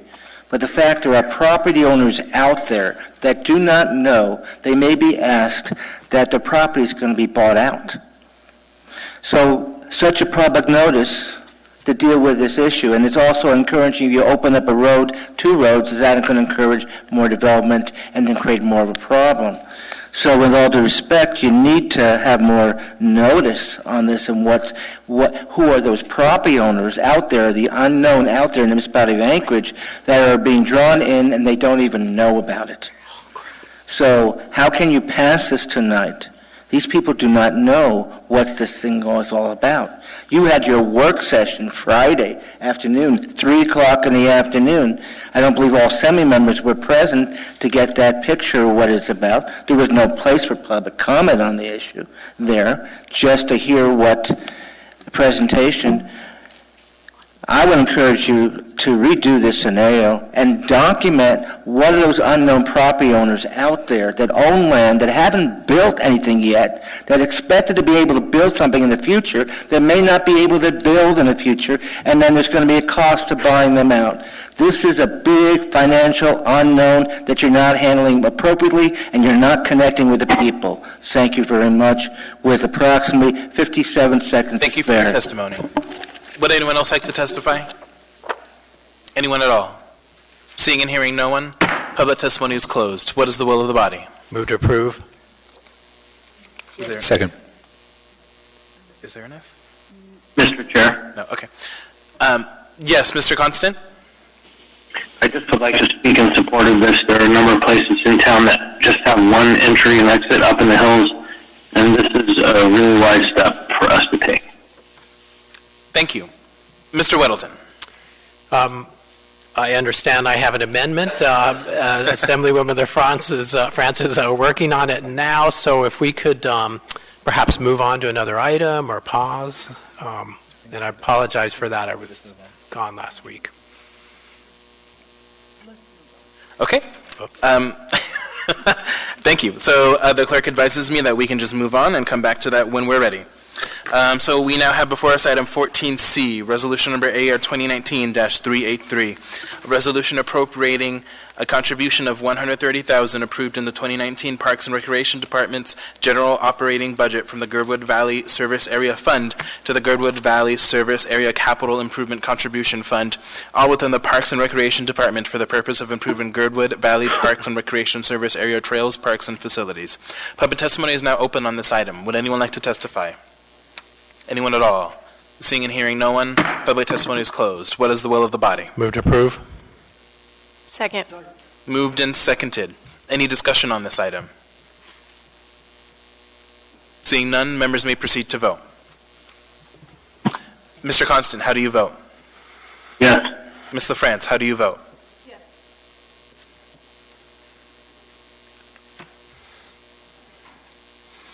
That item passes 9-0. We now have before us item 14D, resolution number AER 2019-384, a resolution of the Municipality of Anchorage appropriating $88,200 of MOA property sale revenues and $243,780.88 of area-wide general fund balance, all to the area-wide general fund as a contribution and appropriating said contribution from the area-wide general fund to the Public Transportation Capital Improvements Projects Fund for proceeds obtained through Federal Transit Administration funded vehicles, all within the Public Transportation Department. Public testimony is now open on this item. Would anyone like to testify? Welcome. My name is Eugene Carl Haberman. I will be very on topic, and it's connected dealing with public transit. I was at the public transit meeting. I'm sorry there were a couple people in the audience that couldn't stay. They still have to deal with the fact that they can't stay for these long meetings because they have no way to get home. So with regard to this money, my words at that public transit meeting is this, is when you bring up climate change or whatever, you need to deal, and I direct this to the administration, is the car versus the bus.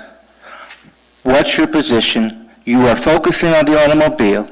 When you focus on the automobile, you're really not doing a full service in dealing with the public transit. So yes, this is a grant here, but the reality is at that public transit meeting that I attended, there were concerns of safety, people very uncomfortable. It's been built in a situation where it's serving the people that have no other choice, no other way to get around. If you're really committed, and this is a grant dealing with public transit, if this is really committed, you need to devote a policy that says redirecting that fund, dealing with public transit, and what that means is you in the future are going to have to deal with big road projects. Public transit, if it was done appropriately and there's a focus of redirecting, you're taking cars off the road. When you take cars off the road, you're also releasing the pressure of building and expanding the roads. So the fact is, the policy should be right now is go and look at your policy, not just this grant, and see, are you going to focus on mass transit? Because right now, you're not doing that, and you're only basically serving the people who have no other choice and difficult getting around in the present day and situation. Thank you very much. Thank you. Mr. Weddleton. Just a comment. Mr. Haberman, thank you so much for moving forward to the blue line. I think that speeds things up, and it's very respectful of everyone. Thank you. Actually, we're still in the middle of public testimony. Yep. Would anyone else like to testify on this item? Anyone at all? Seeing and hearing no one, public testimony is closed. What is the will of the body? Second. Moved and seconded. Mr. Peterson? Thank you, Mr. Chairman. I think Mr. Haberman was saying that if fewer people drove in from the valley, we wouldn't need to add lanes on the Glen Highway. Thank you. Thank you. Mr. Chair? Yes, Mr. Constant. So I'm looking up on the kind of file, and I can't find the AM that's supposed to be attached with this. Can somebody send that to me? Sure. It says AM 7/18/2019. Can you repeat that number one more time? Yeah, AM 718-2019. Oh, that is for the other item. That's for 14C. For 14D, the AM support is 724-2019. Hold on. I know that one's in there. I just don't have the one for the previous item. I'm sorry. Okay. Any further questions, Mr. Constant? No. Yes. Thank you. Seeing no further discussion, members may proceed to vote. Mr. Constant, how do you vote? Yes.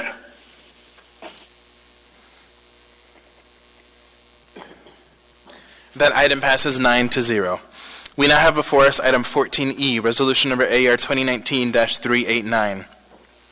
A resolution of the Municipality of Anchorage appropriating a grant in the amount of $508,592 from the Department of Homeland Security and appropriating a contribution in the amount of $169,531 from the Port of Alaska Fund net position as a match for said grant, all within the Port Security Grant Program. Thank you.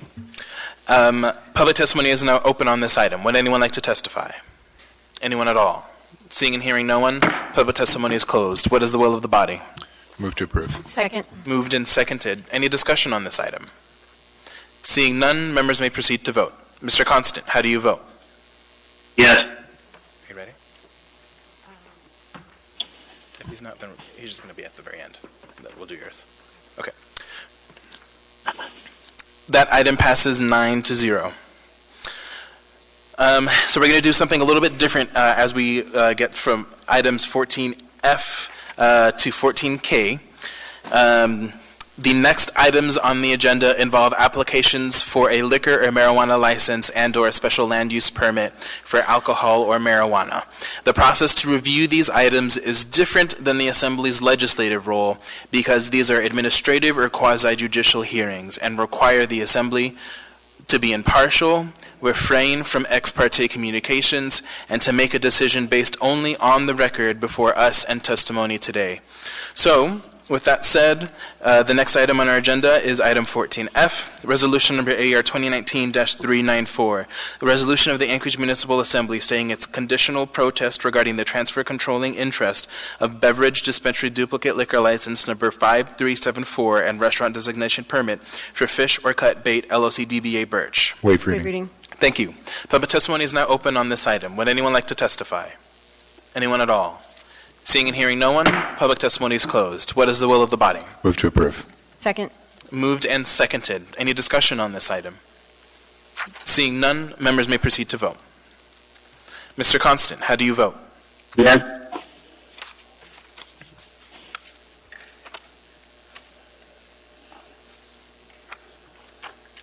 That item passes 9-0. We now have before us item 14G, resolution number AR 2019-395, a resolution of the Anchorage Municipal Assembly stating its conditional protest regarding a new beverage dispensary duplicate liquor license number 5843 for Fish or Cut Bait LLC DBA Blue Central. Waive reading. Thank you. Public testimony is now open on this item. Would anyone like to testify?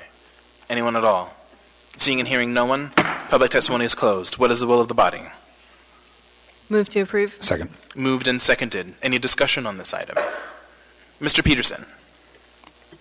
Thank you, Mr. Chairman. I believe it says at the bottom of the page that there are taxes owing. Have they paid those taxes by now, or do we know that? Mr. Peterson. I mean, it's like $11,946. Through the chair, Mr. Peterson, you're entering a conditional protest. They are going to be required to pay those taxes before the Assembly lifts the protest with AMCO. Okay. All right. Just checking. Thanks. Thank you. Seeing no further discussion, members may proceed to vote. Mr. Constant, how do you vote? Yes. That item passes 9-0.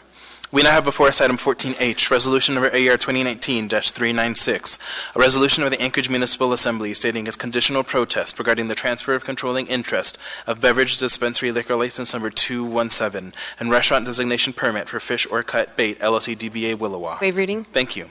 Public testimony is now open on this item. Would anyone like to testify? Anyone at all? Seeing and hearing no one, public testimony is closed. What is the will of the body? Move to approve.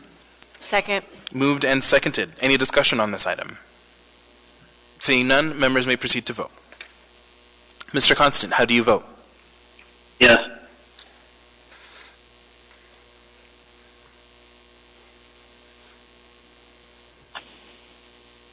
That item is approved 9-0. We now have before us item 14I, resolution number AR 2019-397, a resolution of the Anchorage Municipal Assembly stating its conditional protest regarding a new beverage dispensary tourism liquor license number 5846 for YC Anchorage Hotel Group Limited Partnership DBA 4 Points by Sheraton Anchorage. Waive reading. Thank you. Public testimony is now open on this item. Would anyone like to testify? Anyone at all? Seeing and hearing no one, public testimony is closed. What is the will of the body? Move to approve. Second. Moved and seconded. Any discussion on this item? Seeing none, members may proceed to vote. Mr. Constant, how do you vote? Yes.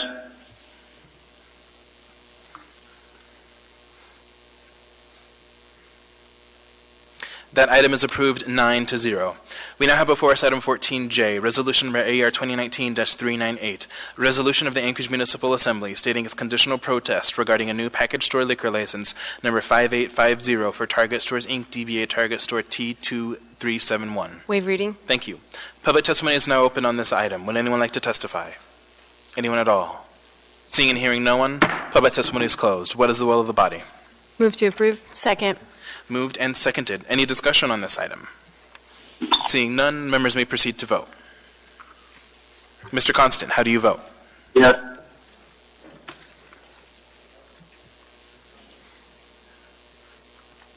That item is approved 9-0. We now have before us item 14K, Resolution number AR 2019-399, a resolution of the Anchorage Municipal Assembly stating its conditional protest regarding a new package store liquor license number 5851 for Target Stores, Inc., DBA Target Store T2372. Waive reading. Thank you. Public testimony is now open on this item. Would anyone like to testify? Anyone at all? Seeing and hearing no one, public testimony is closed. What is the will of the body? To approve. Second. Moved and seconded. Any discussion on this item? Seeing none, members may proceed to vote. Mr. Constant, how do you vote? Yes. Okay, I hope you're ready.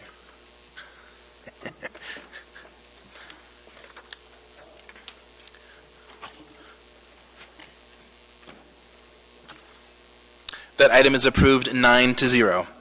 So now we are back to item 14B, establish the construction and maintenance of life safety access roads as a power exercise on an area-wide basis.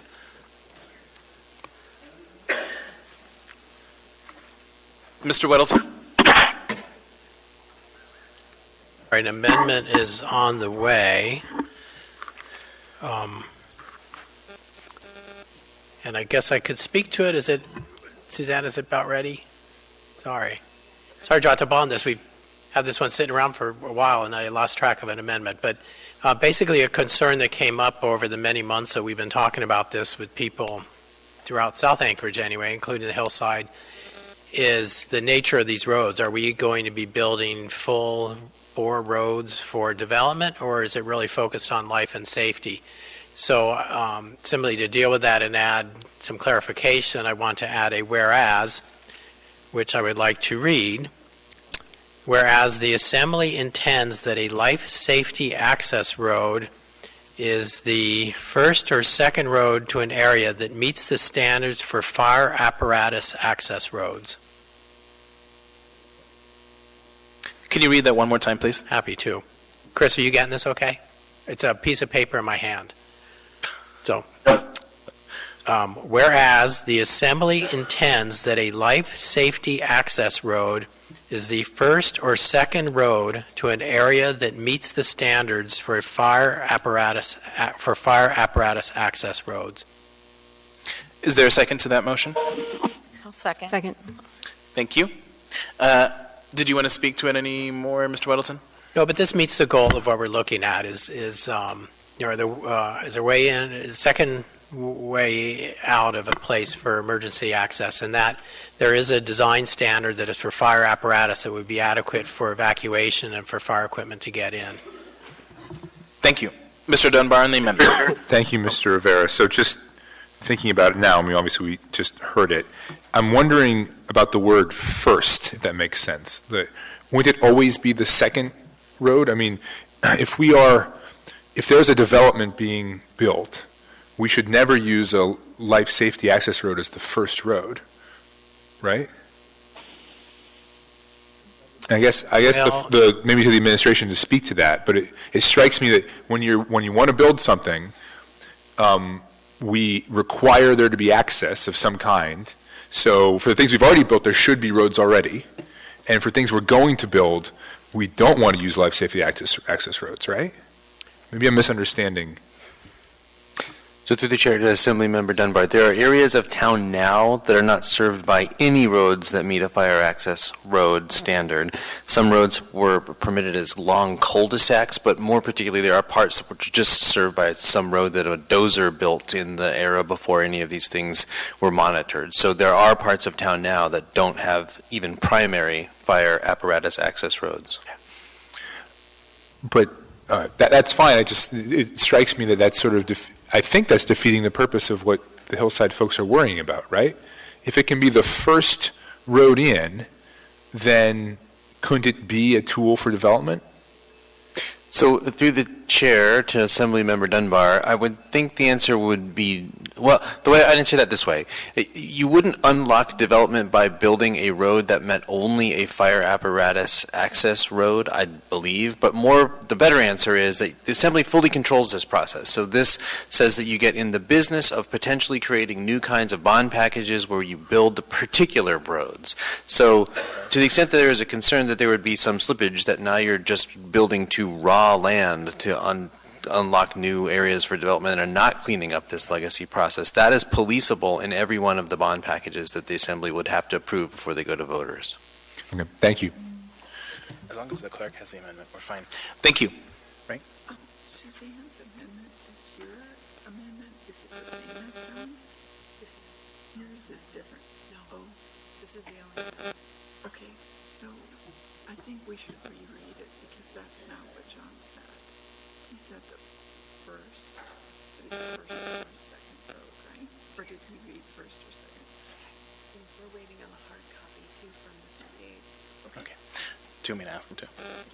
Mr. Weddleton, can you very carefully read the amendment one more time? I can, and if Ms. Jones would like the original copy, I could definitely bring that over. So I will read it once again and then bring it over. And it states that whereas the Assembly intends that a life safety access road is the first or second road to an area that meets the standards for fire apparatus access roads. Okay, thank you. Mr. Constant, on the amendment. Yep, and so my questions are almost duplicate of Mr. Dunbar's questions.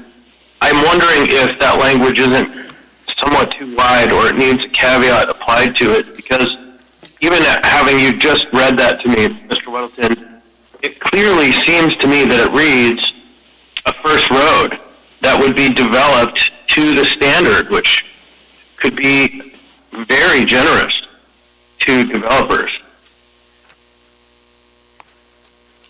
I don't know what limitation we could add to that, but something along the lines, I don't know. Seems very broad.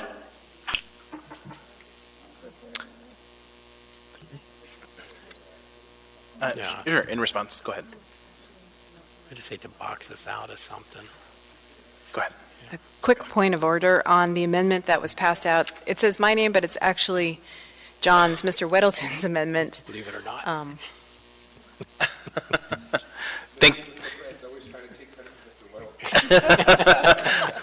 Though I totally support it. Thank you. Mr. Peterson on the amendment. Thank you, Mr. Chairman. And I thought the intent was to create a different route out, redundancy, so to speak, like they do with water lines and electric lines, so that if the one route is blocked, then there's another route available.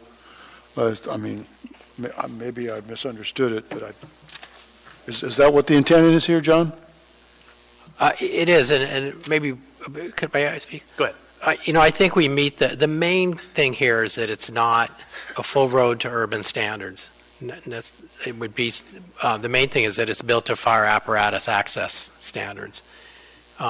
So it would, I think, meet our goal for whereas so just delete the first or second road and change it to A. So the Assembly intends that a life safety access road is a road to an area that meets the standards for fire apparatus access roads in the applicable fire code.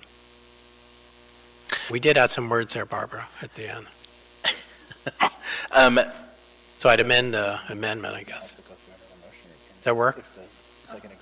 Yeah, the second agrees. Does the second agree? Want me to read it again? We did. Okay. Got a second. Thank you. Thank you. So the mover and the second agree to that change. Madam Clerk, do you need that one more time? Nope, I got it. Okay, thank you. Seeing no further discussion on the amendment. Hold on. Mr. Constant. Yep. So how is this not just a backdoor to allow, and I think maybe you got there with your slight change there, Mr. Weddleton. I think you might have gotten there. I just want to talk this through a little bit more. How is this not just a backdoor to allow regional, regional people to have to pay for development of roads up in the hills?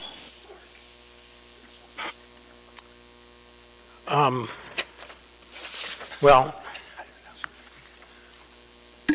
it could be anywhere in the city for one point, and there are places throughout the Anchorage Bowl and Eagle River and Girdwood, as well as the hillside, that have these issues.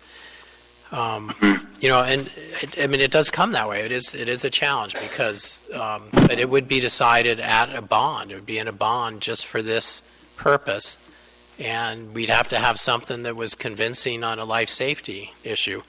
It'll be a challenge to get those passed for the reasons you stated, but we have to do something. I mean, we have our citizens of Anchorage, wherever they live, many of them are at danger because of, where they happen to live because of wildfire. Okay, I'm okay with it. I'm sorry, just trying to think it through. Thank you. Ms. Kennedy on the amendment. Thank you. I think it helps. Thank you, Mr. Chair. I think this does help with making sure that we have standards for the road that are not all these great standards that developers would really actually be able to take advantage of, because I think we just need to remember that this is really meant to address those places that already exist that have this access issue. And it's not about promoting development anywhere. It's not like we're going to build the roads and then expect somebody to use it at some point. I mean, these are to take care of issues that we know we already have. So I think this is a good addition, because we certainly don't want to be required to build to some kind of outrageous standard with streetlights and everything else. So thank you. Thank you. Seeing no further discussion, members may proceed to vote on the amendment. Mr. Constant, how do you vote? Yes.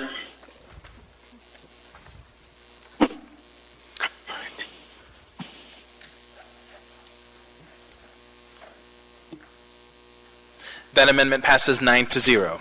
We now have the main motion before us. Mr. Dunbar.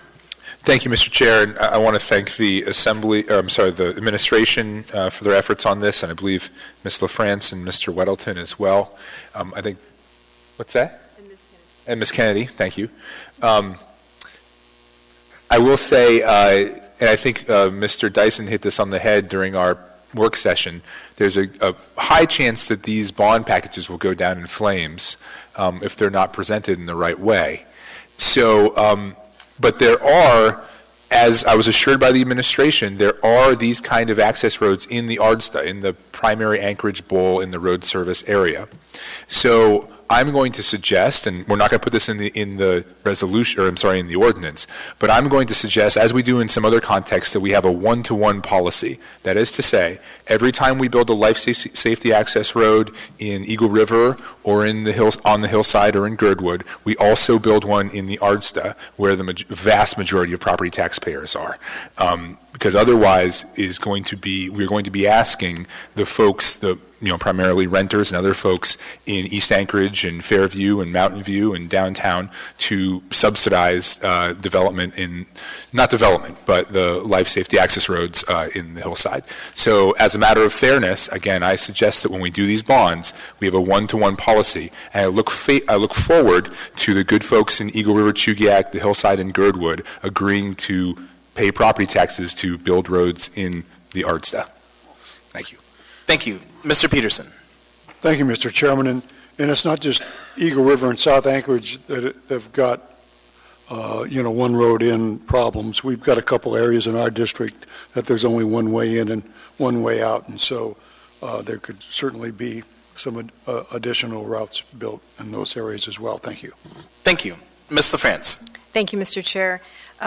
Thank you to Mr. Falsey for bringing this forward. I think this is something very important that we need to do, and I look forward to passing it tonight. Thank you, Mr. Chair. Thank you. Seeing no further discussion, members may proceed to vote. Mr. Constant, how do you vote? Yes.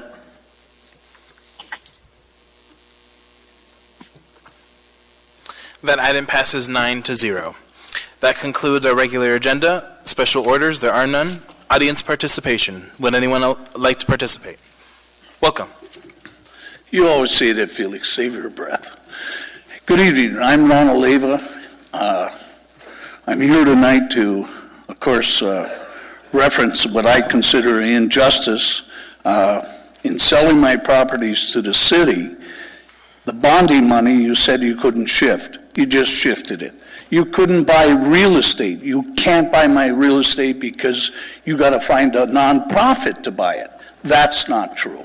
You ended up paying triple for them. You not only moved that Christian group, paid to move them, paid to renovate their building, bought their building, ended up with that in inventory. And for my properties, when I proposed Bindle Stick Park, I didn't get a call. This is an injustice. This is inverse condemnation to my property because it's too dangerous, too unsafe to be there. It's just not a functioning property for me anymore. But I want to remind you that I've appealed the dismissal of my case suing the city, Brother Francis, and Beans. And when that comes back from the Supreme Court and we move forward, I'm going to win my suit on the damages that you've done to me by sending another 160 homeless that I have to deal with no day shelter, so they walk on my lot and walk away with anything they want. So if I win the suit for economic interference, I'll show you that.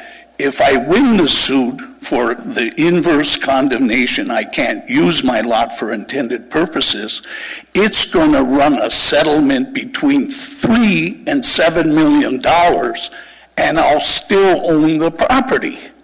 So when you get an opportunity to shift money and get me out of your hair for 1.8, you didn't pay me to move off, you didn't pay for me to relocate, you basically shut me down.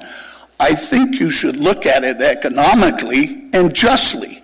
And I love Meg, she's energetic. You try to put a homeless shelter in Midtown, one-termers, and they'll go down. Because Dan Sullivan tried that out at Kincaid. They filled the gymnasium, and they were tarring the roof. They thought they were going to tar and feather him. It didn't happen on a trade of land from the state to the city. So you know I suffered. But let's put that aside, because I know you don't have any questions about that. I had an outrageous dream. It was a dream. I was in a cell with my cellmate. I don't know how I got there, but they were granting wishes, and they became before this body and our great leader, the mayor, and all of you were involved, and you could grant a wish, and any wish. And so, Mr. Leyva, I'll summarize what the wish was.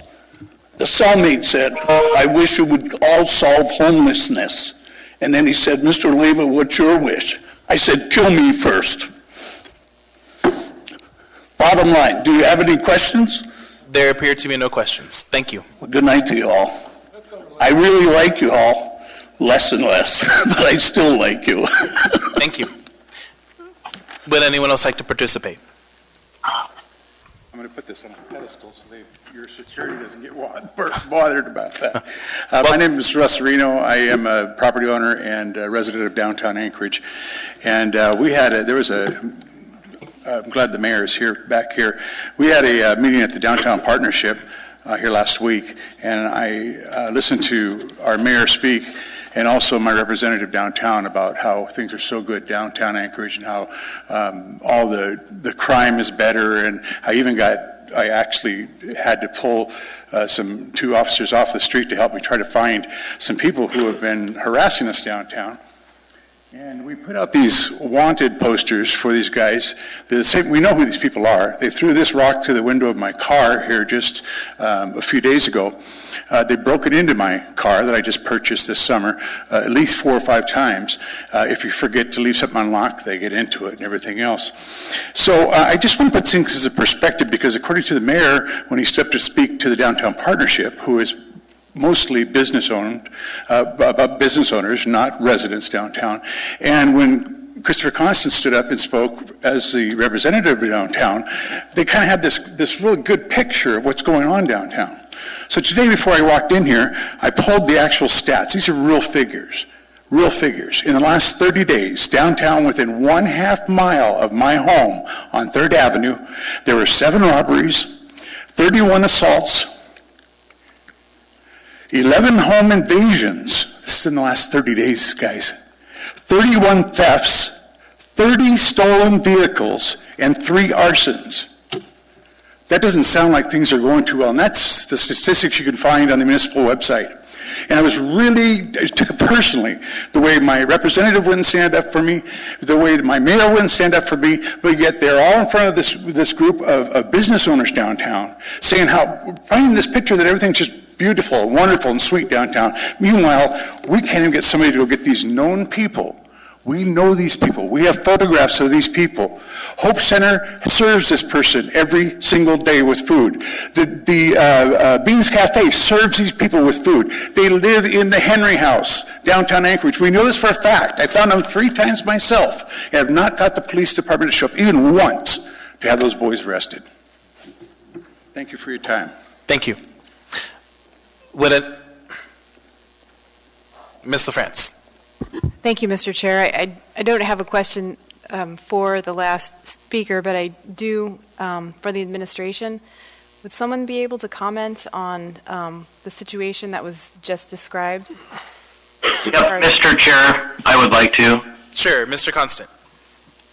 The 2 police officers that this individual just stated that he got off the street to respond to his concerns were, in fact, Chief Dahl and Chief McCoy. And the message that I said to the Downtown Partnership was that APD, being downtown, is going to change everything. In fact, your chiefs of police are doing beat work now. It actually turned out, when they did go down to investigate, that the individuals who were pointed at as criminals weren't actually the people who they thought they were. So it was rather embarrassing. That is not true. And nobody would say that I have said that the downtown is all roses at this time. I've been fighting hard and advocating. And so I would just offer that there's a lot of perspective that needs to be taken in on this. And just because you have posters of people doesn't mean they're criminals. That's a lie. Thank you, Mr. Constant. Okay. So we're going to go ahead and move on. Welcome. My name is Eugene Cohen. I live in the Mat-Su Valley. Follow the public process. When the public process is done appropriately, decision made by the governing body is more likely in public interest. In July, I informed you that the school board was going to have their school board meetings on Tuesdays instead of Mondays. It would start in August. What's happened? They did it. And several meetings occurred on the same time as assembly. 2 meetings alone this month. One, when you had public hearings for the budget earlier in November, and tonight.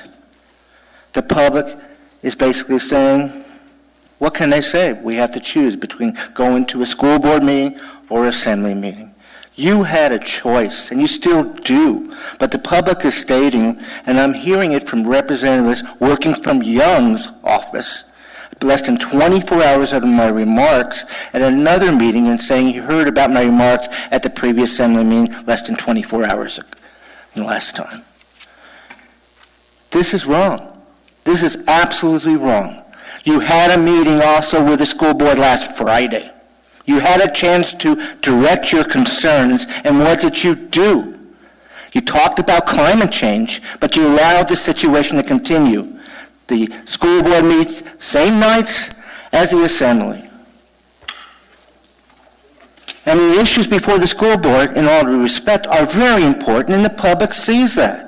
From earthquake, and there's a large attendance in the last couple of meetings attending those meetings. I would like to have been there, particularly on the earthquake, and I would hope you would like to be there, but you can't be there. So what's happened? A public policy of saying we don't care. The last meeting, Quinn said in response that, well, talk to the school board. Well, you didn't do that the last meeting, which was Friday. What's your problem? You write the check, they create the budget. So I'm telling you now, more and more people are witnessing what I'm saying, and I'm concerned about it. And the fact is, this is absolutely wrong. So continue doing it. It's only getting the public saying, well, what is the use? I mean, we want to be involved with the school board meetings. We want to attend. We're concerned about the rebuilding of schools. We're concerned about the bonds that they're proposing out there.